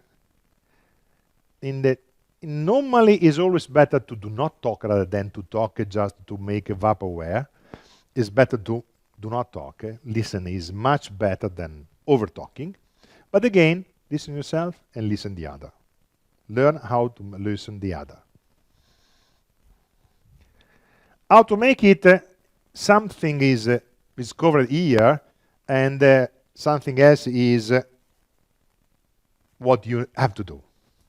And I like this statement at the end that I use often. Why we have 2 hairs and 1 mouth? Because we need to use twice the hairs than the mouth. Listen is much more important than talking. Techniques can be active listening. Active listening means that at time to time you repeat like a parrot what you heard. Like a parrot is stupid.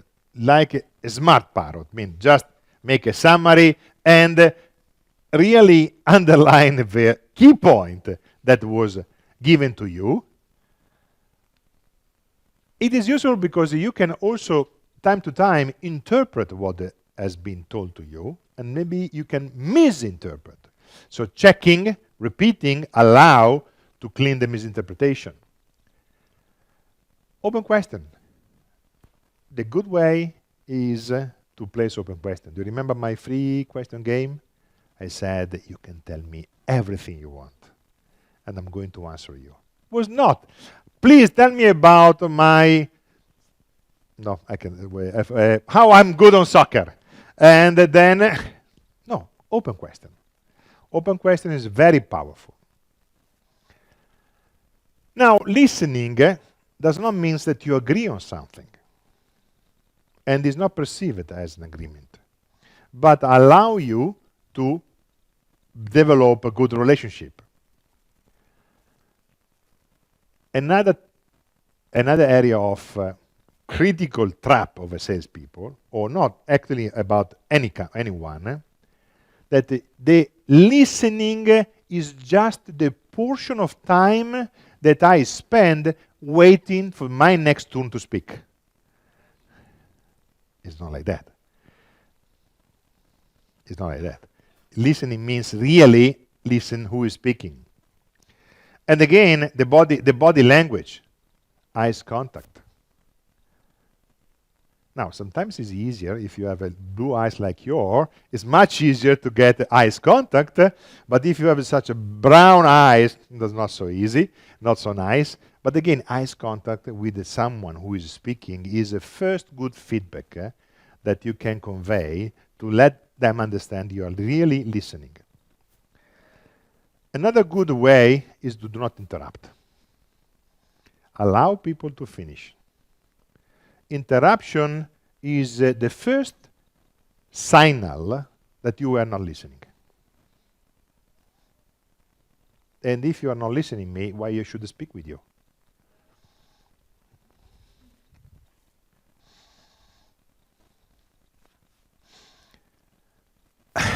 Another small stupid trick, but while you are listening, do not answer to the phone, do not make your mail, do not make the SMS with your dating life, whatever you're doing, concentrate on listening. Do you think is nice for you if someone speak with you, or you are speaking, sorry, to them, and they started to play with the computer or pick up the phone and answering? Can I wait? It's not nice. So you should not do the same. Another trick suggestion. Fun enough. Very often, in key meeting, people deliver the most important information to you just before leaving.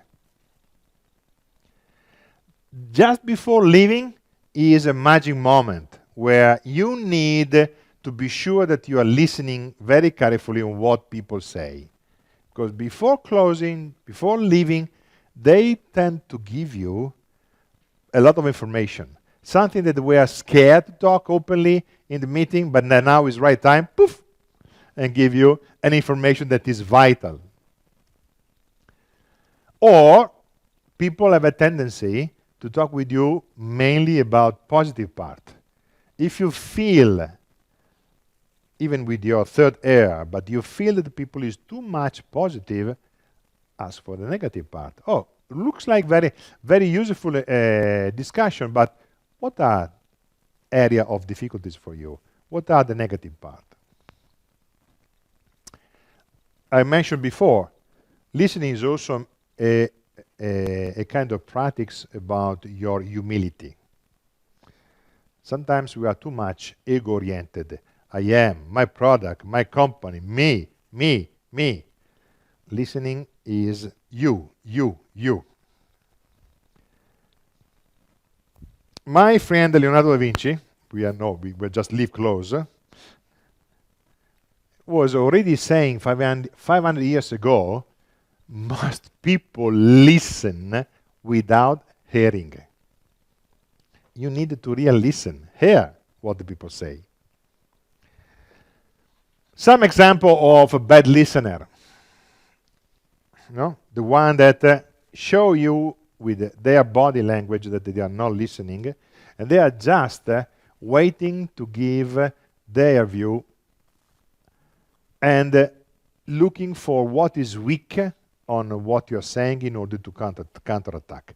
This is a general term. It's not only on sales. It's valid on everywhere. Assertive, the one talking, and being very clear on how good they are. Questionnaire, that is asking a tool but not listening. Is asking but not listening. Asking is just a tool to prepare for the next statement by them. Speaker, similar to assertive, talking just to keep time and not allow you to make your comment. Very generic, but is useful to know.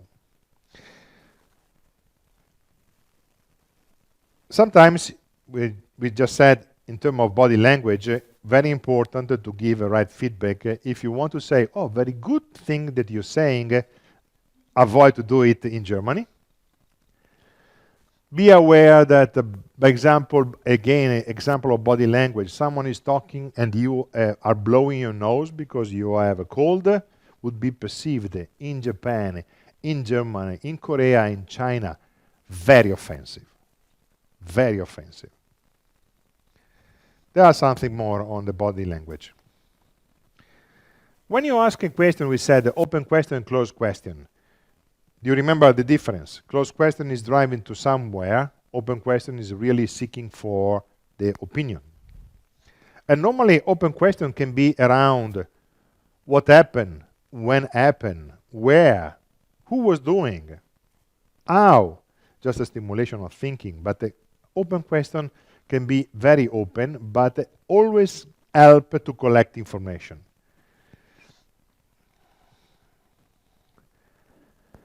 When you use open or closed question, because even closed question can be good, just a matter of when. You use open question at the start of a meeting, when you want to gather information, when you want to be sure about the company detail, what is happening.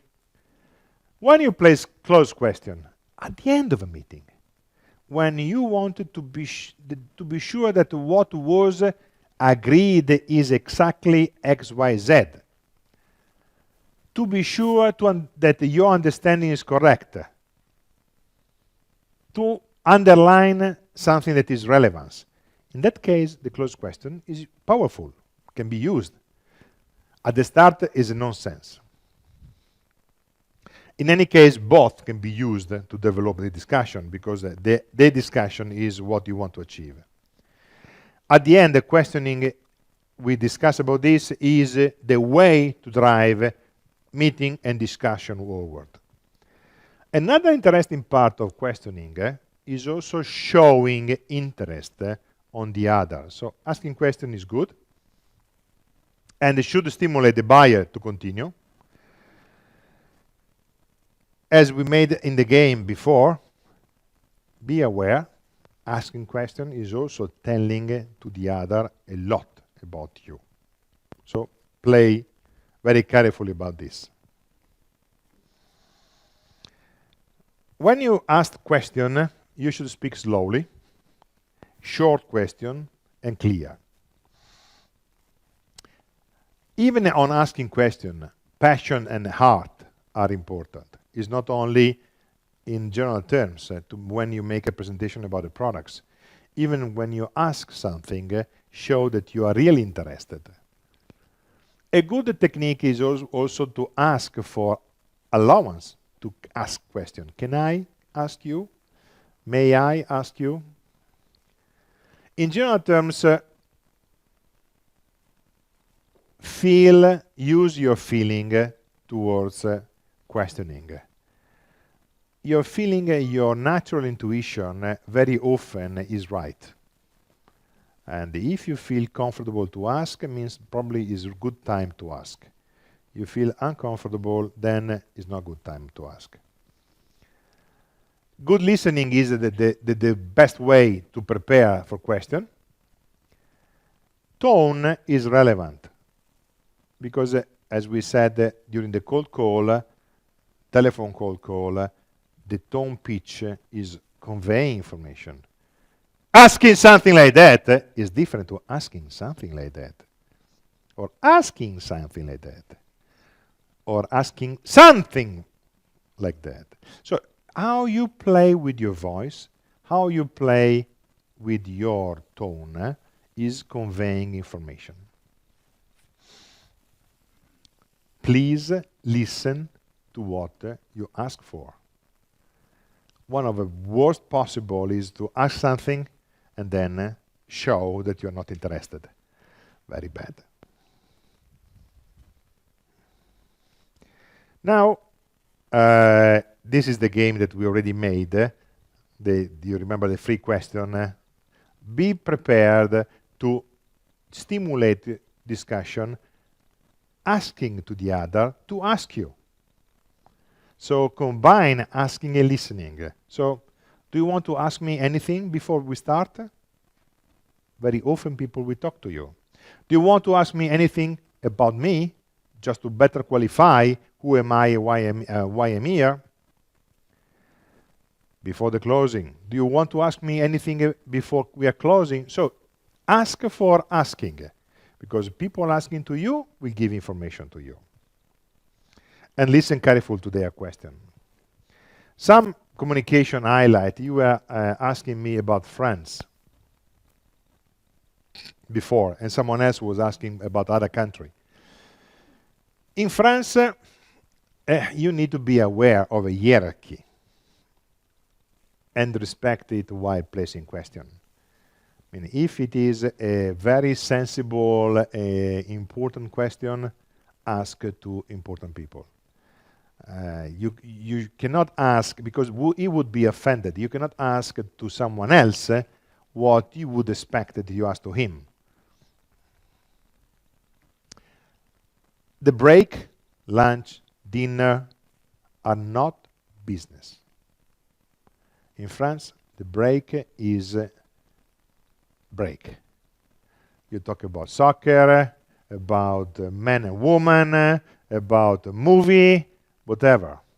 But sports, but not to talk about business. French like people talking French. So sometimes it can be useful, sometimes you can make a game about this, not talking French in order to listen people talking, but up to you. But they prefer that people talk in French. And they do not like personal questions. They like to talk to you about personal, but not that you ask them about personal. Germany. Again, be aware of a hierarchy.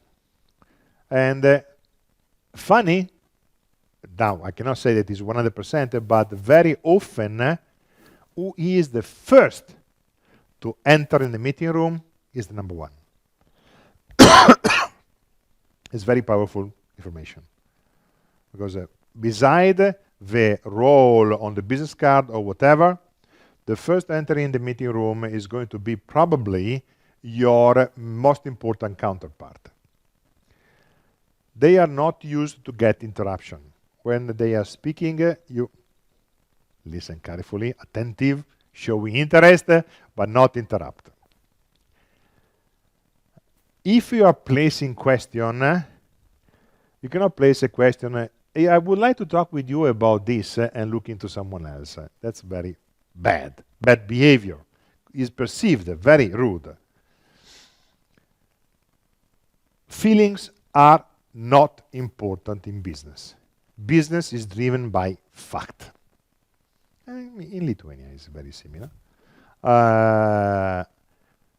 Innovation is not welcome.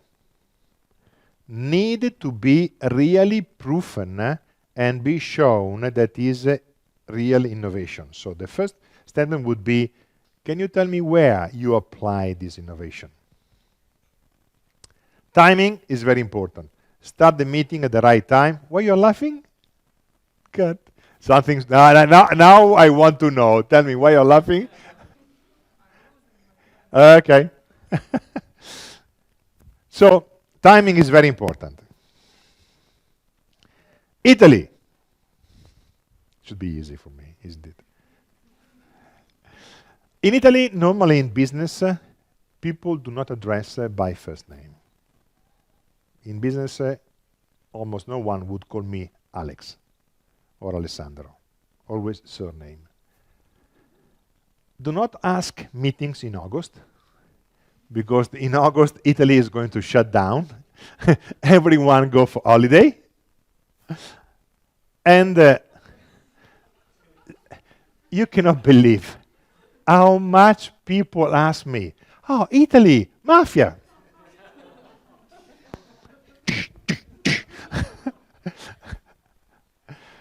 Horrible. And timing has a much wider tolerance than what the Germans say. If the meeting has 11, people expect you arrive at 11, but do not expect that they will receive you at 11. It can be 11:30. Okay? Dressing is relevant. Good business people is also good looking. If you go and run a business with the jeans, you can do that, but need to be Armani jeans at least. And so looking is relevant. Feelings are relevant like facts. Facts are important, but also feelings about the discussion, about relationship, about the impact that your product can provoke. Feelings, people feelings are relevant. UK. Yes. Yeah. No, mean, depending if it is about you as a sales guy or the customer. As I said, you as a sales guy, you are expected to be very timely.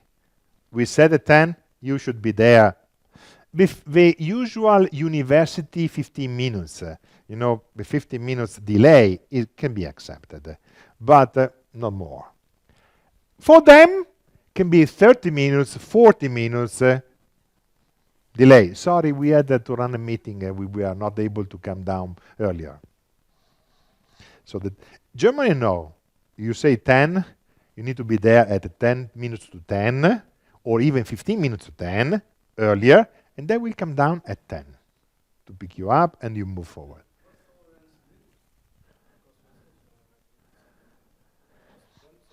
No, you can go there again, minus 15. The tolerance about 15 minutes is what normally is well accepted. So in UK, if you are bullish, it's not very well accepted. If you go and you are very aggressive, I am the best, I am the one you were waiting for. And the other bad things is talking badly about competition. They hate this. If you talk badly about competition, means that you do not have a good product, and the only way you can try to sell something is to make a denigration and bad talking about competition. The trigger about understanding where you are in the sales cycle is also when buyers start to ask you questions, detailed questions. They stay very conservative, I do not tell you too much, but when they start to ask you really in detail, bingo. You are already 95% close to closing. Because at that time, they already decided to work with you. And now, just ask things to validate them, to get better understanding.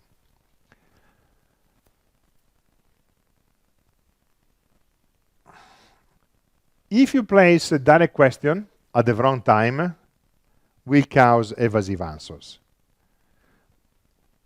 If the buyers is going to place your generic question, means the decision is still open. When they are asking sharp and close, done. It's also funny. Humor. English use humor as a defense. And is a first signal that they are in disagreement with you. They do not like is a signal. Be careful.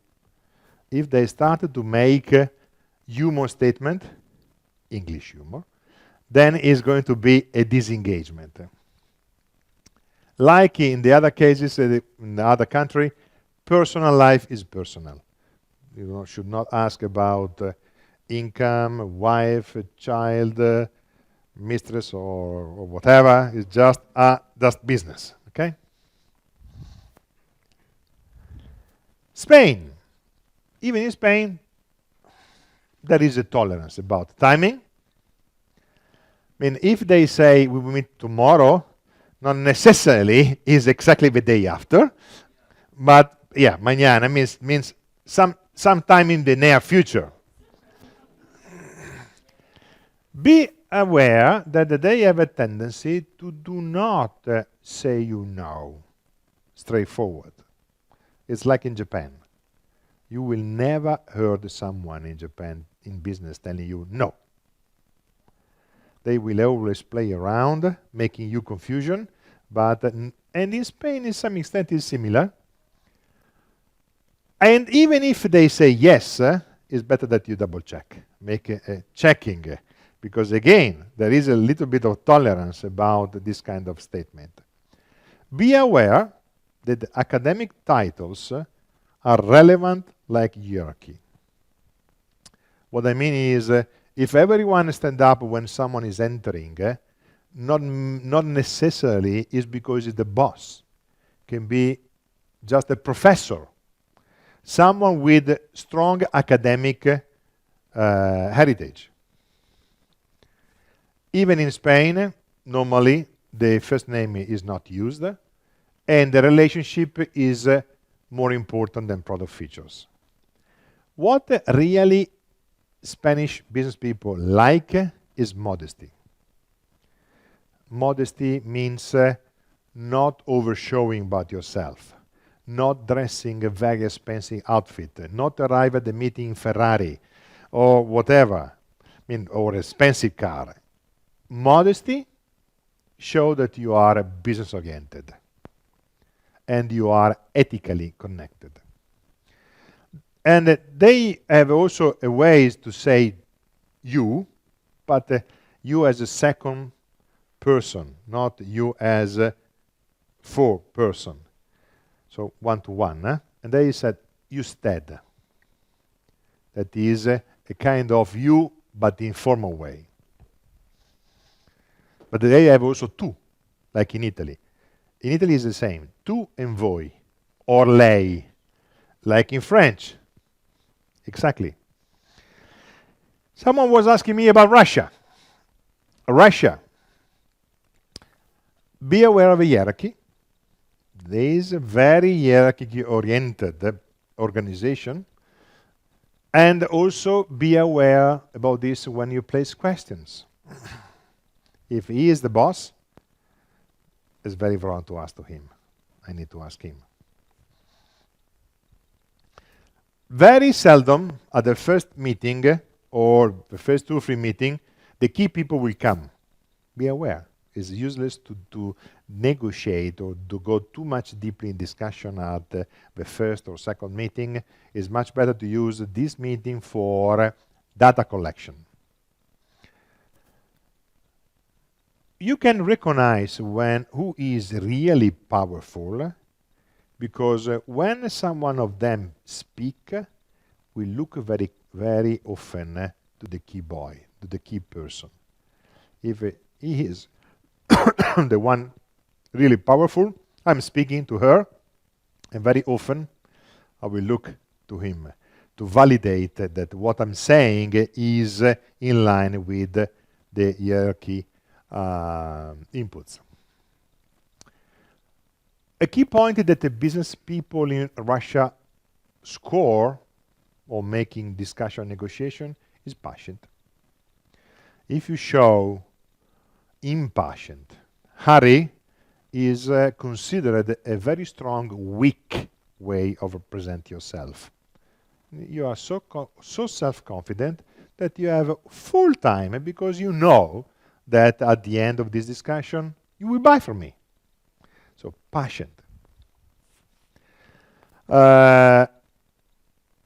Final offer or even agreement does not mean this is the end of a negotiation. There can be other negotiation, continue negotiation.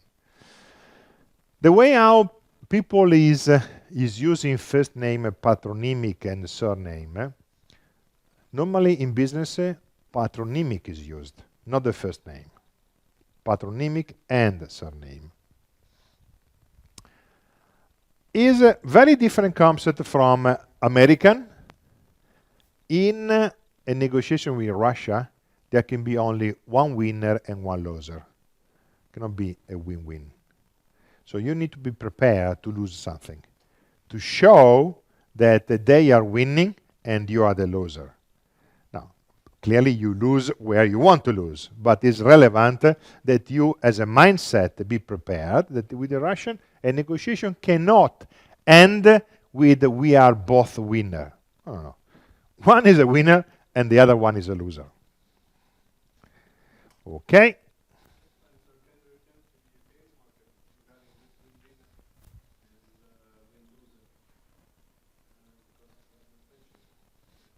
No, in that case, UK and USA have the tendency to try to identify win-win. They consider a good agreement closing if they both the component of agreement are winning something. So that could be declared as a value. It is. It is.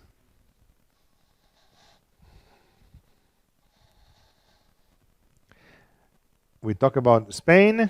Now, Netherlands, last one. Netherlands. I highlight because all these countries have a little bit of specific ways to run business. In Netherlands, time is very important, but essentially straightforward is an attribute. So the most appreciated value is honesty. So you need to tell exactly the truth. And when I say exactly the truth, I means literally exactly the truth. You cannot little bit play around.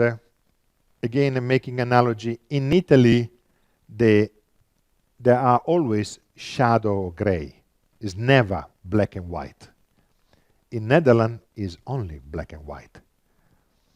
No shadow or gray. You need to be very strictly clear on every statement, and they will prove you that you are really honest on making this kind of statement. It is also vice versa. They are very honest on running business. They take a decision in a team, so you cannot look for the empowerment for the hierarchy. Everyone counts. And so the selling cycle can be long because you need to negotiate with everyone in the team an agreeable condition. Like in the for the others, personal life is personal. So, body language. We are almost finished. Little bit, 20 minutes, and we are over.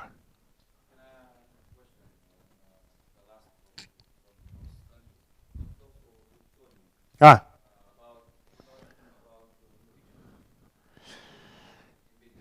Yeah.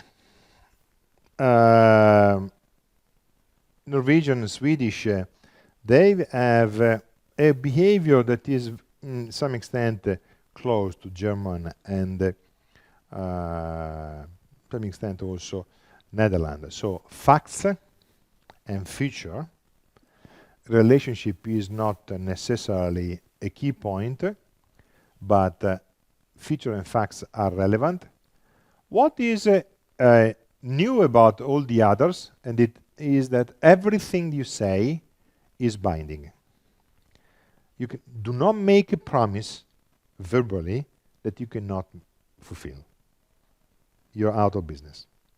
So the words counting like written agreement.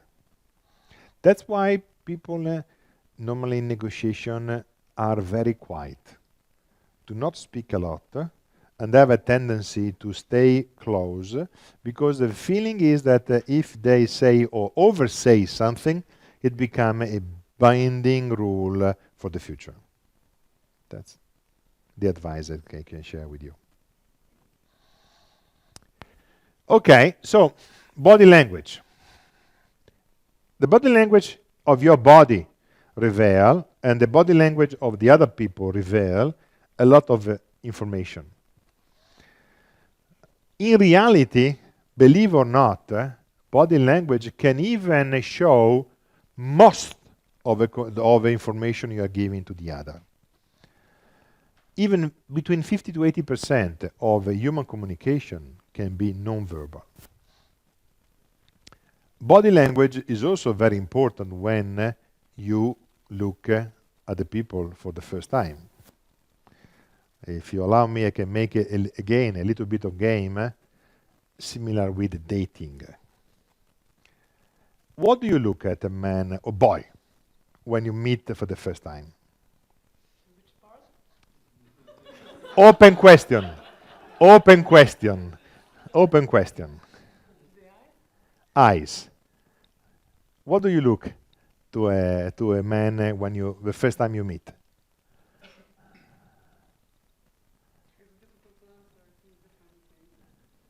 You're playing with me. Now, tell me, out of you, just out of your heart. Okay. What do you look at?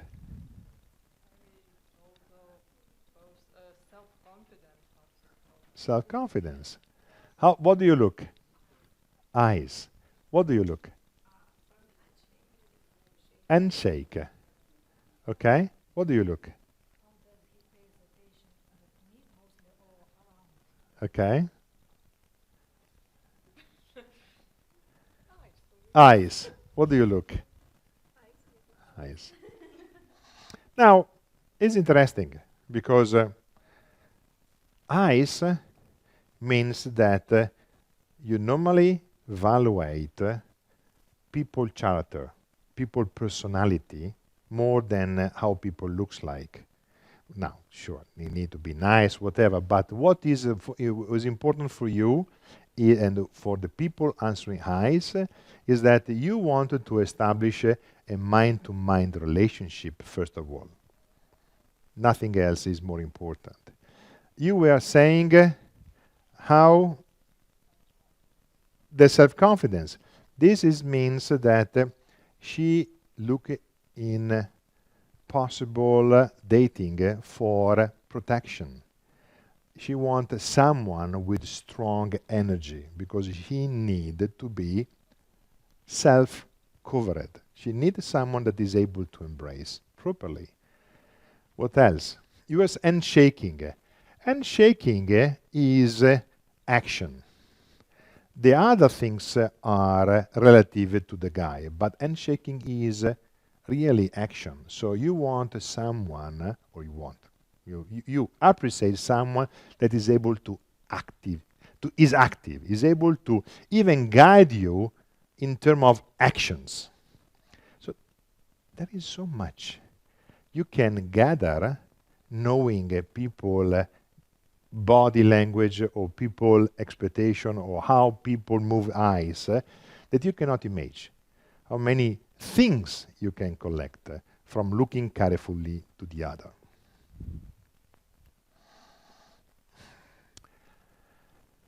How we talk about in terms of body language. How you sit, how you position your body, the space that you keep between people, facial expressions, eyes, how we touch, how the people touch themselves or the other, how body connect with other things like pen, cigarettes. Often probably you saw people then when in a meeting is playing with a pen. Is showing what? Is showing feel insecure, nervous. What you're talking is not well perceived. So it's better that you understand and change a little bit of your talking. Breathing or other noticeable effects are all relevant to detect body language. Nevertheless, in reality, normally you should look at eyes. Even the poets saying that eyes can smile, can cry, can do a lot of things. So eyes are very important. How stay the hands, heads, hands, arms, legs, feet, in this order.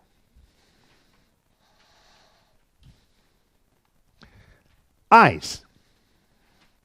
So, if people have the tendency when you are talking, or they are talking, to look on the right position, probably they are starting to assimilate what you're saying and starting to build up answers or thinking about what you're saying. If instead they are looking to the left, what you're saying is generating records. Remember, they are starting to remember something that you are saying. The same if you look right and up, again, it is trying to imagine what you're talking about, is building up or is building a lie in answer to you. Looking right and sideways can be just thinking about the sounds. Now, it's not perfect sense. I'm not saying that you should detect everything like this, but if you read any psychology documentation, you can find information like that about how the eyes movement can be very relevant.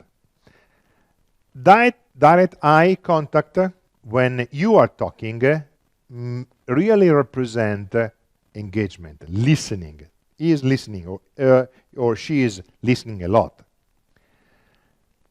Eyes which are widening is again very used on dating, even if you don't know that you use. But if you meet someone and your pupils become wider, is the first signal of interest on you. It's the same.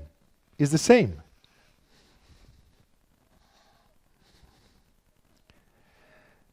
If you are rubbing the eye,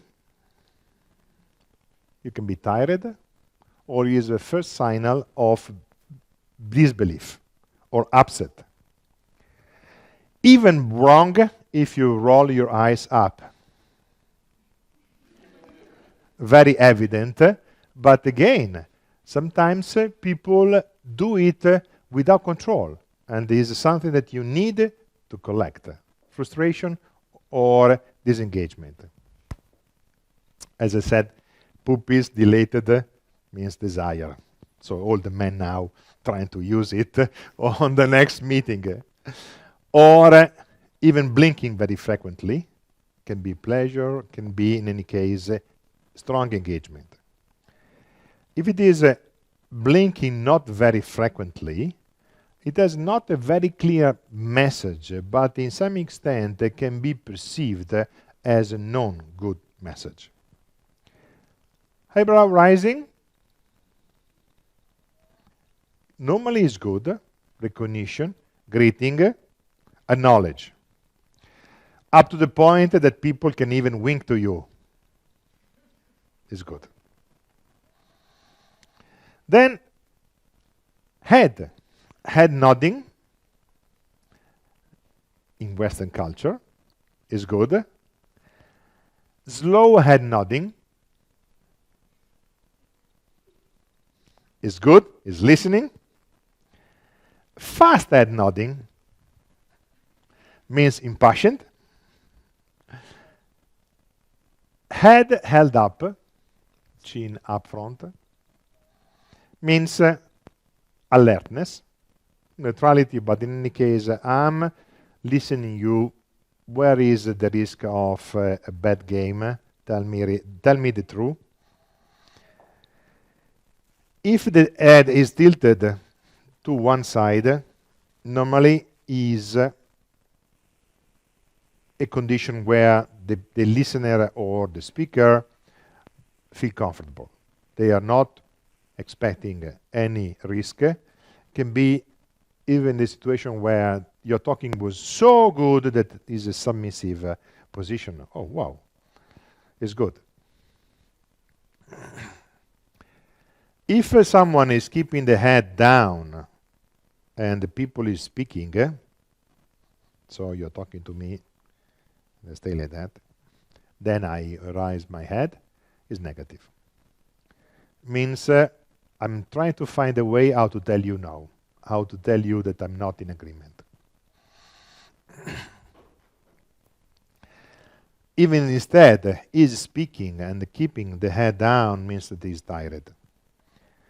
People listening and moving with the head and chin up normally is strong, self-confident. Active listening means head and face that is showing interest. You can detect very easily.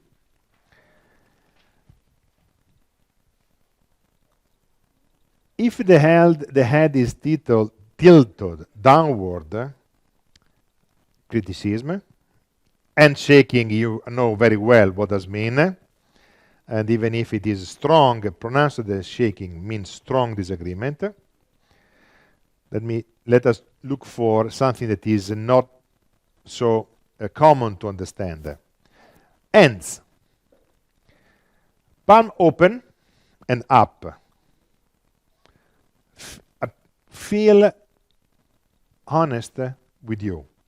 The feeling is that I feel confident about the relationship with you. If there is the palm with fingers up, means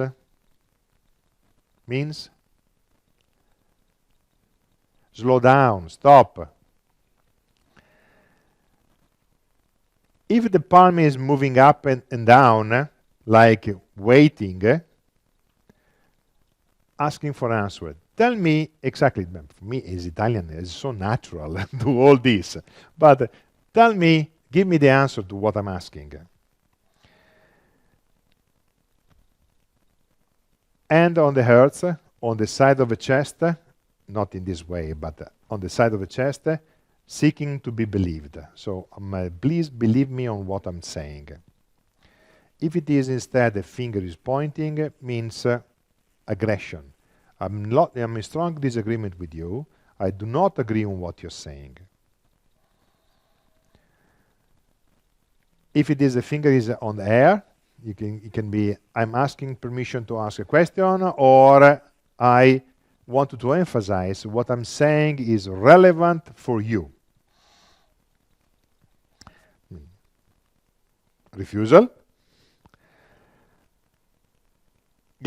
Fist. If the hand you're talking and the people is starting to close their palm, it's bad signal. It is something that means resistance. What you're saying is perceived very bad. Touching the fingers and thumbs, like this or this, asking for explanation what is happening, what you're saying, is a finger of doubt, is a signal of doubt. Palm down, moving up and down, calm, quiet. Cracking knuckles, I'm not able to make it the sound, but attention seeking. I want you to pay attention to me. Interwoven fingers, negative reaction, not positive. What you are saying is perceived badly. Index finger and the thumb, like okay, was just we talk so many times. Should in USA or Anglo-Saxon means okay, other country not exactly. Thumb ups means okay in Germany and in Italy and France. Thumb down, disapproval. Thumb clenched inside the fist. Frustration, insecurity. If someone stay this way, not positive signal. Hand held horizontally and moving side to side, showing indecision. Rubbing hands together, anticipation. Waiting for the next statement. Hands clapped on your mouth.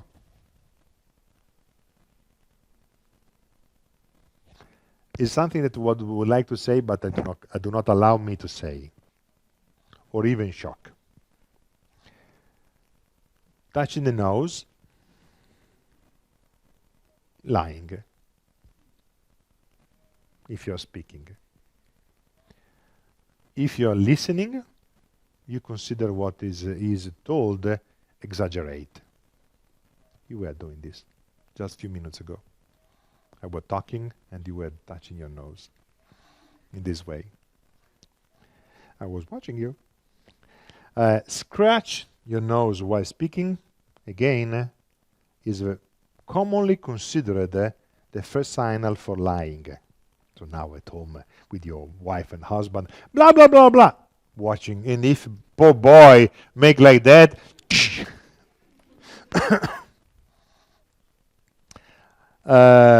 again, touching your nose or rubbing your nose while you're listening, again, suppressing a comment. You are thinking how to make your comments. Just picking your nose can be a sign of disconnection from what you are saying. So you need to change your tone and you find a way to reconnect the people to listen you. Just doing this, negative evaluation. What you're saying is perceived very badly. Staying like that. Rejection.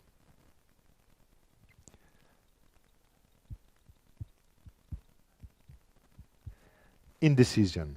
I'm in doubt to what I want to do.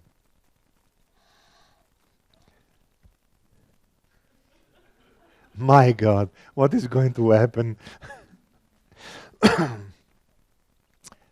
Stroking the shin.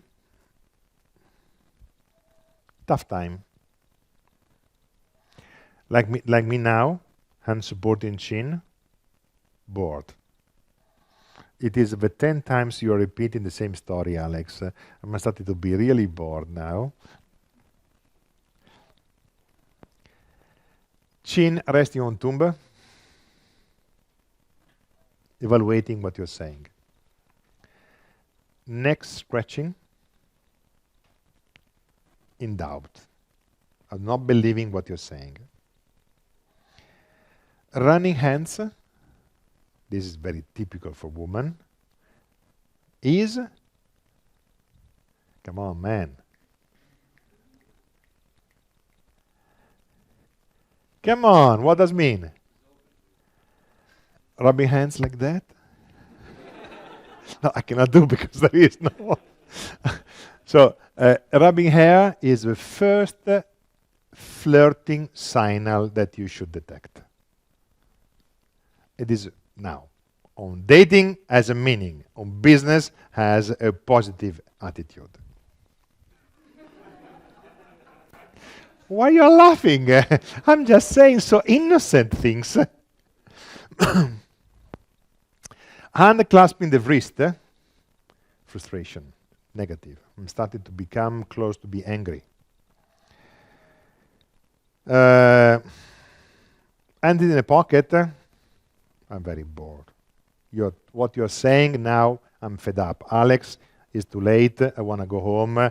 I'm really fed up. Removing your glasses or people glasses, be prepared. He's going to ask something, and normally it's not good. But is expectation to wait for placing a question. Playing imaginary violin is very simple. I mean, it's a very positive, wow, you are really making good sound for me.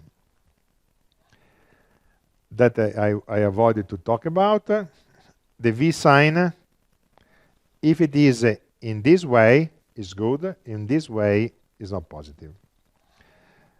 This way is victory. In this way can be derision and not positive. Comment about what you're saying. Yes. Handshake. Someone was talking about handshake, but she left. I hope is going to come back. Handshake, palm down. Dominance. Palm up, sorry, palm down, dominance. Palm up, submission. The people that is going to handshake in a way like this is already welcoming you and ready to listen everything from you. People that in this way is ready to fight. With both hands, try to convey to you the image of honesty and trust, but in reality can be also seeking control. Normal is relaxed. Pumping, enthusiasm. I'm really happy to see you. Weak, nice to meet you. Normal is not good. Firm, strong grip, confidence, self-confident. Handshake with arm clasp, paternalism, and seeking control. I'm here to meet you, but be aware, I want to control you. Oh, thank you. Very nice. We talked about already about these. By example, in Spain, this is very offensive. If you ask you, can you come here? But not come here. Arms. If it is a woman keeping the handbag in front, dangerous. She is in discomfort. Holding paper in front of the chest, again, nervous, discomfort. Adjusting cuff, watch strap, a tie, or whatever, using arm across the body, nervous. Covering genital, nervous. Holding a drink in front of body with both hands, nervous.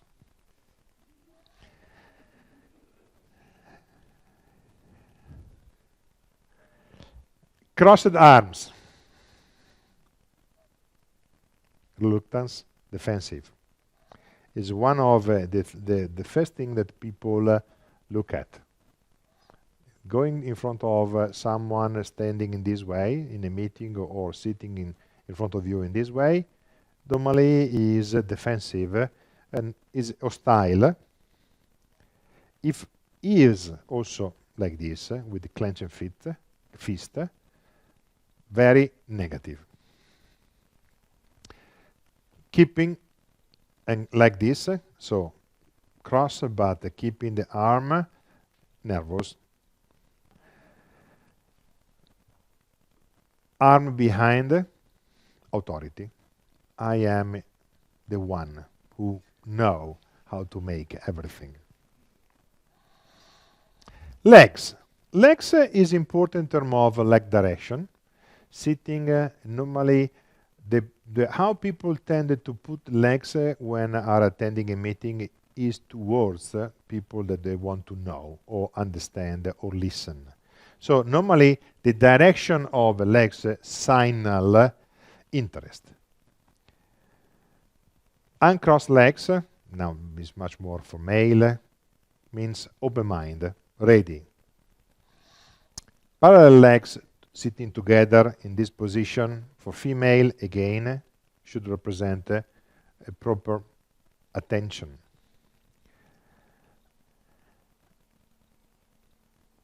Okay, sorry, this is exactly the same. So cross a leg can represent disinterest.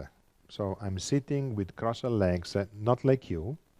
I'm here mainly for men. This is a typical female way, but for men, I could not be. I cannot make it. But I was looking to you. So, do you make gym? Because I could not make it. But wonderful. But it's a typical female. If instead you are crossing your legs and you're changing the sitting, can be interest or disinterest, depending on the direction that you're going to put your knees. American leg cross, you were sitting like that before. Okay, means whatever you're saying, Alex, I know how the life is going, so I'm not really so trusting of whatever you're saying. Be careful.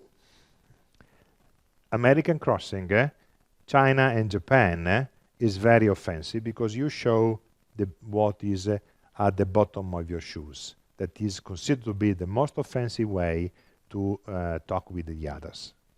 So normally American crossing should be avoided in Asia.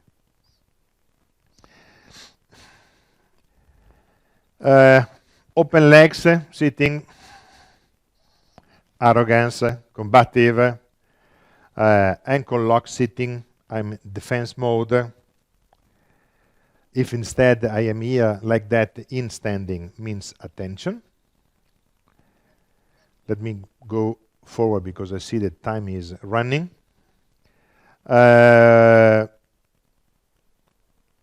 If you buckle the knees under pressure, normally your feet like legs in the direction of who is speaking show your interest. If a woman is playing with her shoes is another good good signal on dating, and in business is a good signal. Finish about a little bit of list on the specific about body language. Did you see anything interesting? I hope you can use it. So use on objection handling, use the body language, understand who to talk with.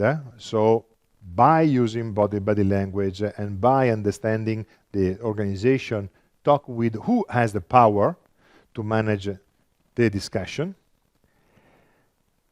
Understand the feelings about the other. When you are handling objection, do not only listen about the content of the objection, but make a question about the feelings. Why you are talking about, you are placing this kind of question, or assure that you understand the feelings associated to the question. And if possible, split the objection in components so you can answer one by one and lowering the relevance of objection. We talked about this already a little bit before. There are many techniques to handle objection. Can be object chunking, so going up or lower respect to objection just to put in the right perspective what has been said. Avoid to answer to the objection instantly, but later. Use FUD or push back by using your objection against the other. Reframe, change the frame of objection, change the play field, or agree with a different priority on the things that you're going to talk about the objection. In any case, if you are considering what the buyer is saying, try to play the role to be the buyer. What would you ask if you would be the buyer of your products? Anticipate this kind of objection in order to be sure that you can handle the discussion. What are the sales closing signal? If someone is going to start to ask you, let us talk about the economics, it means that you are approaching the good end. If someone is asking to repeat the benefits, again, it's a good signal. If people start to ask about a warranty or guarantee, good signal. People asking for references, good signal. Request for personal information, how long you are working in the company, what is the future of the company, good signal. Means that your negotiation is going towards the right end. Body signal, negative. We already saw many times, but in any case, you can have facial, rubbing eye, nose, face scratch, arm that are crossed, eyes rising. All the things that we saw before are all signal that you need to take in account as negative on what you're doing. Positive, again, face smiling, slow head nod, chin stroke, pleasant expression, arms that are relaxed, eyes that look for the eye contact, hands that have palms open, legs that are uncrossed, crossed, body angle, relaxed, upright and toward. Body angle that are toward specific point. So everything that is belonging to the body signal that are good can give you good feedback. Good. So we finished. We are almost in time. I'm sure that you are tired, but there is still time for talking and questioning or commenting. I'm here.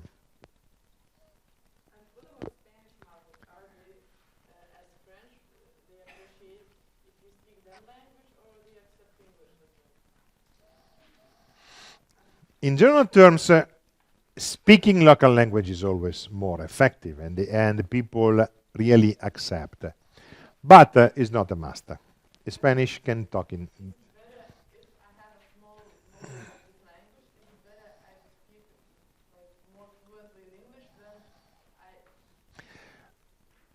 Be aware, do not expect Spanish to be very fluent in English. Yeah, Barcelona, they have a more tendency to get a better understanding, but depend. But in general terms, do not expect that they are very good on English. So it's better that you know a little bit of Spanish. Other question?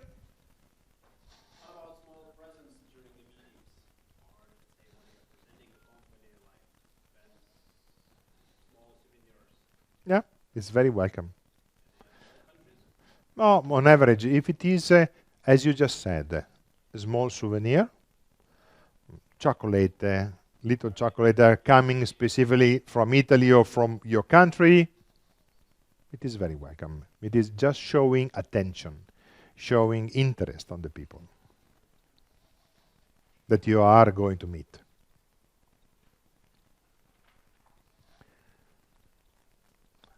Tired? I'm sure. Can I tell you? Me too.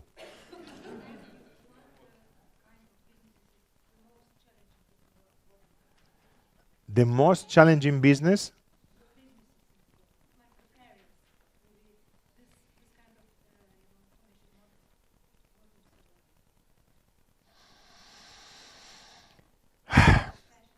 No, actually, all are tough business. Don't think that is only fashion or other. These kind of information are more useful on business where relationship is important.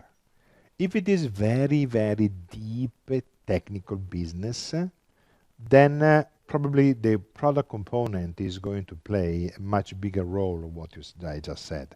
If you are in aeronautics or a very precision metric product, then your product quality is going to be really important as your sales skills. In general, all businesses are not easy and they require skills.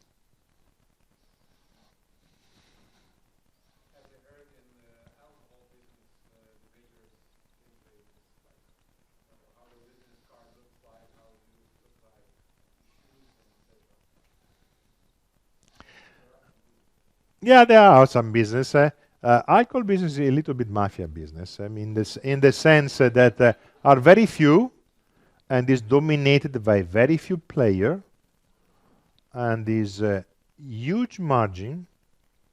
If you believe how much cost a cocktail in a bar and how much cost to make it, it's unbelievable. Oh yeah, no, yes, not bigger margin than oil, but nevertheless, coffee, unbelievable. The coffee business is a so huge margin because it's just small in absolute terms, but with many cup of coffee in the world.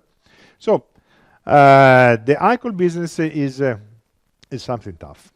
A friend of mine was asking me to help to establish exporting of rum from Cuba in Northern Europe and Russia. And I found that is not so easy because it's really a closed club. Few people are doing all. So it's becoming much more relationship driven.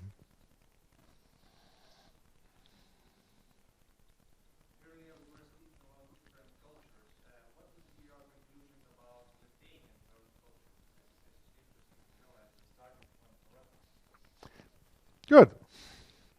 I found that Lithuanian very similar to German from a sales perspective, pretty similar to Nordic and German, fact and specs oriented. Relationship is important, but not so important. What I found for me absolutely outstanding is something else.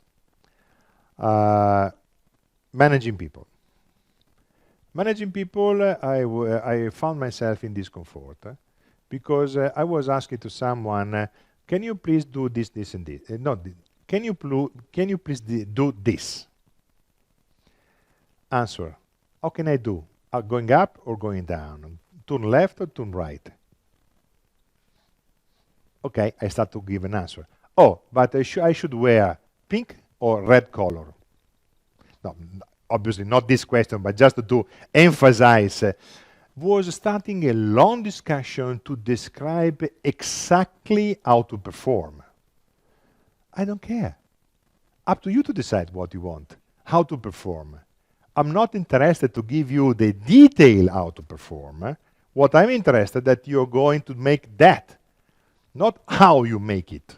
So I discover, probably coming from the Russian heritage, the tendency to get very detailed task description, or I'm not able to perform. Exactly the same in Russia. That was something that was surprising me. Now, I'm not saying that everyone is like that, but on average, there is the tendency to expect that the boss is not only the owner of the results, but is also the owner to tell me exactly how should I perform and what should I do. And this is not what I hate. Because when I hire people, I hire their brain, not their body. And I want that they do in the way they want, and I care only about the result. But then I learn. Have you find some evaluation by the generations, Y, Z, and so on? Yeah. More or less the education is going Changing, yeah. True, absolutely. Younger people is different. But it's becoming more similar by your experience? Or Much more closer to Western stereotype. Yes, absolutely. One of the first, you're talking about the young generation. One of my first important sales in Lithuania was about 100 self-service units sold to an important retailer in Lithuania, mainly because around the year 2005, 2006, I don't remember exactly what was happening, but all the young people were going away. For about a year, all the young people was going to work in France, in UK, in Germany, so there were a lack of cashier. Retailers do not have cashier to work as a cashier. So they were looking to import from Belarus, from Poland, people, but then language and attitude.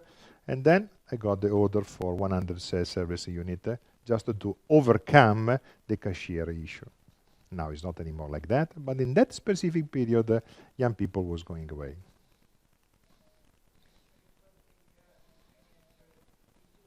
Could be, yes.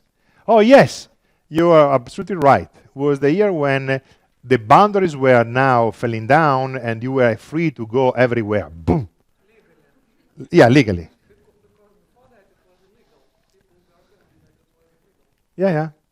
And suddenly, no more people, young people. Young, cultured, well-prepared people because they found much easier, a better job outside than in Lithuania. my question was more for those who are coming in the power now, and they are from these young generations. And did they follow the business rules? How are you feeling about that? Because, of course, engineer in Italy was very Yeah. important to mention. Now it's nobody cares from the young generation. We got to hire. And that's enough, and they are asking to do like that in defense position.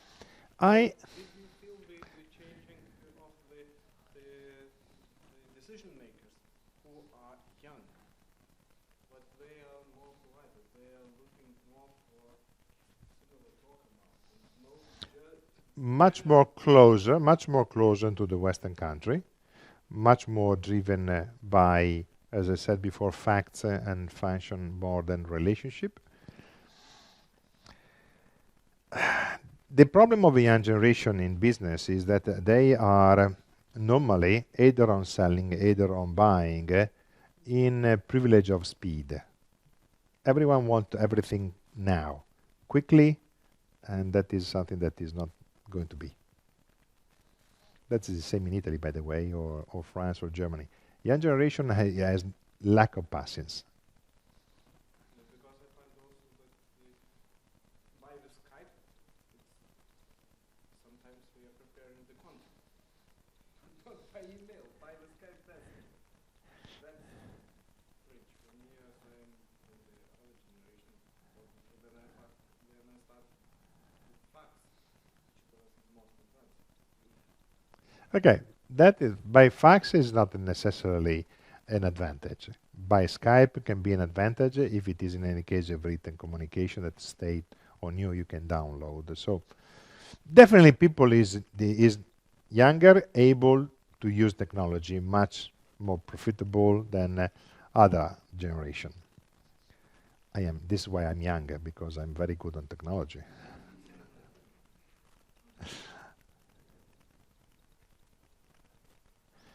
Good. I sincerely thank you for having been with me all day. It's been fun.